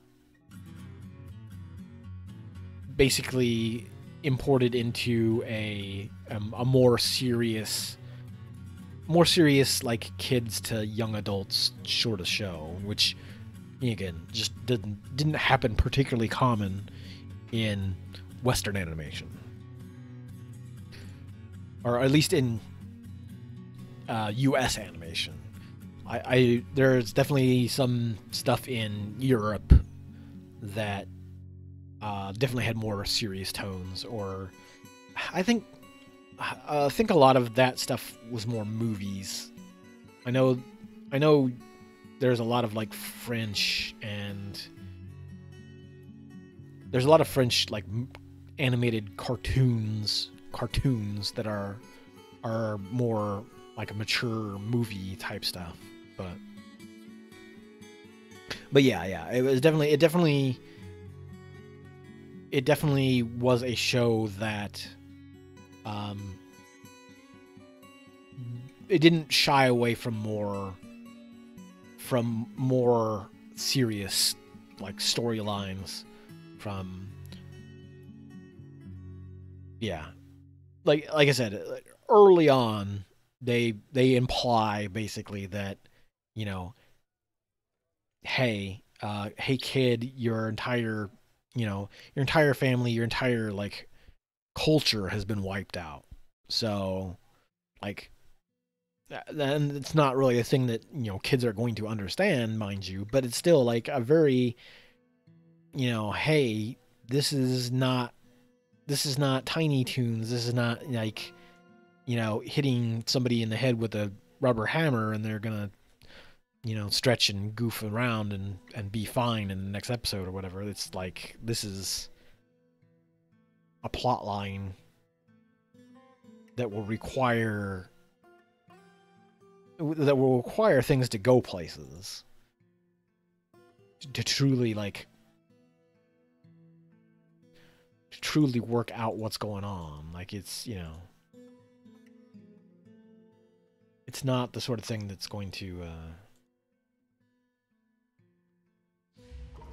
oh, something just happened. Somebody's just making a thing. But yeah, definitely a thing where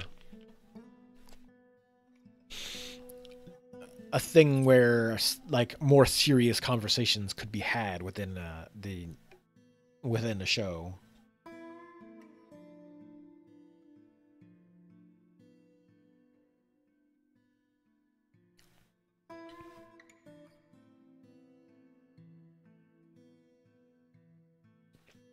Well, so I have to wonder if things like 4 Kids wasn't more of an issue of like earlier eras where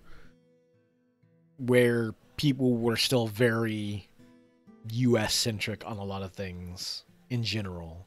And so you had problems with maybe somebody on the upper end of the business was just like, oh, kids aren't going to want to know about rice balls. They're not going to want to like understand Japanese culture. You better not like confuse them with sushi. Better just call it donuts. And that's one of those things where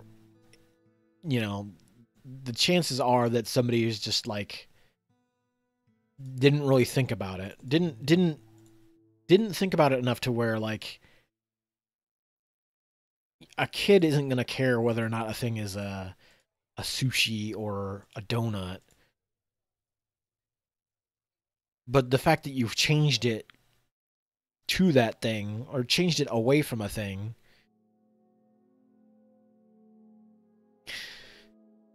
I mean, I don't know. Well, I mean, with the donut thing, that I don't know if that's the case because that's like weird. It would seem too bizarre for them to. Oh yeah, definitely. Like, oh crap.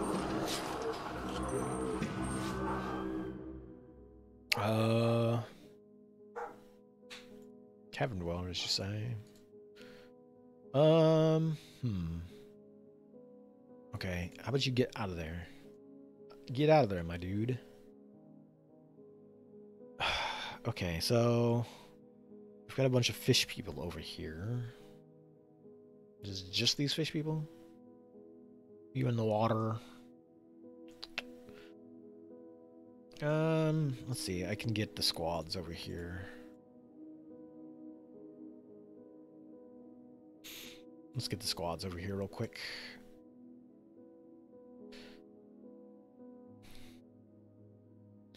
But yeah, I mean, it's definitely one of those things where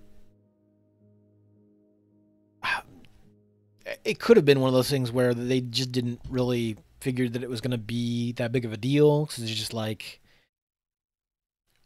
somebody sat down and went like, oh, well, kids aren't going to know what onigiri is, so we better change this thing. That's not important to the story or anything, but we better change this thing, so... Ah, no. You need to get out of there, dude.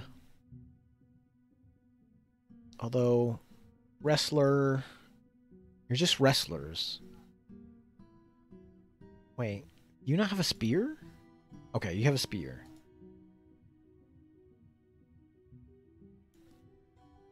Well, I mean, 4 Kids was... 4 Kids wasn't in the business of creating things. They were a translation studio or a localization studio. So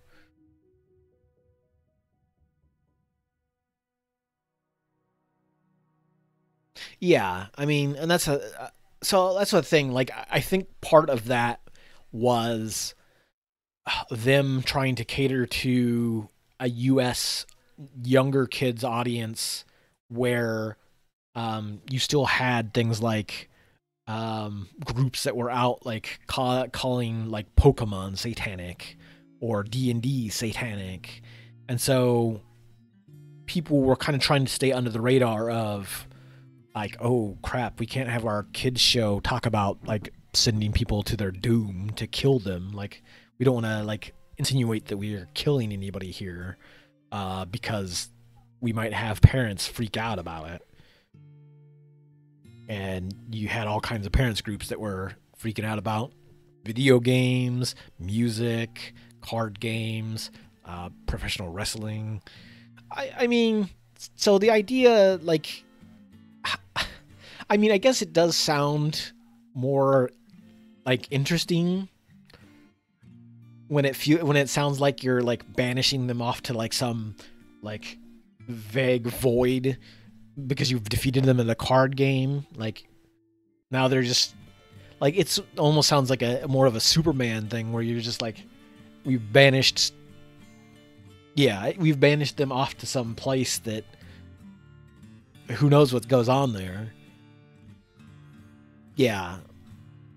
And that's the thing, and that's probably another thing. Like you don't want to imply hell, because then you know you get people going like, oh, are they talking about religion over here? What's going on? I better stick my nose into it. So, well, so that's the thing though. Like a lot of that is, I think a lot of that was that parents got real paranoid that their kids would see stuff that they weren't actively being a part of, like they weren't actively signing off on. Like they might go to some other kid's house, and this was the thing I had personal experience with. Oh no, somebody got knocked off in the water immediately, which of course they do because they're fighting these damn water fish people. So we had a friend of ours that was,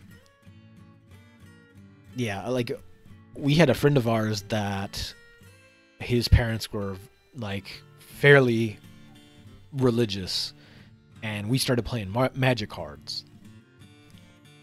And this was back in the day when there were magic cards that had like pentagrams and talked about evil on them and stuff, because they were like, you know, evil cards. They did thing, you know, but you know, it was very much this thing where we were playing cards and the parents didn't really know much about any of it.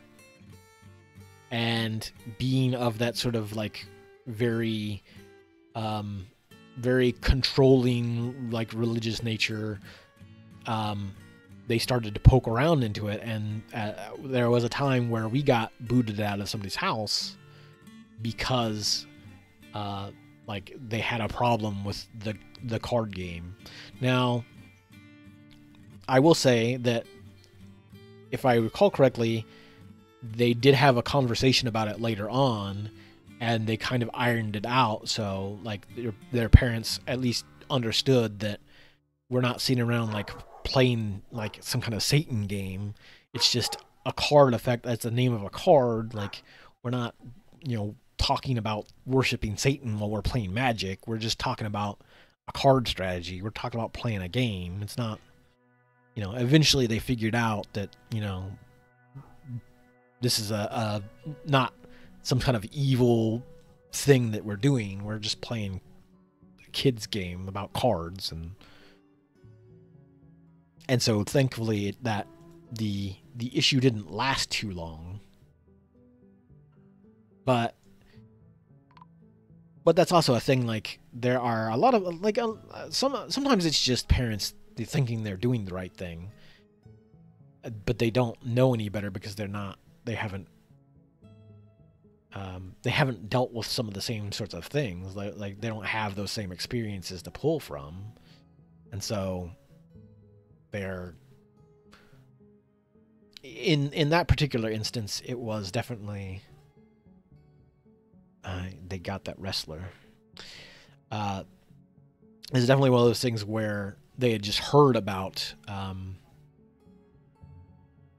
Yeah, that too. And that's the kind of thing too, is that like a lot of times you only hear about like the worst you only are going to hear about the worst thing because the worst stuff on the internet because that's what gets attention. That's what gets circulated around. And so, some parents just think they're doing the thing that they have to do because like they don't have the time themselves to sit down and go, all right, let me pull up this thing and double check it to make sure that my kid isn't getting into something that they shouldn't be. And so it's just sort of a blanket like, hey, I don't have the energy or time for this. You're just not going to do it for now. And at least some of them. Yeah, there's definitely some parents that are some people in general, older generations, like have a hard time with technology to that extent. Because there's definitely things that like I was like, we had things like LimeWire and Napster and stuff, and parents wouldn't know anything about you downloading the music. Like it was a thing you did because you're like, oh, cool, music. I definitely want to I definitely want to hear some stuff. Let's check some stuff out.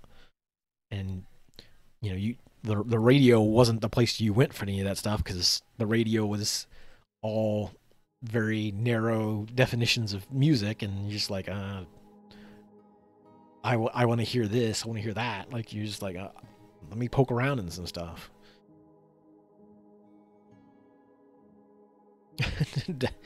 That's the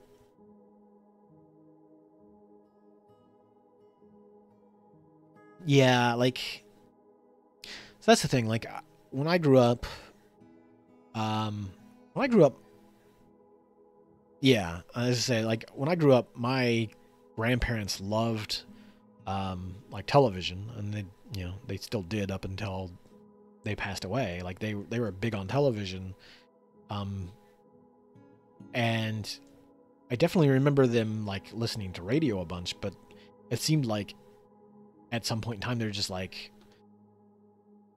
they did away with the radio. They didn't pay much attention to the radio anymore, and they would just watch TV. And then my parents would, you know, why are you walking up here with a crossbow, my dude? Like,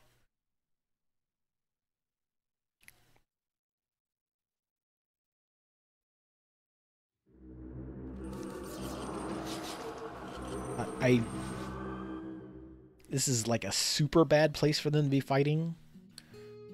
I oh no, there's even more of them down here. Great. Oh, so many fish people. Oh, this is like I wish they would have stayed here. I should have moved them back further. Hold on, let me see if I can get these folks back this way so they don't get pulled into this conflict. You're gonna run right into it.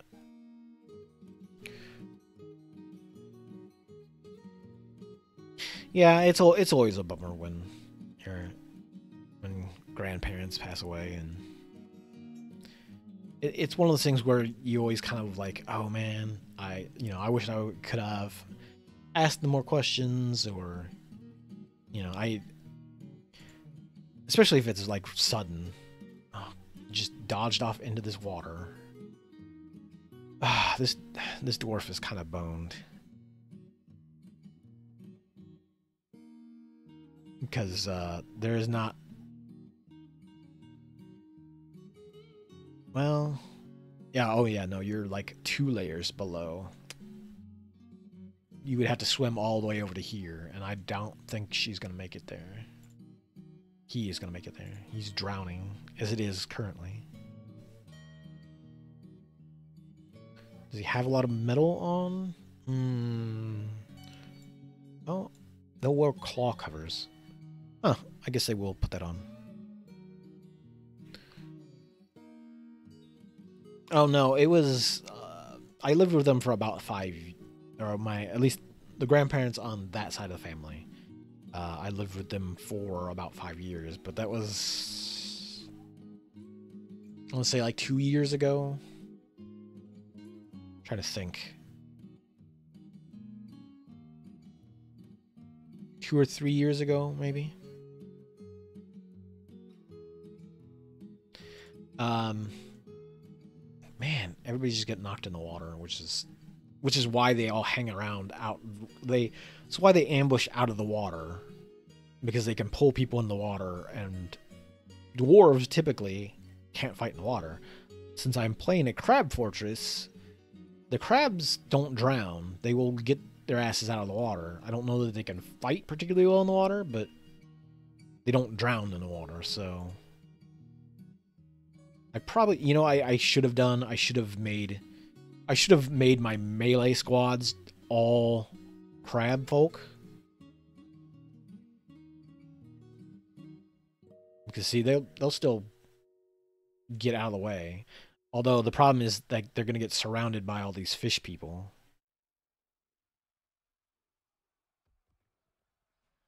You need to not be there. You need to start swimming this way, but I don't think you can.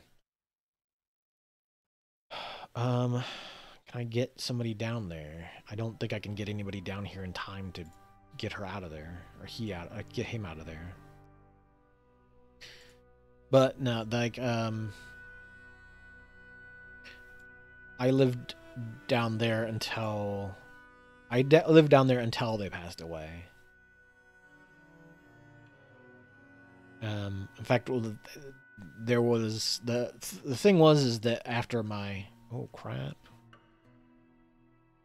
they're still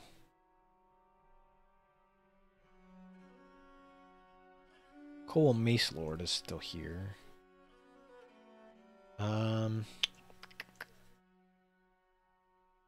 What are you guys doing?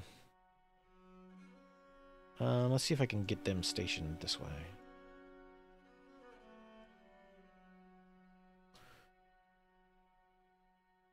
There was talk. There was plan after my grandfather passed away to try and get my grandmother. No, it did not make it. To try to get my grandmother moved back here to be closer to family. But she didn't seem super interested in it at the time, and then part of it was that she was kind of deteriorating mentally. And at the time I hadn't really pinned down like how bad it was. So I tried to give her the option. I tried to give her the ability to make that decision to if she wanted to move back, and then she decided that she wanted to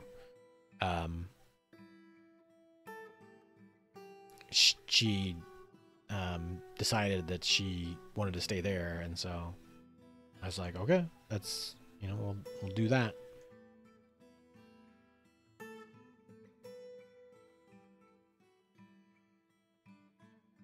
I mean, if I'm fingers crossed, hopefully my parents will be around still for at least 10 to 20 more years, if not more.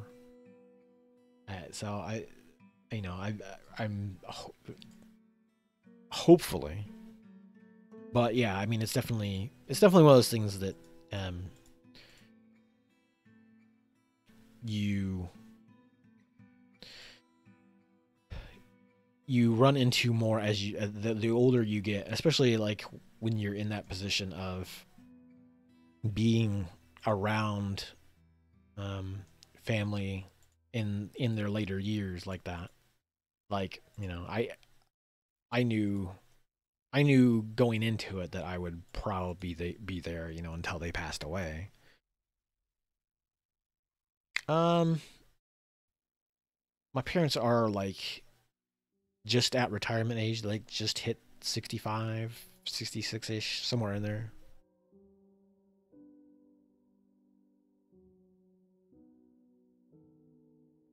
Cavefish woman. Who are you still fighting?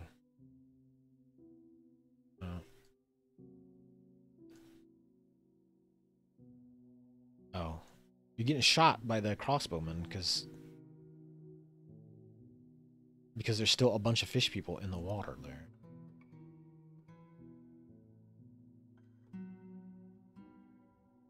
I want to say they were like, ooh, what the heck?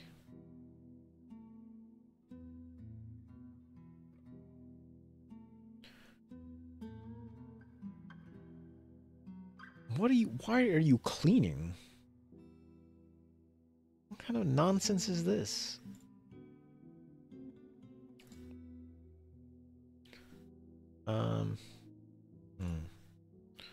Maybe I need to get...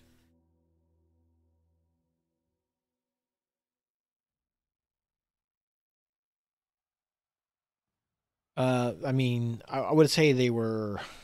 I think they were in their, like, early 20s.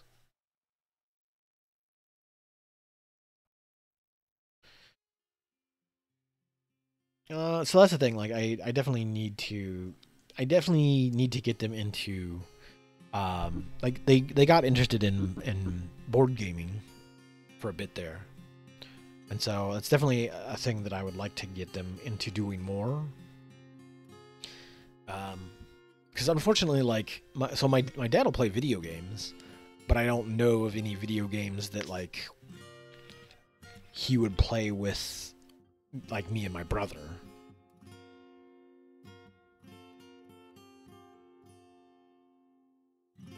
Oh. The militia commander's still here. That's why.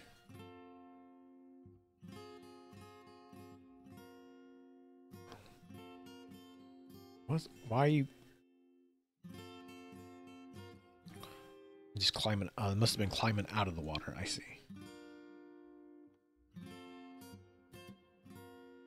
Where are you going?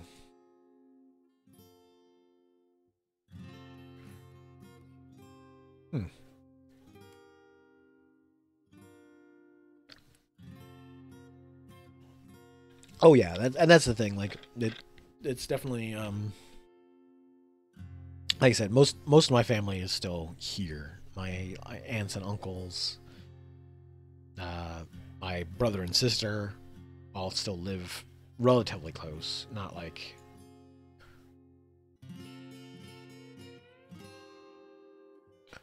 super far from here.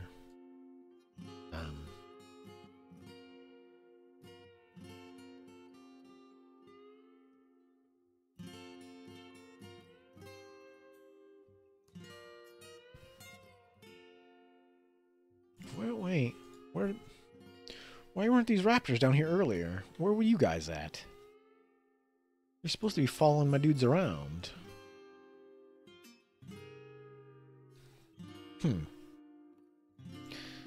I do have a lot of squad vacancies again, though. This is a bummer. I need to get... I think I need to make some more, like, dragonkin-sized gear, too.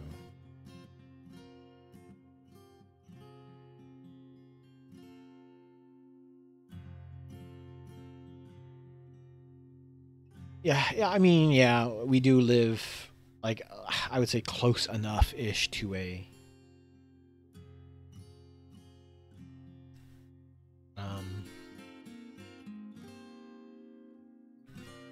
larger-ish city. Bronze Dragonkin Barn.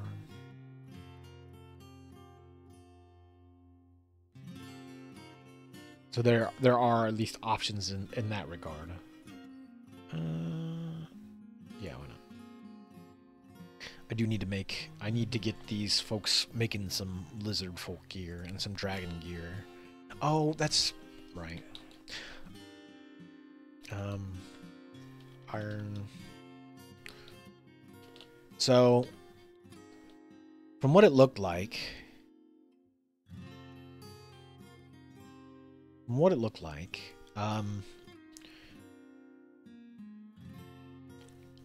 Dragonkin. So, even though this says artificial shell, that's just what they call it.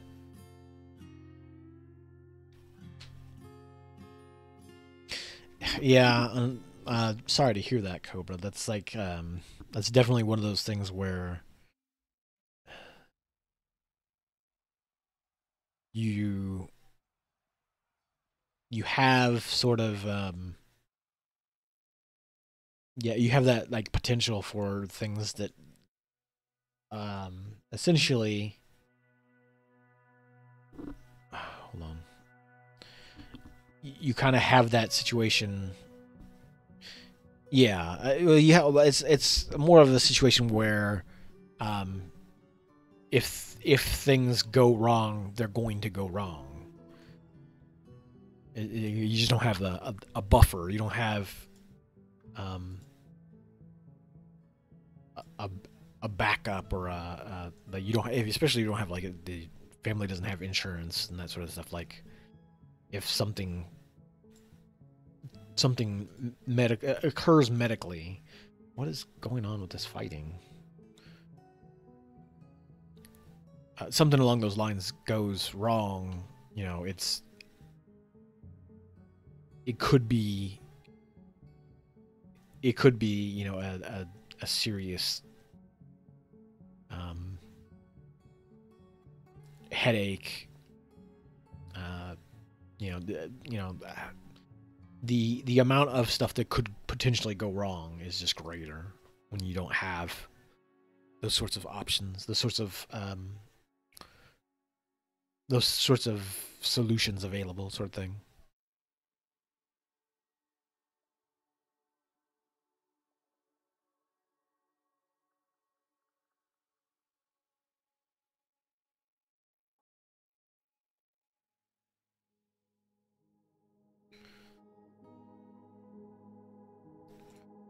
Cabinets.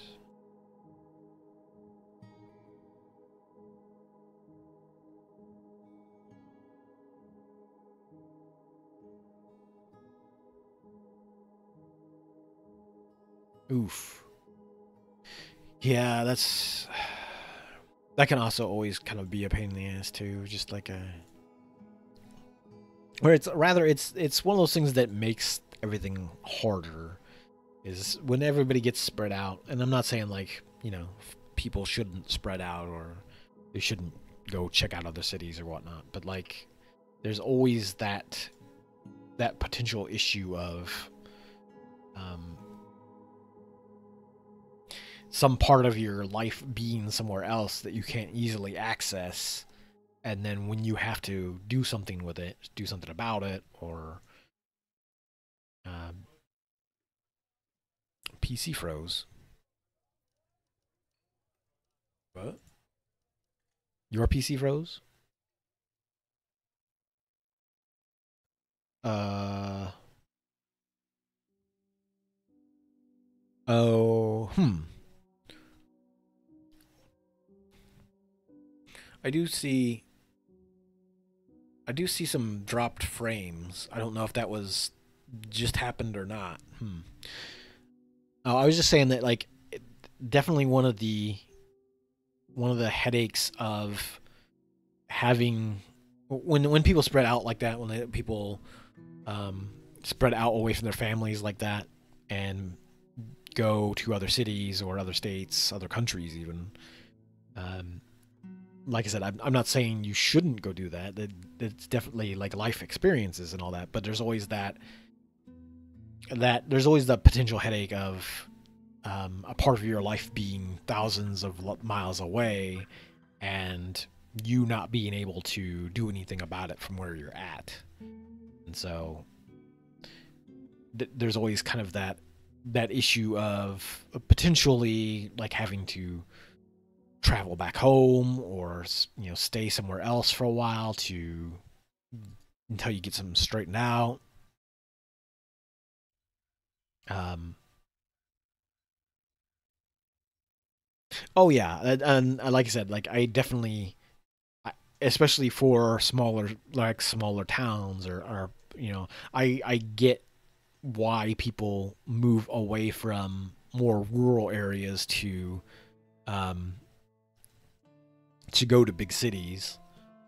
because there's far more opportunity and far more things happening there in general. So like it absolutely makes sense. But like if you what is going on? Hold on. More fighting still happening.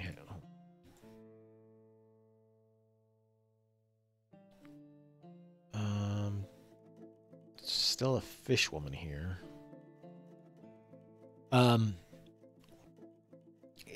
What I'm mostly just saying that like that's kind of always the the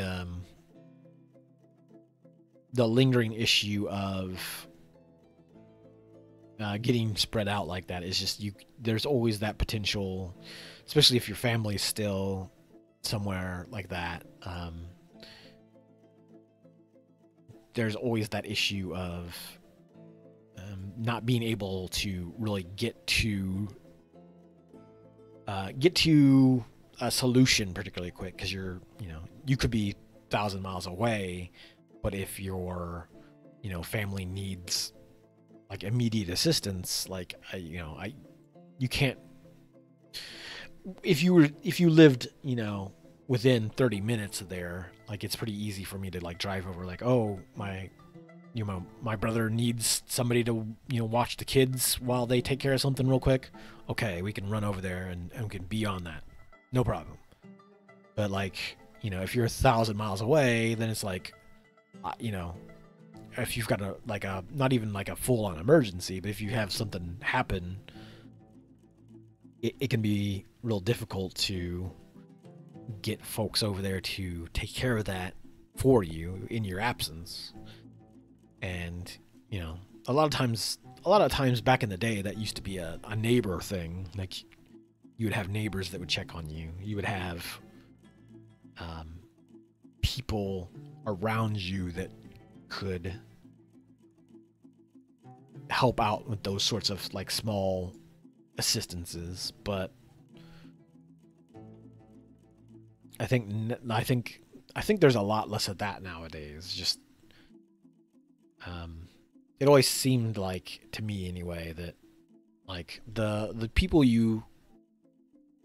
the neighbors that you grow up with early on, when they're still all around, like you have that set of neighbors, and then as people either move on or pass away, or as that changes after the first decade or two, and then maybe I'm just going off of what I have seen in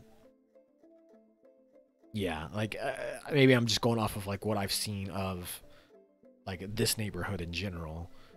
Like it used to be, we knew all the different neighbors around us, and family would talk, and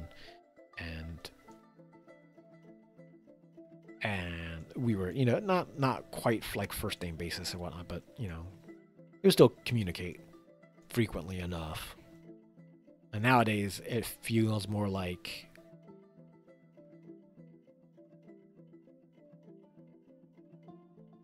maybe you only know a handful of people in the neighborhood.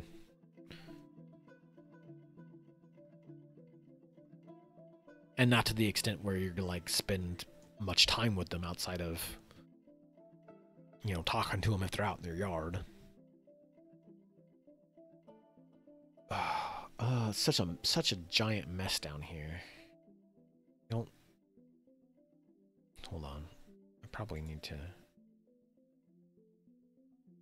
see if I can get that out of the way, and then dig.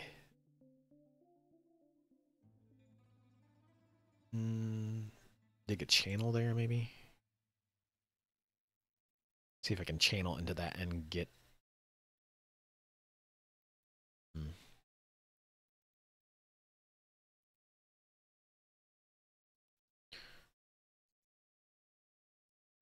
Are they getting spooked by? Cancels rest. Yeah, there's still part of the issue is there's still these fish people down here, and I think some of them are getting spotted as people are coming over here. They're like, as they come across here, they might spot them down here in this water. And they're like, oh crap, that's a fish person. I'm out. Peace. And they leave. Are they right there? Like right here especially too. Like they might be trying to come down here and grab this stuff or grab something here, and they're like coming down this hill, see that fish person in the water there, and go like, oh nope, I'm out. Turn around. Leave. It's always the worst part about water dwelling monsters or minor fighting. Oh, you've chosen a bad time for that. Yeah, you should probably get out of there. Oh, oh, yeah, no, that's not good.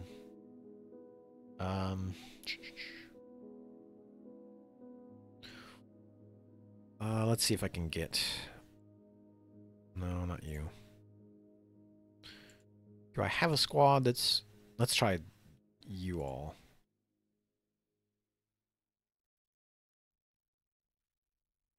See if I can get them down here to take care of these fish... cave fishmen.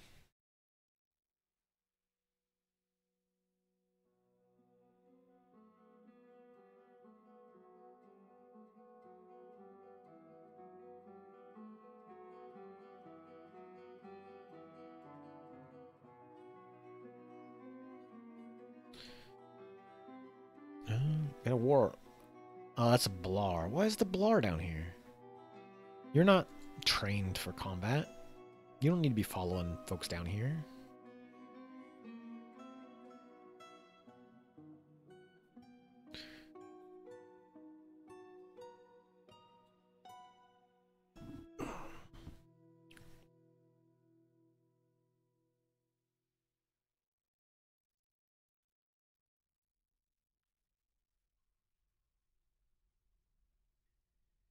Oh, this metalsmith is... oh. A gypsum figurine of...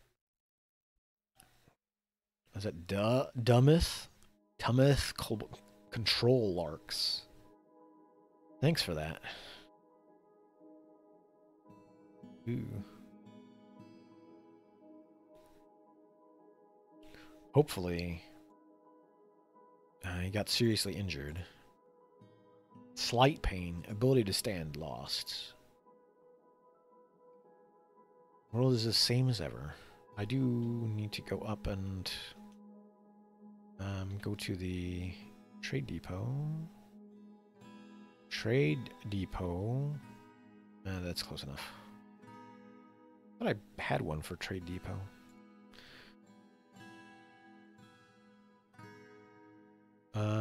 Oh, there are no merchants. Oh no, a ghost.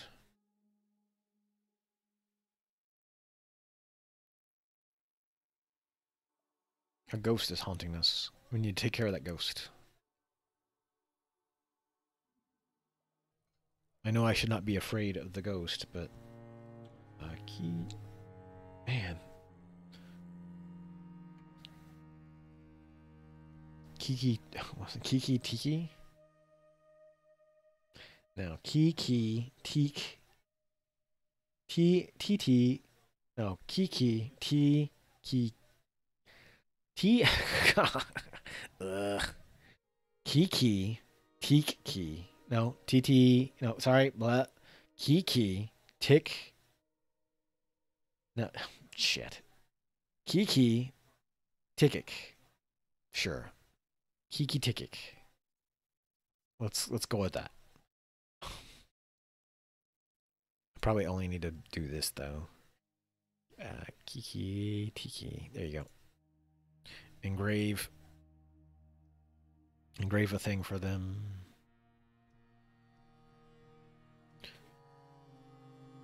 I need...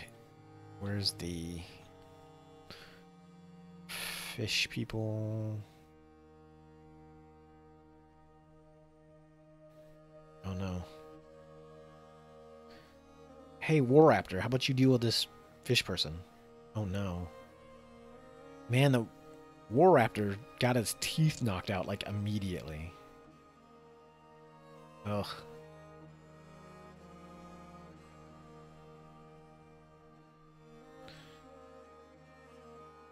That's... God.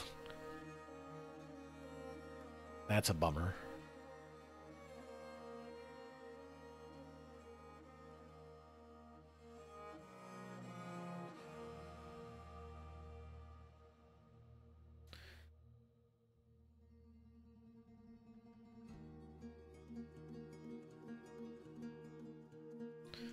I don't know that they'll be able to do anything with that.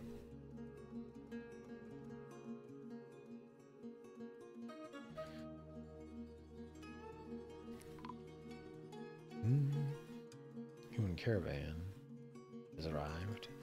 No, I'm not that close to the river or anything. I'm fairly, I mean, I'm on the north side of the river, but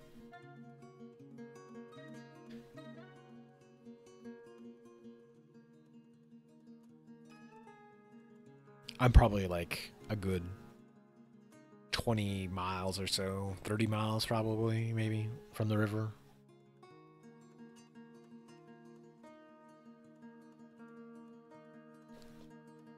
Platinum altar. Starving dehydrated units. No, they're just molting, would be my guess. Yeah. Molting is what they're doing. Some human swordsmen. That's the caravan folks are coming.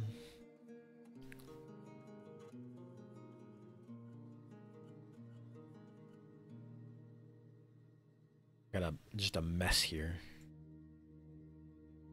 In the depot is a giant mess.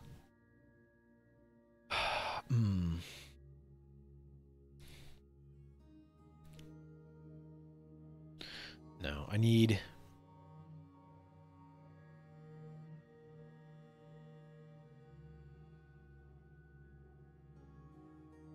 Don't hide those. I need the finished goods here. Because I want to be able to trade some of the crafts that we're making, even though they're getting put in boxes with stuff that the nobles are like, don't you be trading my rings, which is I'm sure what they probably are saying. Make rings. Scepters and rings are prohibited. Okay, fine. I make some rings. Let's make some copper rings. Make 10 copper rings.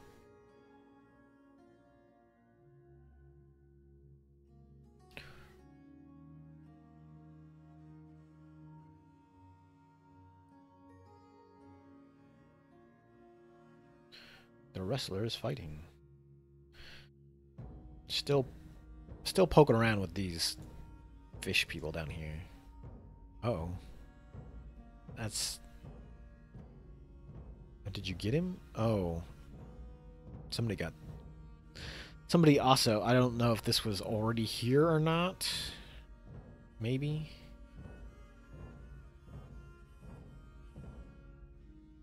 $30 miles. I mean... Hold on. Let me think about that. I think...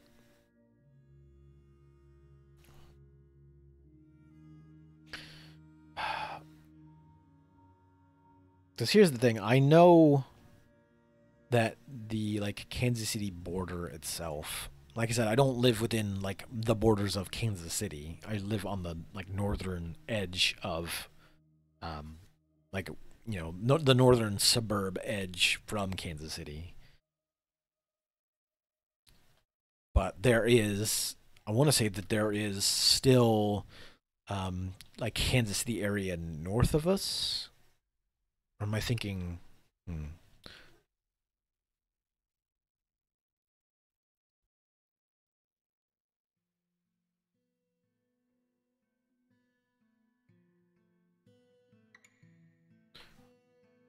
hold on. Let me look at an area map real quick. Cause like, so yeah, that's the thing. So if I look at an area map, um, like the area of Kansas City is still like kind of to the north and west of us as well, because like if you just like type in like if you type in like Kansas City area map, you can see kind of the zone that Kansas City takes up is sort of like a weird like janky angular thing, because it like if you look at that map, you can see places like Raytown exist inside. They exist inside of Kansas City, but like the Kansas City border like basically encircles Raytown. It's kind of the same thing with Gladstone. Like Gladstone is a separate city, quote unquote, inside of Kansas City, but like on all sides of Gladstone is Kansas City. It's like I said, it's a weird, janky city map because for the longest time, they would kind of incorporate into areas that were old cities that kind of fell apart, or I don't, not inside of Gladstone. I live like kind of easterly from that. I live on sort of like closer towards Liberty area.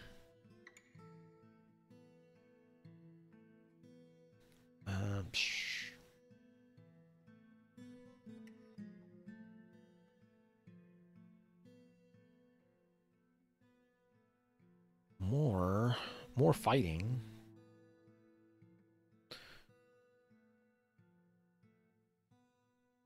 But not quite in Liberty, because Liberty proper is sort of like the wealthier suburb area.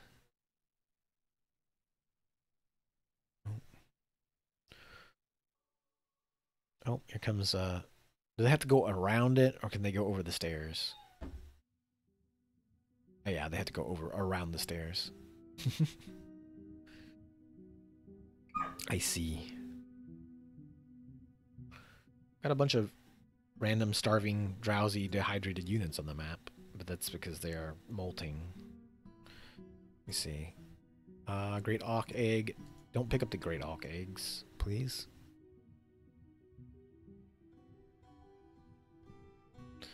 Yeah. It's definitely closer towards a lot of the farmland areas than the like city proper. In fact, like when I was growing up, all this area that was north of us was all pasture land. There used to be a lot more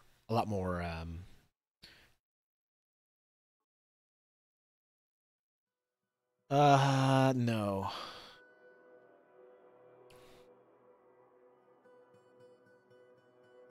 The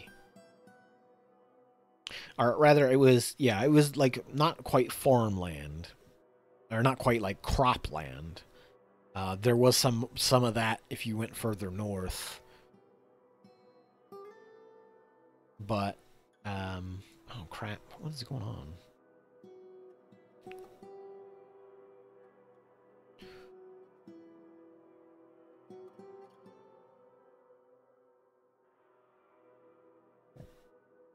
Oh. You done got shot. Cavefishmen. Hundenkoff.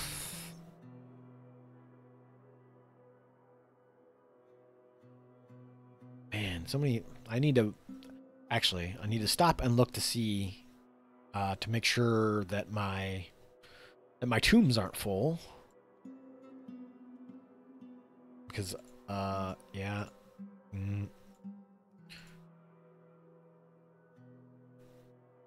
I'd probably... I probably need to start digging out some more tombs. Come to think of it.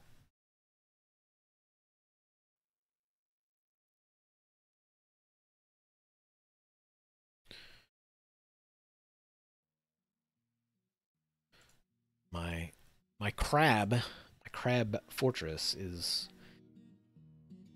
running into some problems with these cave fish. In other forts, at least in the lizard folk fort, I have a lot less problems with people falling into the water, because on that map the water area isn't this massive central zone.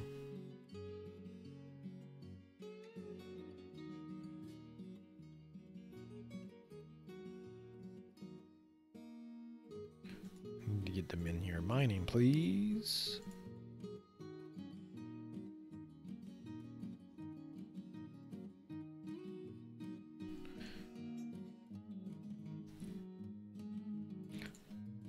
Need to get some of this. Oh, there's water up there.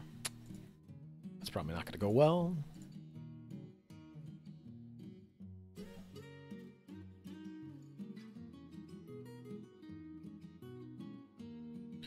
Where are my... I guess my miners are probably still hauling stuff or something. Ended a mandate, nice. Get a dingo.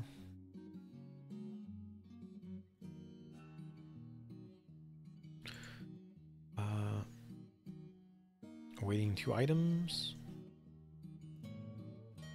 It is quite a mess up here.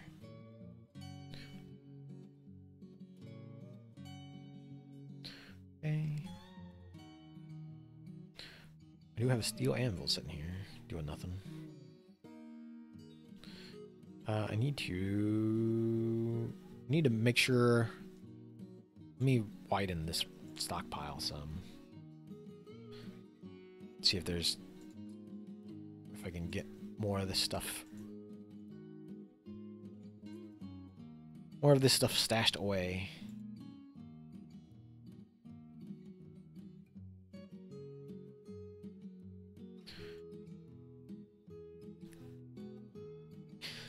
Yeah, I mean, it's not... I wouldn't say it's not so far away that, like, if I wanted to go into Kansas City proper, that I, couldn't. I guess part of the problem is just, like, how often you want to go through the traffic of going into the city, because the highways and such have always kind of just been a mess getting down into downtown. Either traffic wise or just construction wise. For the longest time, it used to be a nightmare to kind of drive down through Kansas City proper, just because of, like, how many roads were closed, how many different exits would be closed off. Like, you might want to go down through there, and then, oh, by the way, half the lanes are blocked off, and so traffic is just a nightmare, because there's, like, 2, maybe 3 main bridges, and most of the traffic only goes over 2 of them.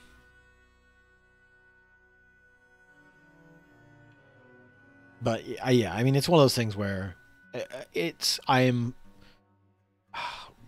man, is there more fishermen, spearmen going on down there?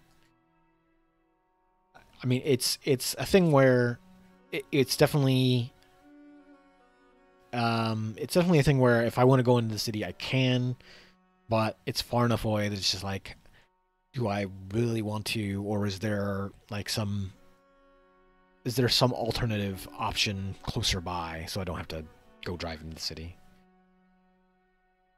Because, if there's a closer option, if there's a less trafficked option, I would, much prefer that, of course, but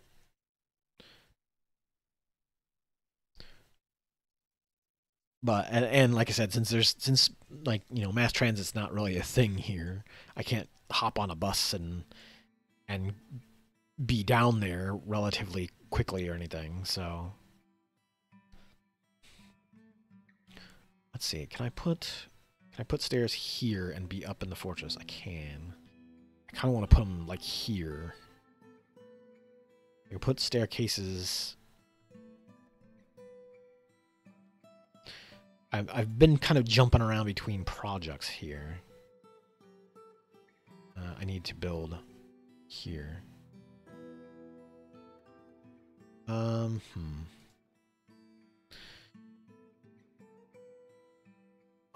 Build ramps, I guess.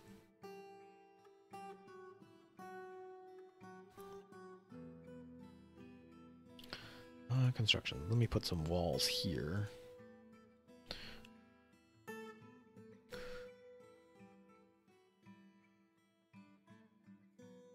And I'll put the ramps. I'll put ramps there, and then I can go stairs from there. Construction, ramps. Put some bauxite there. Yeah, like I wouldn't say it's quite that long. It's usually, or for me anyway, it's usually like closer to like 20 or 30. Unless there's like traffic, you might get closer to like 30 to 40.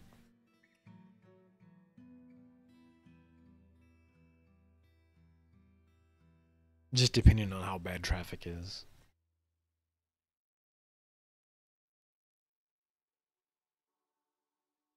I would say it's usually closer to like, upper 20s, lower 30s.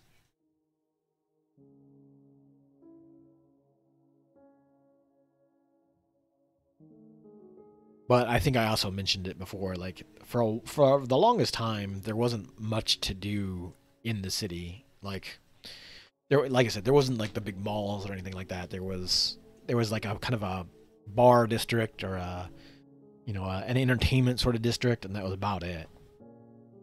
And that kind of stuff's still there, but like there wasn't like all kinds of cool like downtown markets or anything like that until later.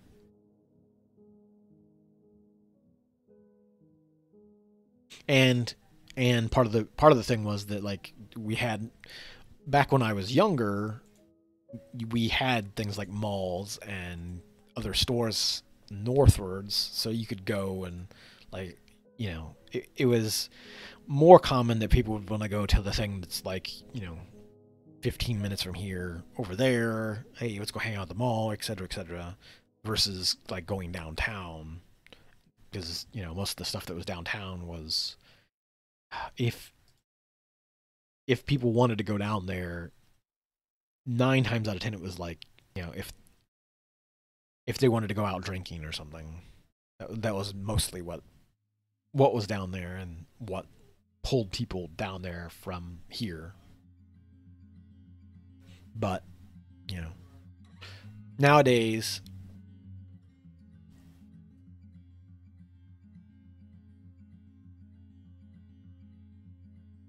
yeah, I mean when you get out like Kansas words, there's definitely a lot of those. There's lots of those little like here's a city and then or like a not even like a whole city. There's like a town ish here, and then you could go 100 miles in another direction before you get to the next place. It's especially along the turnpike.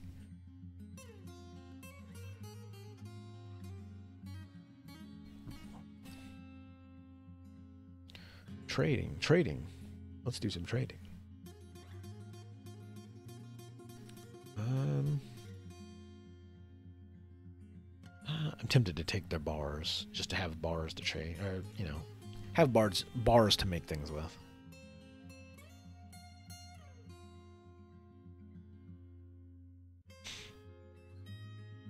Yeah, I mean it having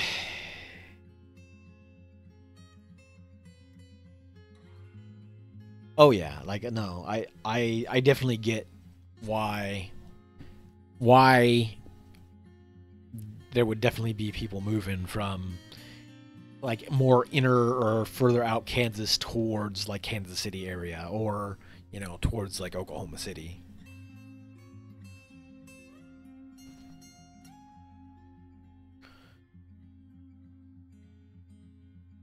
There's the city, like I said, the city density is what like attracts like more opportunities, more entertainment things, like more stuff to do in general, more you know places that you can buy stuff. Because there's some places that um like I didn't spend a ton of time there individual. Like we would go there occasionally for like a couple of weeks during the summer or whatnot. But my grandparents like one set of grandparents lived like way far north, like up towards King City, which was all farmland and stuff. Like that, I mean, that's like that was, hey, you're going out into the farms. There's a small like collection of buildings that is the city, and then nothing. That's it. Like, and that was the thing. Like at the time, I remember like King City had just sort of like one strip that was like their city, and that's where like their grocery store and all that kind of stuff was at. And when that stuff started falling apart, like they had like you had the option of like going to a Walmart, but it would be miles and miles away from there, so you'd have to go further out to get to even the options of a what a Walmart grocery store would have. Yeah, like King City was definitely like I said, just a farming city essentially. But and that's the thing, like they didn't live like in the city. They had a farm outside of the city, and I want to say it was another 10-15 minutes outside of that to get to the farm. But you're also talking about like driving on gravel roads, or hey, a bluefin tuna bone mill, a pum. I'm gonna take a pum. But that was the thing. So like, you have some of those cities like that where if one key business goes out, like now people's options are like cut in half, or gone entirely, and they have to like travel even further to get to food options or doctors or utilities, stuff like that. Like,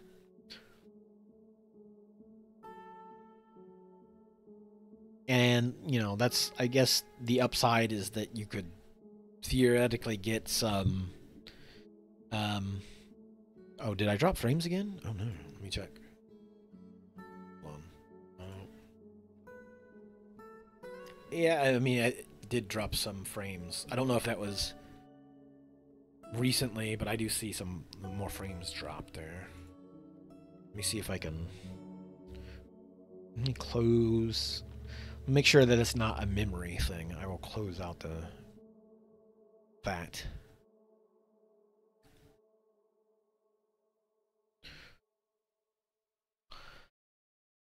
But yeah, and so that's the thing. Like, both my grandparents. So my both of them had what is essentially like some little place in the city, and then a little place like out and about somewhere else. I think so. My the grandparents on the grandparents who lived down in Arizona, they lived on the farm, but then bought a place inwards closer to the city after the farm basically became a place that they couldn't live in. Um, Mostly because, like, they wanted to raise a kid, they wanted to have, a more family-oriented life, and it was really hard to do when you lived out in the middle of nowhere on the farm. Uh-oh. Hold on.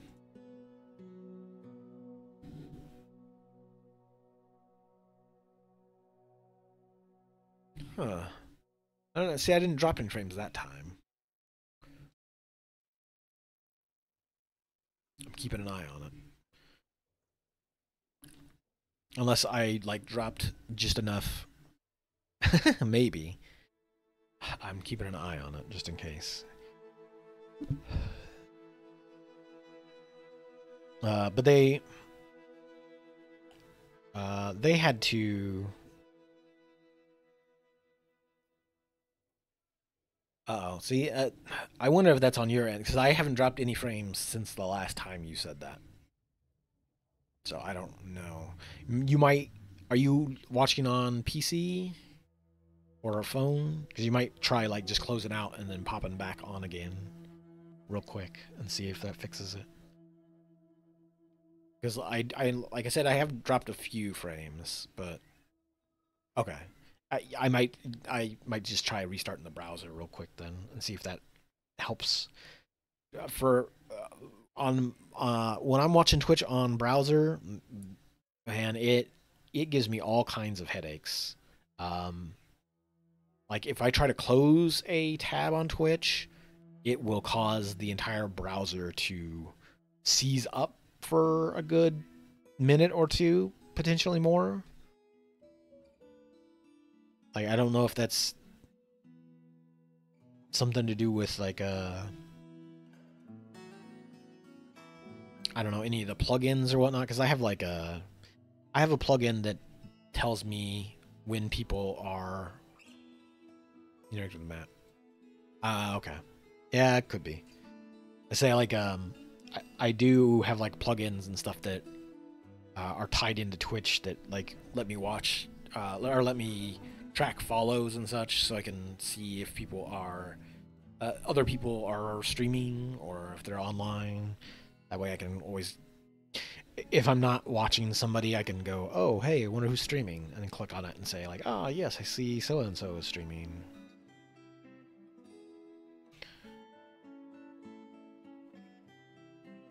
In fact, you know what, let me check real quick to see. I haven't checked in a while to see if there's anybody, anything interesting going on streaming wise. There's a few of the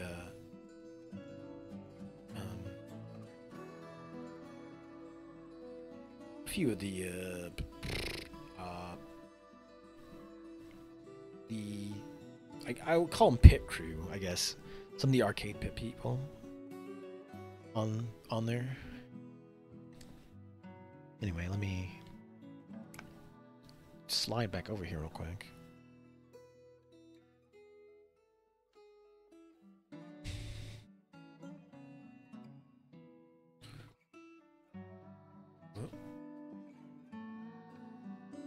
Okay, trading.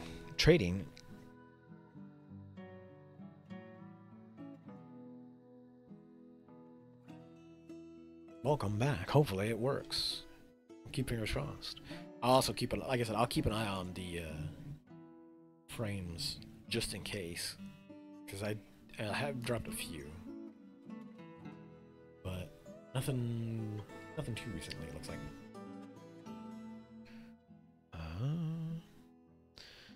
Grab a few bags just so I can collect sand.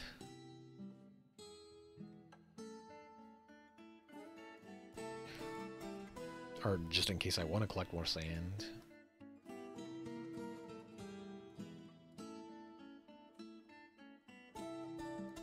Man, they brought a ton of bags.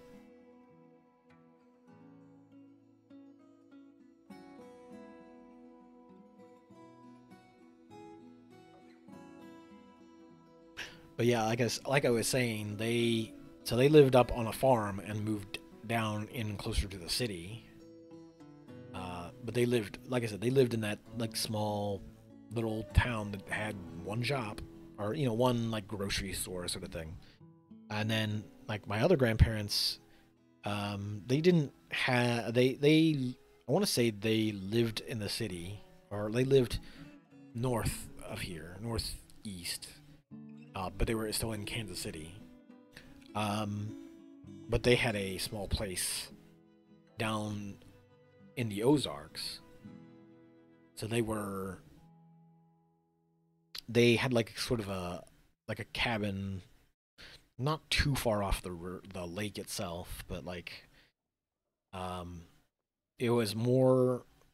I want to say it's more towards the western end of the lake or whatever. So, it was just a small little thing, like nothing big, expensive or anything like that. Um,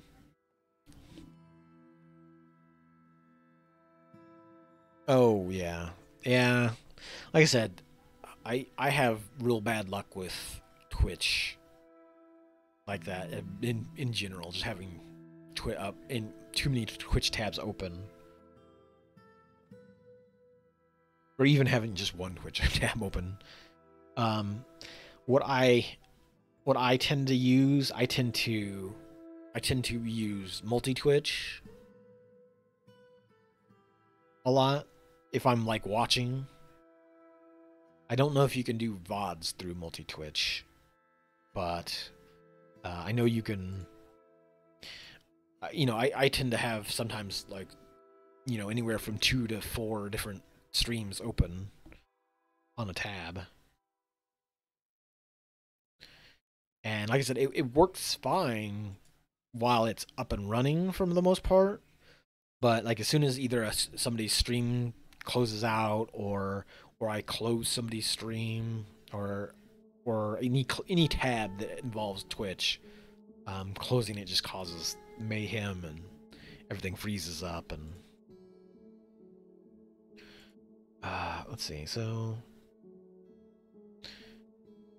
I don't I don't necessarily need any corkscrews per se.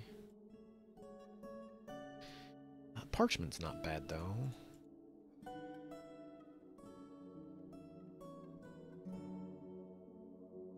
You know what? I could take some crutches for my crab folk that have 8 legs each.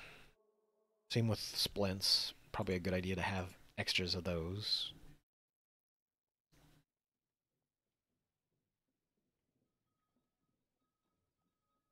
All right. Hopefully, like I said, I don't think I've dropped any more.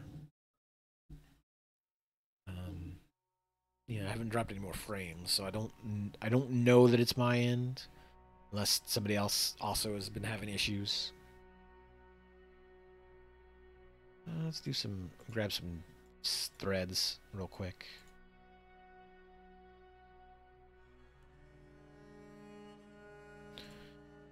What else we got?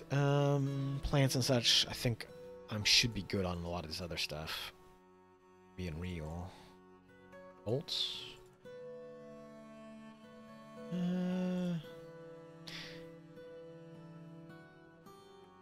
Nah, I'll leave it at that. So there's that.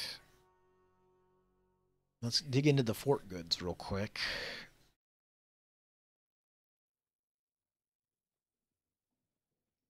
Um,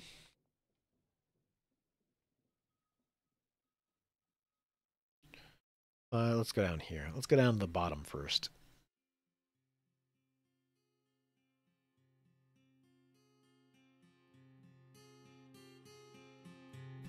All kinds of like scuffed sandals down here that need to be traded away. My guess is that those are probably stuff off of combatants that have been scavenged up.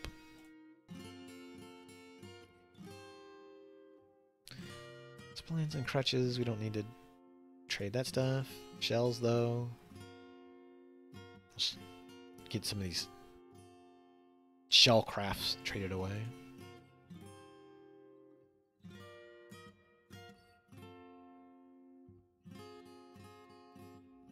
Some wax figurines. Crown.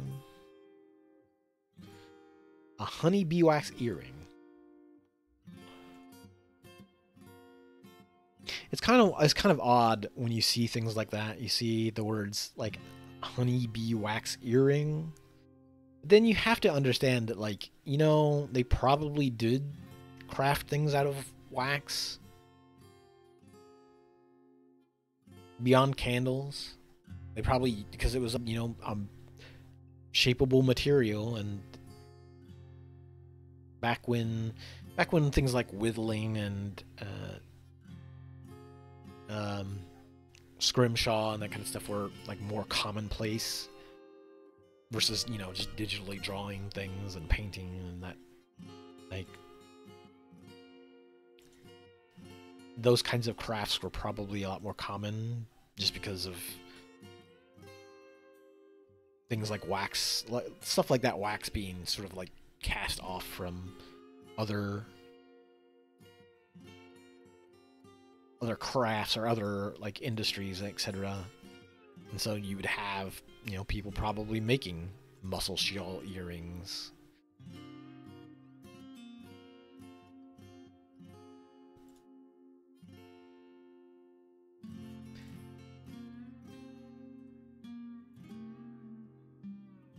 It's just nowadays, like, you know, the amount of work it would take to make something out of, let's say, stone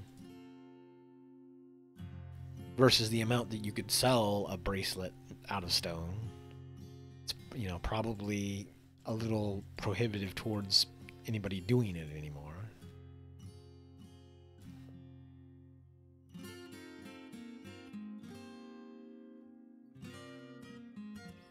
That and the fact that, like, you know,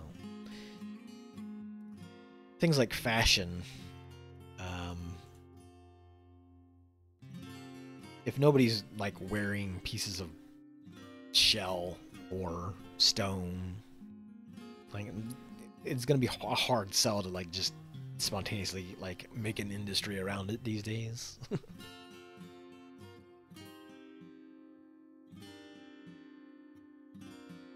Chitin earring, honeybee wax crown.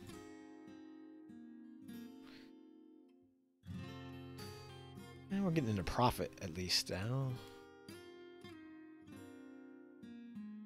Let's trade some more limestone. A lot of leather quivers. No, no.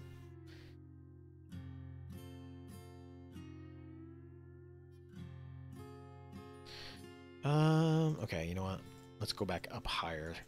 That way I don't have to trade. I don't have to trade a dozen, like, 20, 15 value things. Even though I want to get it out of my fortress because, you know, it's not particularly valuable and nobody's wearing it. It's just sitting around.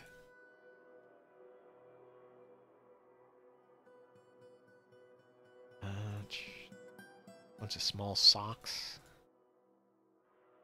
Limestone figures.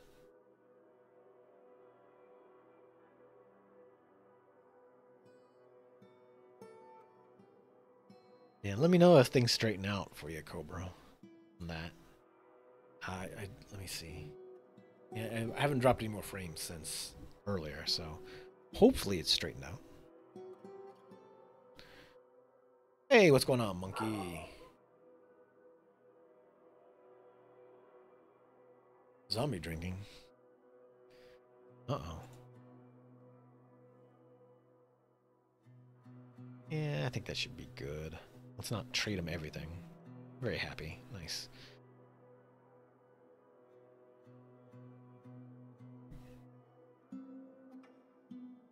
We are working on our fortress here. So far today, I've mostly been getting invaded by cavefish people. They have constantly been pestering my folks, my crabs. I've lost a handful of people. Wait, wrong group to trade with. Humans. I'm trying to get some more tombs set up because we've run out of tombs for all the folks that keep getting bumped into there.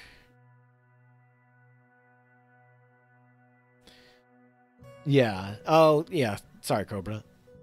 I was just saying that, like I said, the grandparents, my grandparents grew up in really really tiny places, or lived in really really tiny places, to the extent that if you went down there, um, so like I said, like with King City, you had just one strip that is the city, and if you needed any food or any groceries, anything like that, it was all in one place.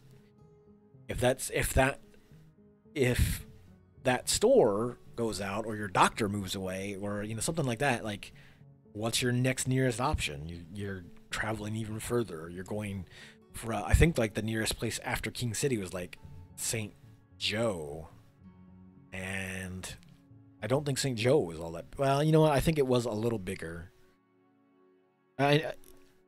It used to be a bigger city, but it's also one of those cities that's been constantly shrinking down for the longest time. And it has the same sort of deal where there used to be some industry there, and now it's slowly moved out, or some of the older buildings are still there, but um, it's the same thing with the grandparents on the other side. They didn't live there all the time, but there would be a good half of the year that they would live down in the Ozarks, and so they would be out in a a little cabin place, a good 30 to 30 minutes to an hour away from the nearest grocery store. And so if they wanted to go get groceries, it was a half your day trip was going into the city, getting stuff and bringing it back. And it got to the point where when we traveled down there for holidays and such, we would always get all the stuff that we wanted to take down there, get it before we went, and we would haul all that stuff down. Yeah, basically. And that was the thing, especially there, yeah, really your only option was kind of a Walmart. It was either that, it was either a Walmart, or you would have to drive further into the bigger city somewhere else, where there would be more options than just the Walmart, or or you had to go to a little gas station grocery store sort of set up, a little convenience store, and rather than a grocery store, because again that was your closest option. And that was one of the things I remember, the closest place that you could go for any of that kind of stuff from where we were was a bait store, and you could get some. It was snack food. It was basically a gas station, only instead of having buying gas there. I think they did have a gas pump, but most of the time you were going there to buy bait, and then you could pick some other stuff up there. Ooh, hey. Hopefully, Monkey. By the way, your zombie drinking works out, or cures you of zombie.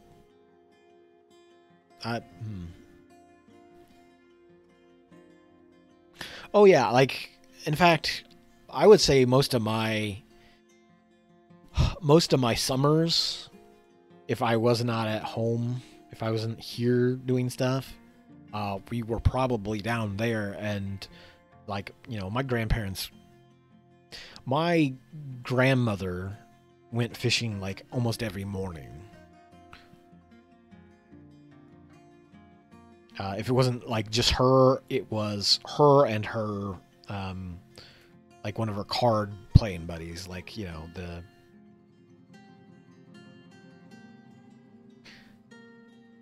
yeah. Part of the problem is getting caught up in, and conversations make it like it's harder to focus on like trading. These trading menus are always kind of a mess of figuring out what I want to trade, and it can be difficult to do while talking. I mean, so that's the thing though, like you could make it like a small business out of selling bait, but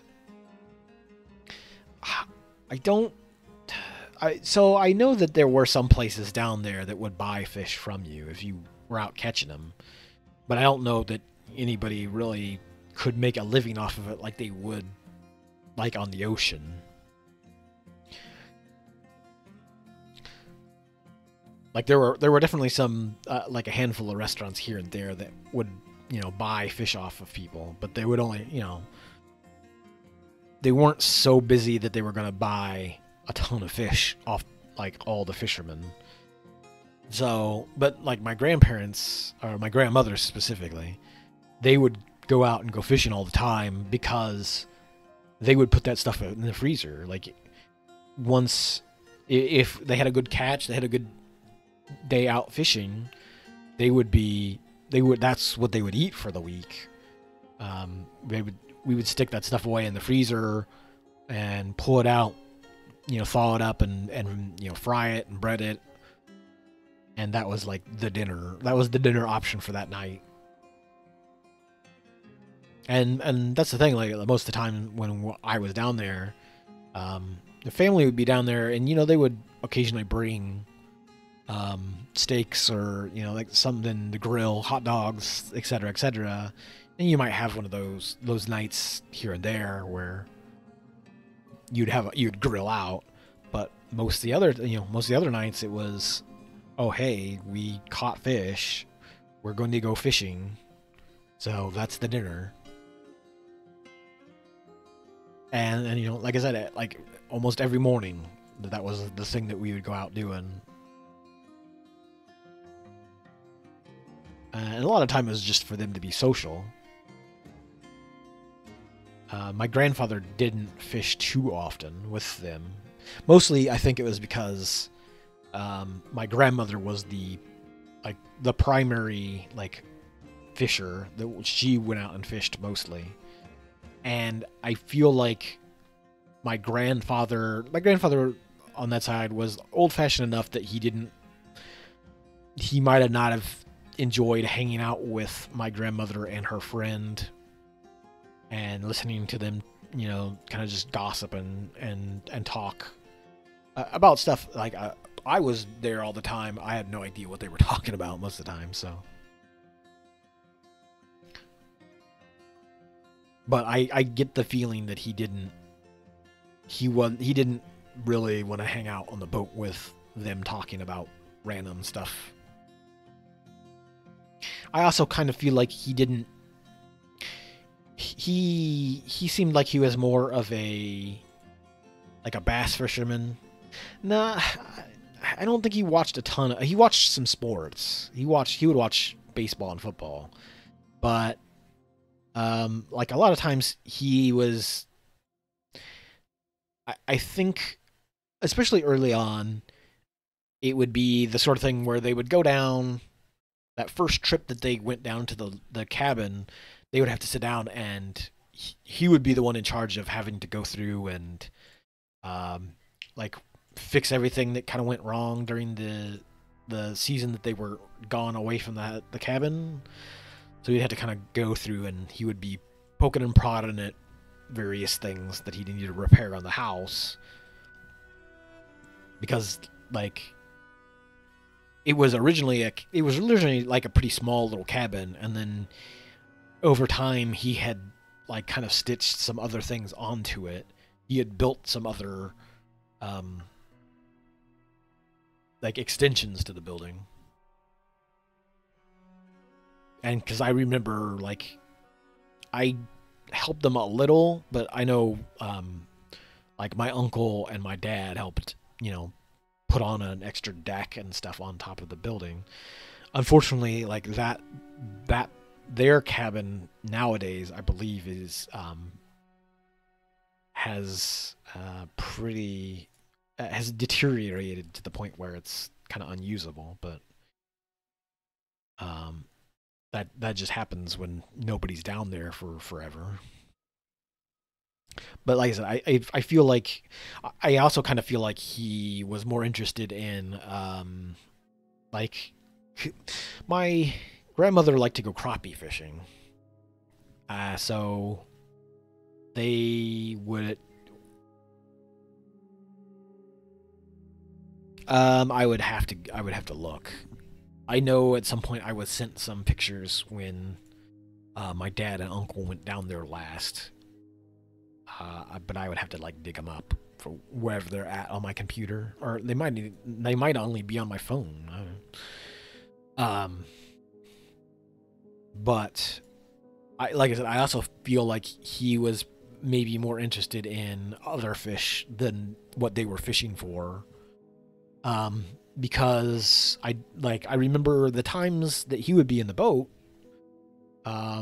He would occasionally just be like, he would just be casting out some other direction. He'd be, casting some lure out there and reeling it back in. He didn't want to. I think that was part of it. Was like he didn't want to just sit there in front of a bobber and just be watching a spot on the lake for hours.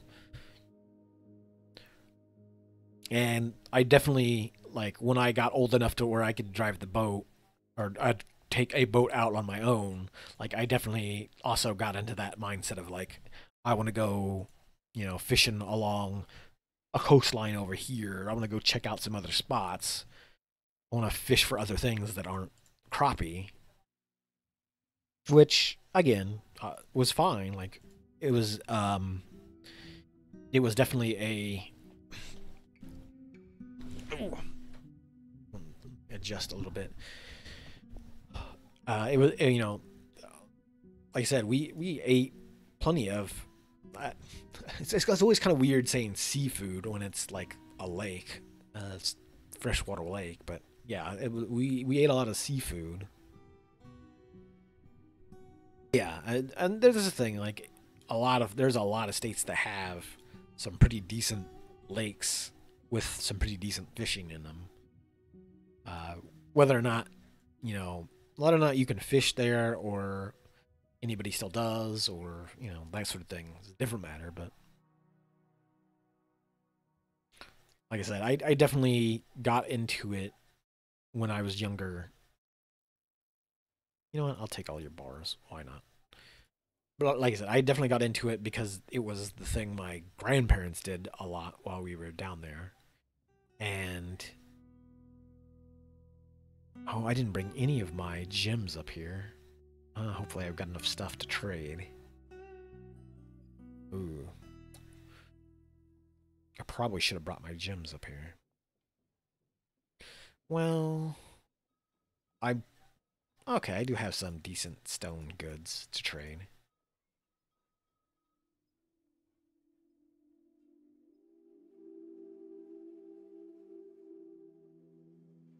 Well, no, so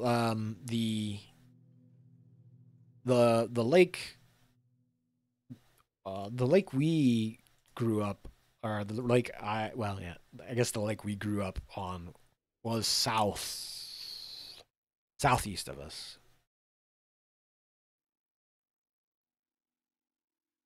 Um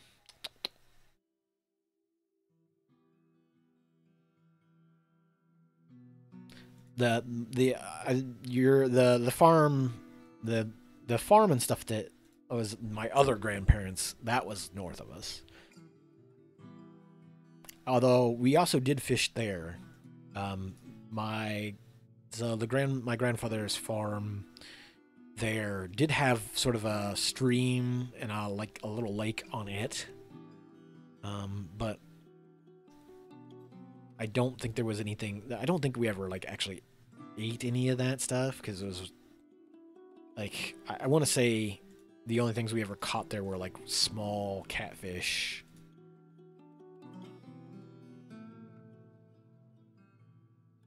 I don't think we ever cooked any of that stuff. doesn't ring a bell anyway.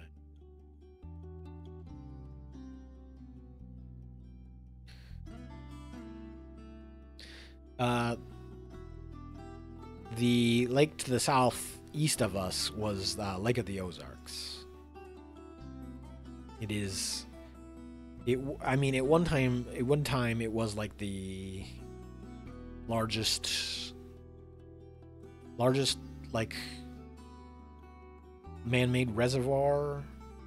I don't know, you know, it's probably not the case anymore, but or maybe it was just in the U.S. It's a pretty big lake, but it's also so it's actually it is kind of funny. They call it the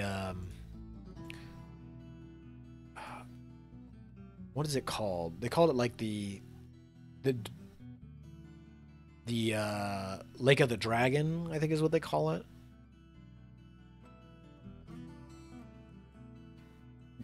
It's mostly because if you look at it, it looks like a big.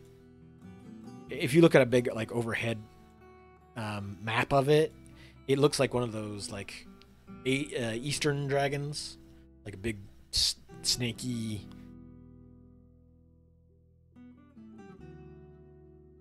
Oh yeah, it's a good like 3-hour drive or so.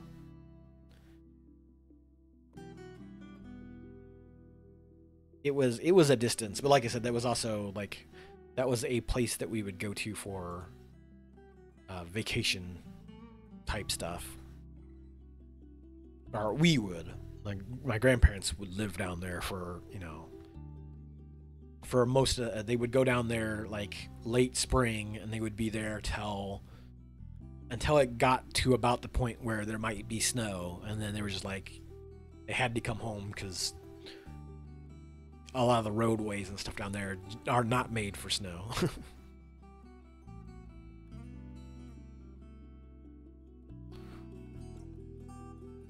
Oh, I don't need you to trade anymore.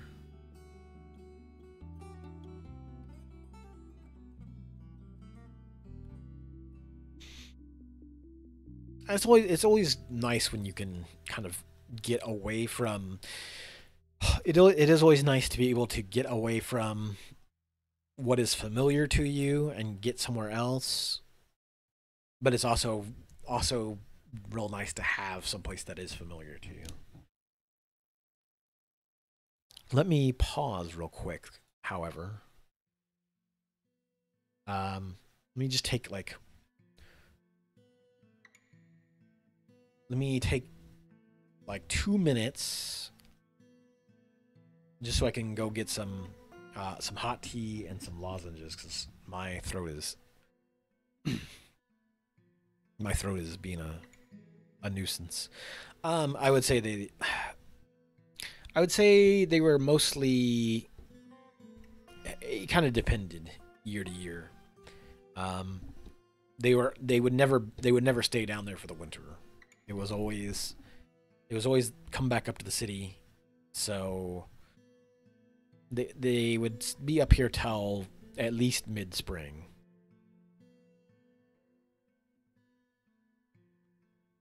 Anyway, give me just a second to go grab some.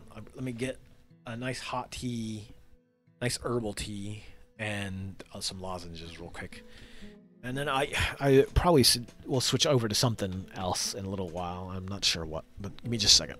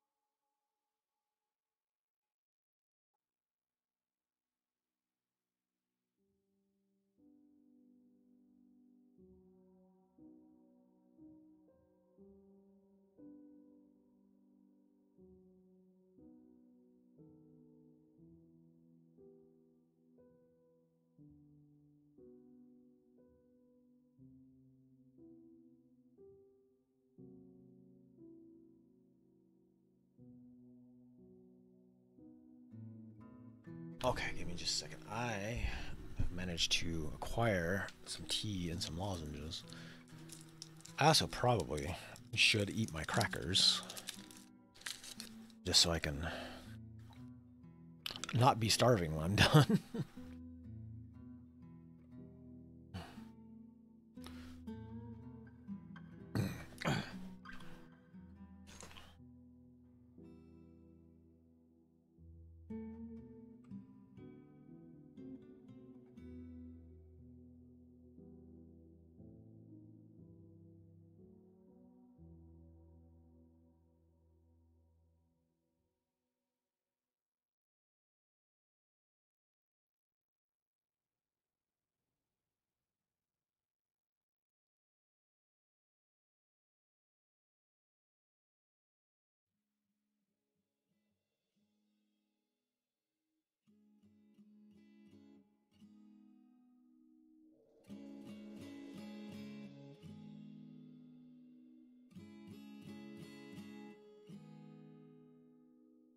Hello? Okay. For whatever, I don't know, it might be something I'm bumping into as I'm sitting back down. It's causing the microphone to drop. But no, you are, especially with something like Dwarf Fortress, games that I can pause pretty easily.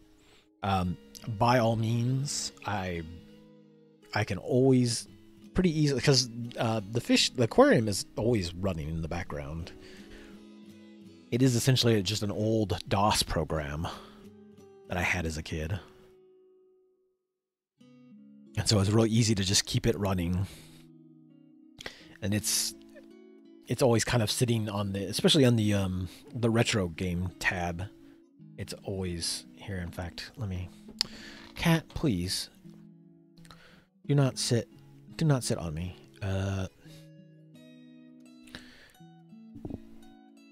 Like it's always, you can always kind of see it over here on this left side, right above me, in fact.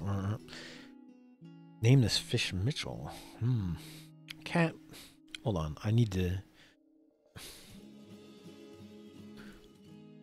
hold on a second while I, you are right there on my hand, you goof. Please. So let me move this over. Let me move. Name a fish Mitchell. Okay, so one second while I swap over this. Swap over. Where are you at, Yellfish? What? Oh, right. It's on this window. Okay. So let me go into fish. Get in the menu. Hello? Oh no, sorry. I gotta exit. All right. So let me put this chat up here. So I guess we'll have to look at how do we want to create your fish. So we can. Cat, why are you perched here on my left knee in the most inconvenient spot? You goof. Okay. She's gone. Okay, so like I said, I can tell you the story of EL Fish sometime if you haven't heard it before, but it was a thing that I had as a kid. Alright, so catching fish. Oh, hold on. What? Why are you stuck here? What the heck? Okay, there it goes. So we can catch.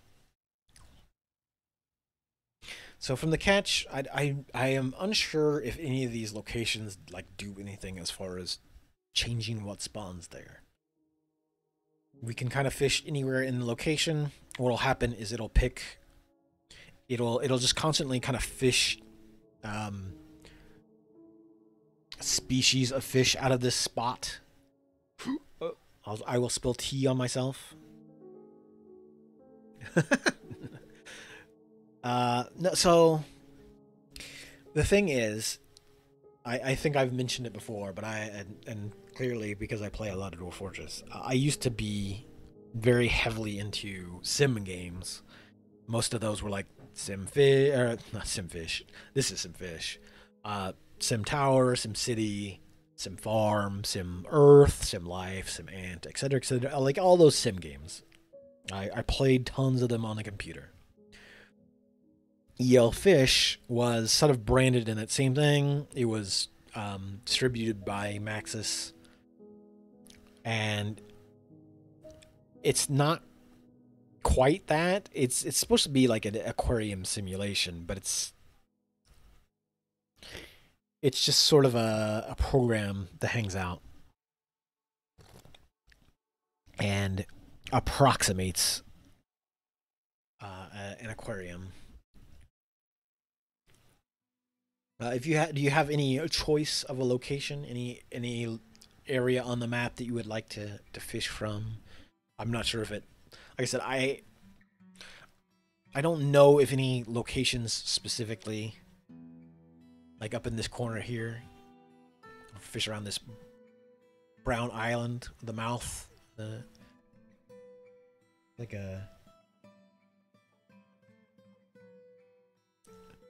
the cheat island.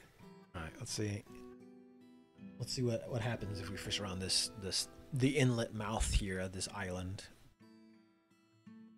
So what it is just pulls up fish that it's like generating. So what happens normally is you initially would start with catching fish. The other options are to like evolve or breed fish, and so what it will do is it pulls like these designs, and you can choose like you can choose one of those fish and evolve it, or you can choose two of these fish and breed them together and see what comes of them. And so the whole thing was just you would make fish, and then you would animate them and put them in an aquarium.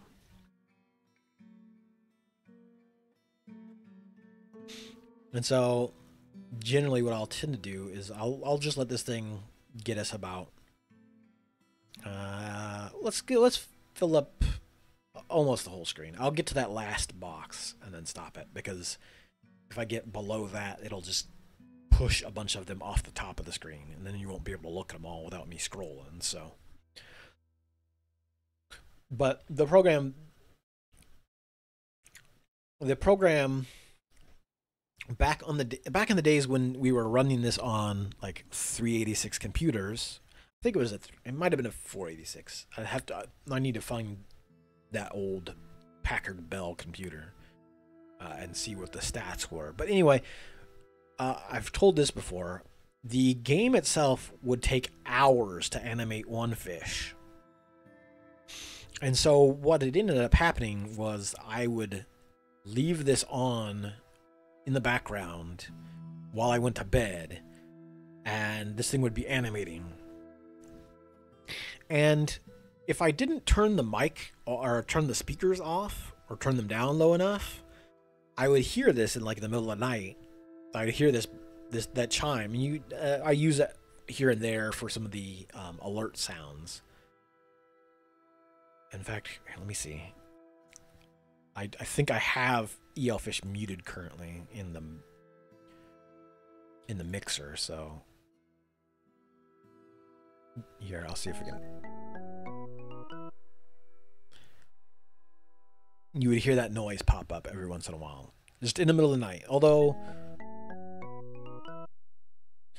for fish animation, like I said, you would take hours for the fish animation to go through. Oh crap! Stop. Hopefully I've stopped it in time before to roll to the next one. Okay.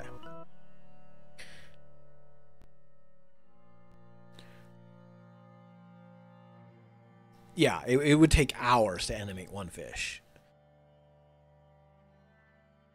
And so what would happen is I would set up a few fish. To go animate while I was at school or while I was at sleep, like when I went to bed, because it took that long. It would take hours and hours and hours for these fish to animate. It's F26 is here. Ooh, hold on. Oh no. No. Cancel.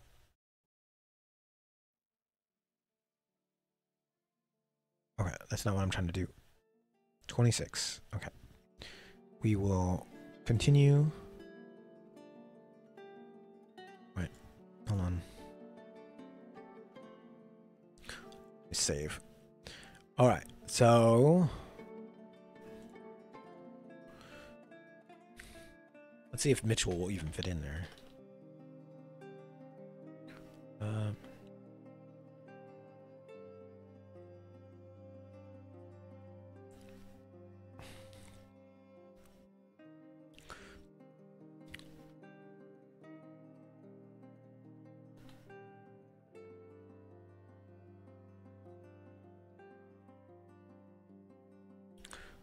There you go. Wow.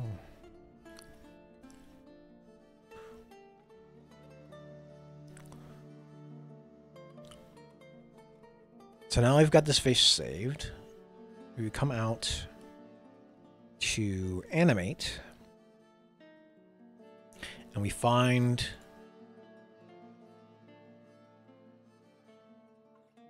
where, let's see.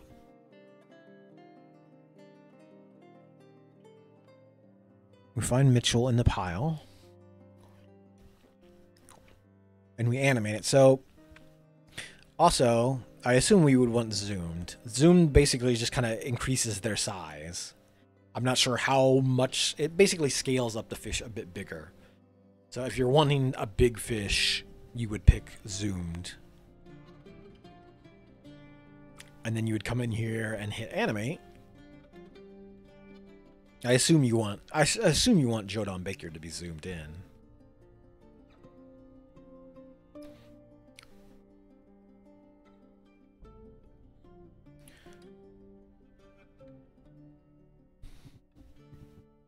Well, so Cobra, like I said, they owned, they bought a small like cabin and built a small cabin down there. I'm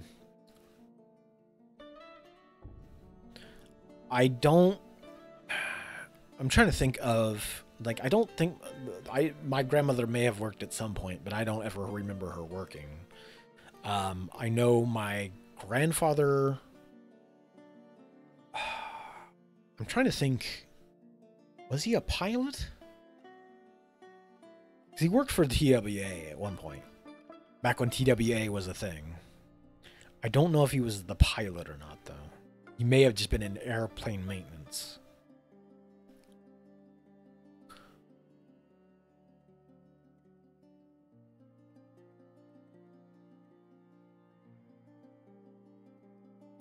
That's definitely something I'll have to ask my parents, or my mother. Oh, crap, sorry.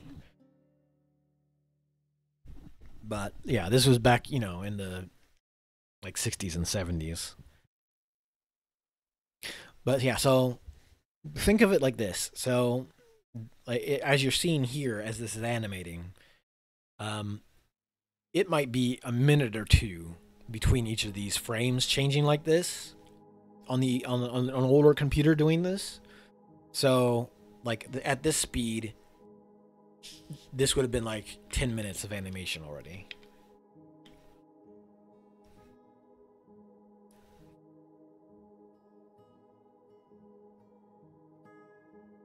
And so it got to the point where you did not mess around with this if you wanted to still play on the computer. Because not only was this a slow process, but it also ate up every processing power, every bit of processing power that computer had.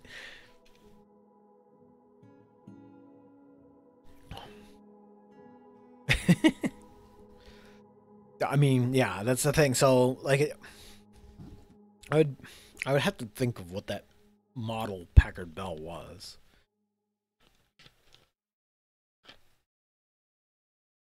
It might have been I think it was a 486 SX2, and it was like 25 megahertz. It was like 25 megahertz and had 4 megabytes of RAM. But it did have a CD-ROM.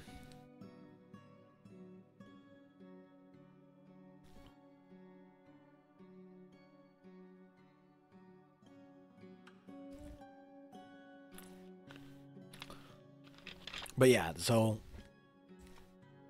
this would be the thing you set up before bed, or before I went to school, left this running and just took off. And like I especially remember coming home one day, and I want to say my mom was like, what is going on in your room? And I'm like, what are you talking about? And she'd be like, there was some kind of weird like chime kept going off every once in a while. I just hear this bah, bah, bah sound out of your room. I'm like, oh, it's probably the fish program. Don't worry about it.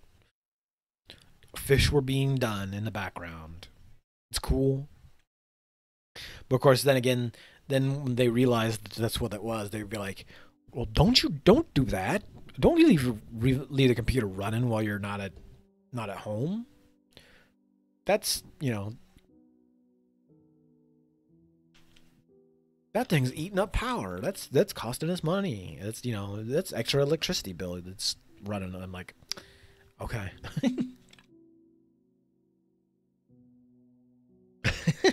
No, see, Monkey, this was before the internet existed. Well, before we had it. So that would just be weird. Like, what? How are you talking to people on the internet? How are you talking to people on your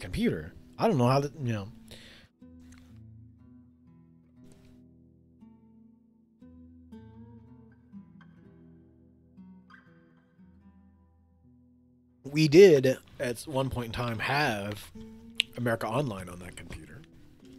Later on, it was not a particularly great experience, but we had dial-up on it. It had a modem. I did occasionally use it for. We would play. We would try to play. I would say we tried to play Doom multiplayer, and occasionally we would get some games to work for a little while, but it was the most unstable, janky thing. It did not last particularly long. Well, like that was the thing back in the day when broadband was being rolled out. Like the city would get it, but since our family was like right on the outside of the city boundaries, that stuff didn't come across the city boundaries. You would get some of those because there wasn't as much incentive there.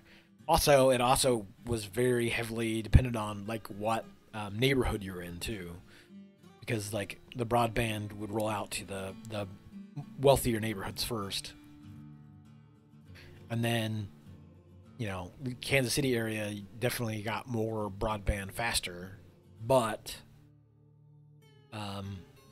then it got to the point where broadband was getting a bit more cheaper, or a bit cheaper for other places to run it out. So it went from having like no options to, okay, now you have DSL, now you have cable.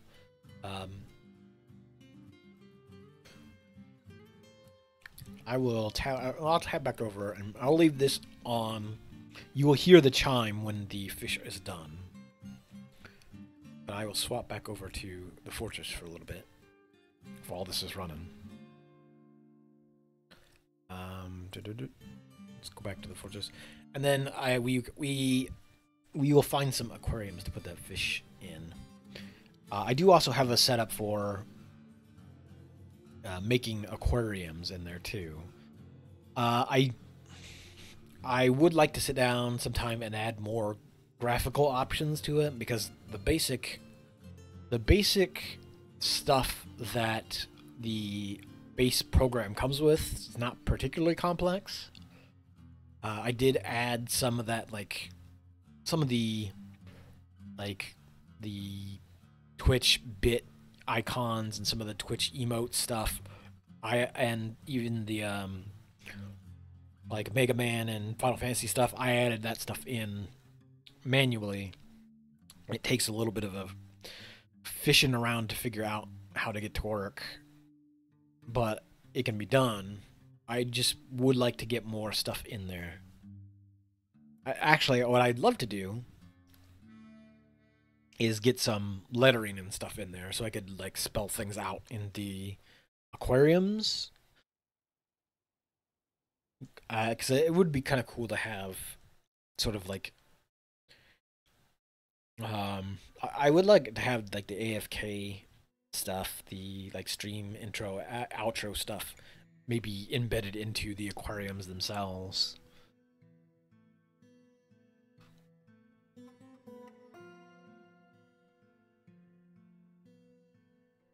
But it doesn't have any sort of like graphics for text in there, so I would have to manually add the alphabet to it. And if I remember right, it's kind of a process because you have to turn it into you had to turn it into some old format that doesn't get used anymore. Let me look and see what that format is, in fact. Because I had to download some older file or older program to mess around with it. Let me find Das Emu Eelfish.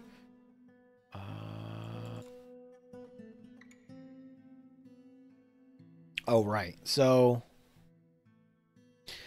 it uses a proprietary like file called ISB, and the only thing that converts over to ISB are TIFF files, TIFF pictures. So you have to like convert things into TIFF files, and then run this DOS program in the ELFish program on the ELFish folder to convert those to the fish files, to the ISB files that the aquarium thing can pick up. So it's kind of a little bit of a pain, but it is definitely something I need to look into doing more with since I'm back to streaming around.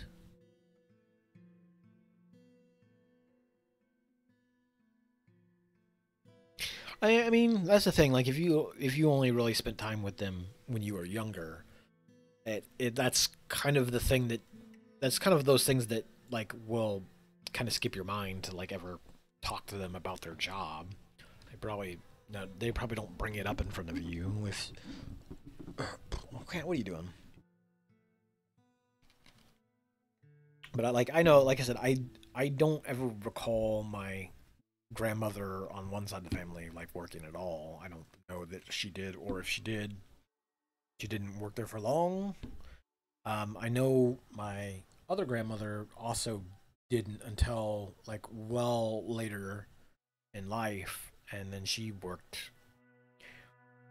She mostly worked. In fact, she actually mostly worked at that mall that I was talking about the other day. Um, the older mall that got shut down. She used to work at a few places there. Do I have any? No.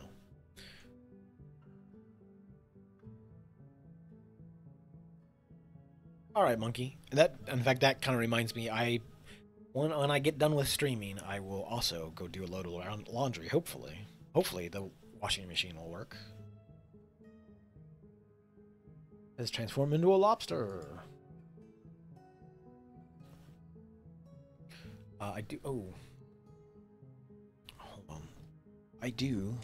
I'm gonna let that cool a little bit more.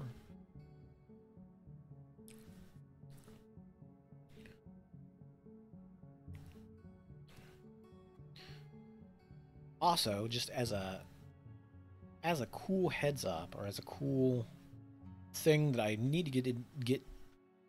Actually, since Clell was here earlier, let me shout Clell out first, because.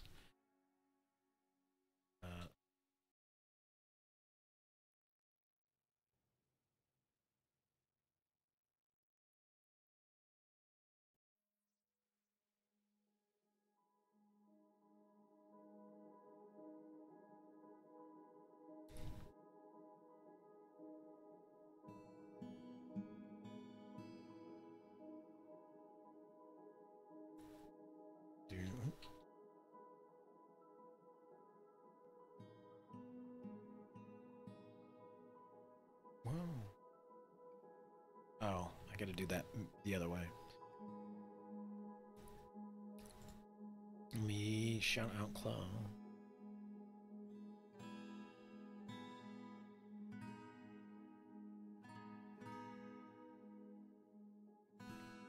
Oh. Oh, I guess that worked that way. Okay. Cool, cool. I guess I just do it once.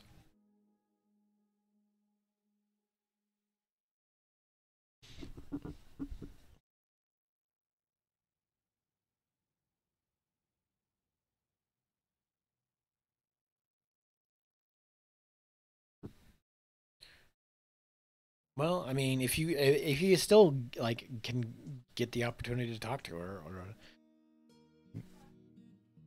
there's there's always time to do so, and I'm sure she probably would. Hopefully, I would say, hopefully she would still, like, you know, appreciate that conversation.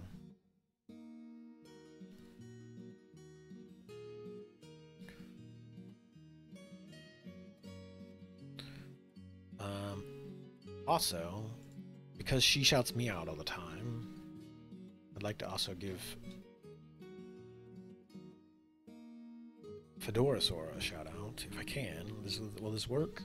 I know she's also been playing a lot of various things.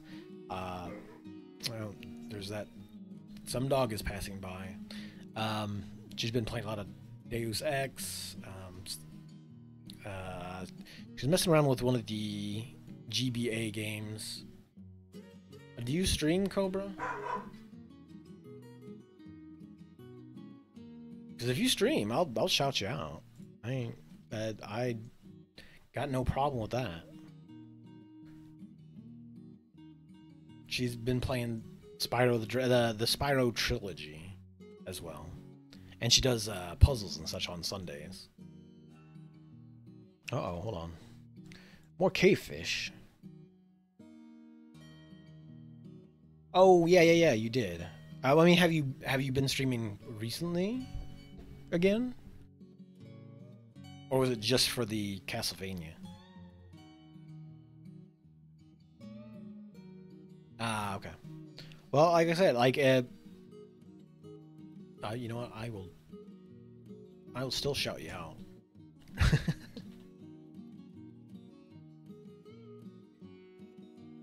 Maybe maybe it will motivate you into doing some more Castlevania streaming, chasing after those juicy retro achievements.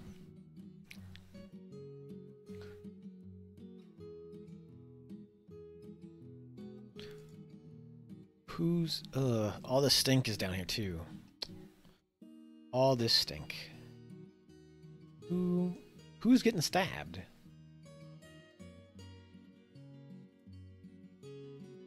This, okay, I see.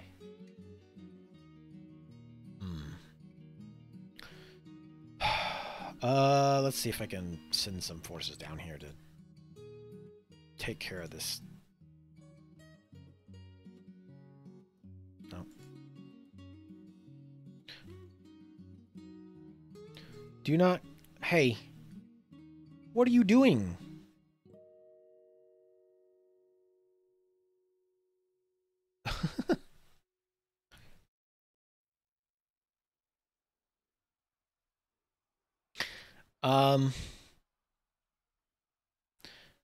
I mean, if you're just talking about like games that are based off of characters he designed, then like you've got that's a lot of games.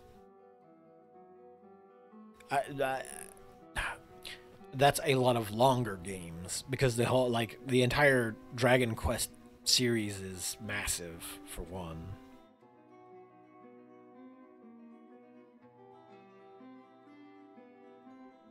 But I mean, there's also, let's see, beyond that, there's a lot of them are just RPGs in general, like the Dragon Quest series. Chrono Trigger's really only the one, but then there's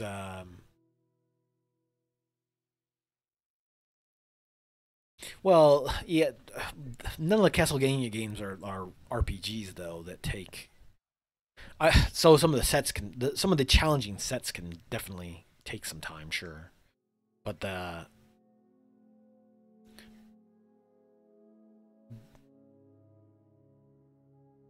did he do Chrono Cross?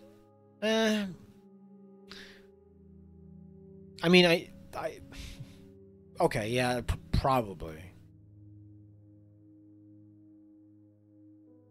Now, like as I'm sitting here thinking about like some of the character designs, I'm like, yeah, maybe he did.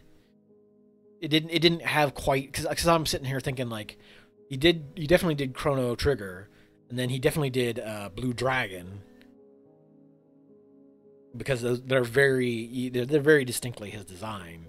Uh, Maybe Chrono Cross was just like him like stepping away from that like the typical Toriyama look a little bit more.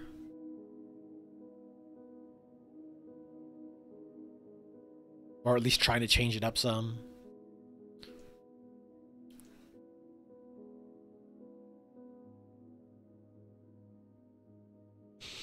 But yeah, like I said, that's a lot of RPGs in general.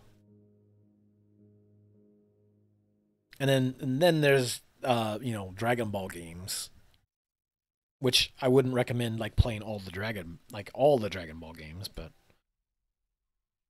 what? I was attacked. How exhilarating. Maybe I need to. Let me see if I can get the. Ugh, look at all this stink down here. Gah. See if I can get the crossbow squad up here real quick.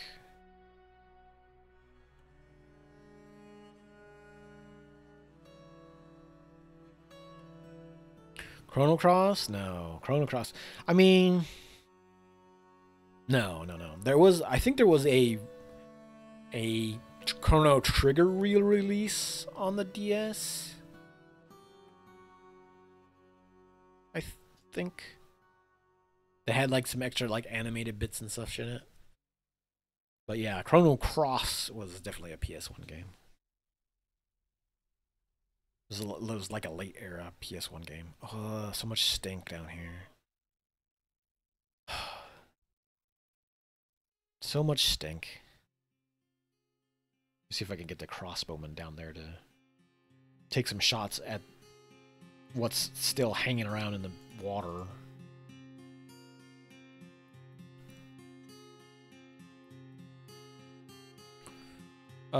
Yeah, Chrono Cross definitely was not as well picked up as Chrono Trigger was. I think part of it was because it was people were kind of expecting it to be more based off of Chrono Trigger, or thought it was kind of gonna be that sequel, and it really kind of wasn't.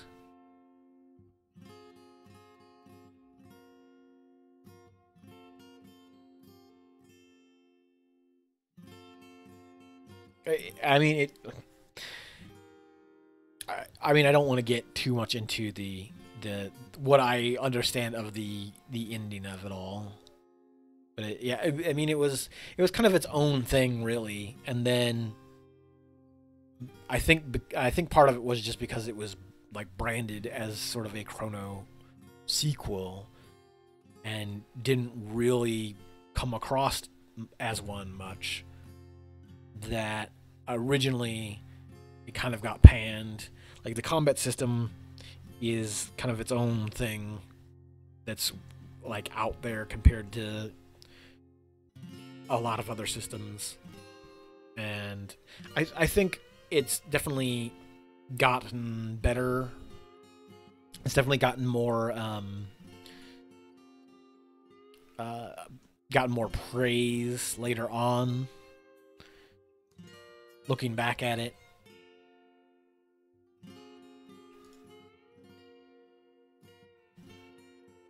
I think as people kind of got away from the idea that it has anything at all to do with Chrono Trigger, like if you like compartmentalize it away from it being related to that game at all and just look at it itself, it's more. It's a more interesting game. It has like more things going on. As long as you're not judging it with that lens. Ah, oh, so much stink down here. Oh. The awfulness. The awfulness that happens down in the underground. I need to... I do have a bunch of stray raptors hanging around that need training. Let's go find some raptors and train them. Get trained. You know what? I'm kind of tempted to train some of these Ludodactylus. Let's see. Let's go through here and train some of these Ludodactylus.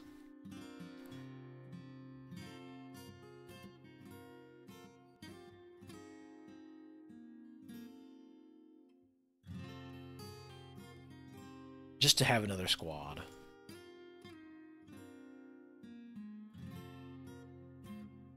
Oh, look at all those eagles.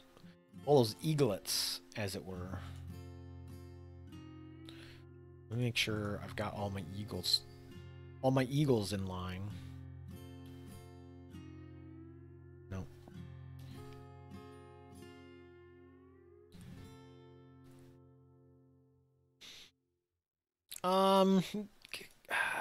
Kind of, sort of.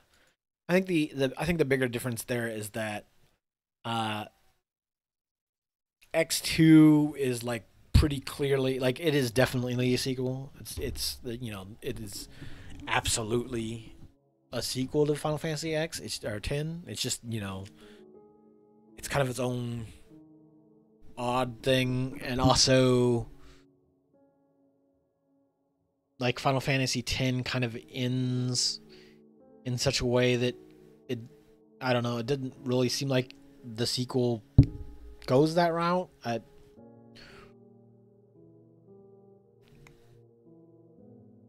Or it kind of is more like Final Fantasy X, like didn't really warrant a sequel that. Oh, hey. Now that you mentioned it, I don't remember hearing the sound. Did I somehow mute it again? I don't think I did. Hold on. Oh, I did. What a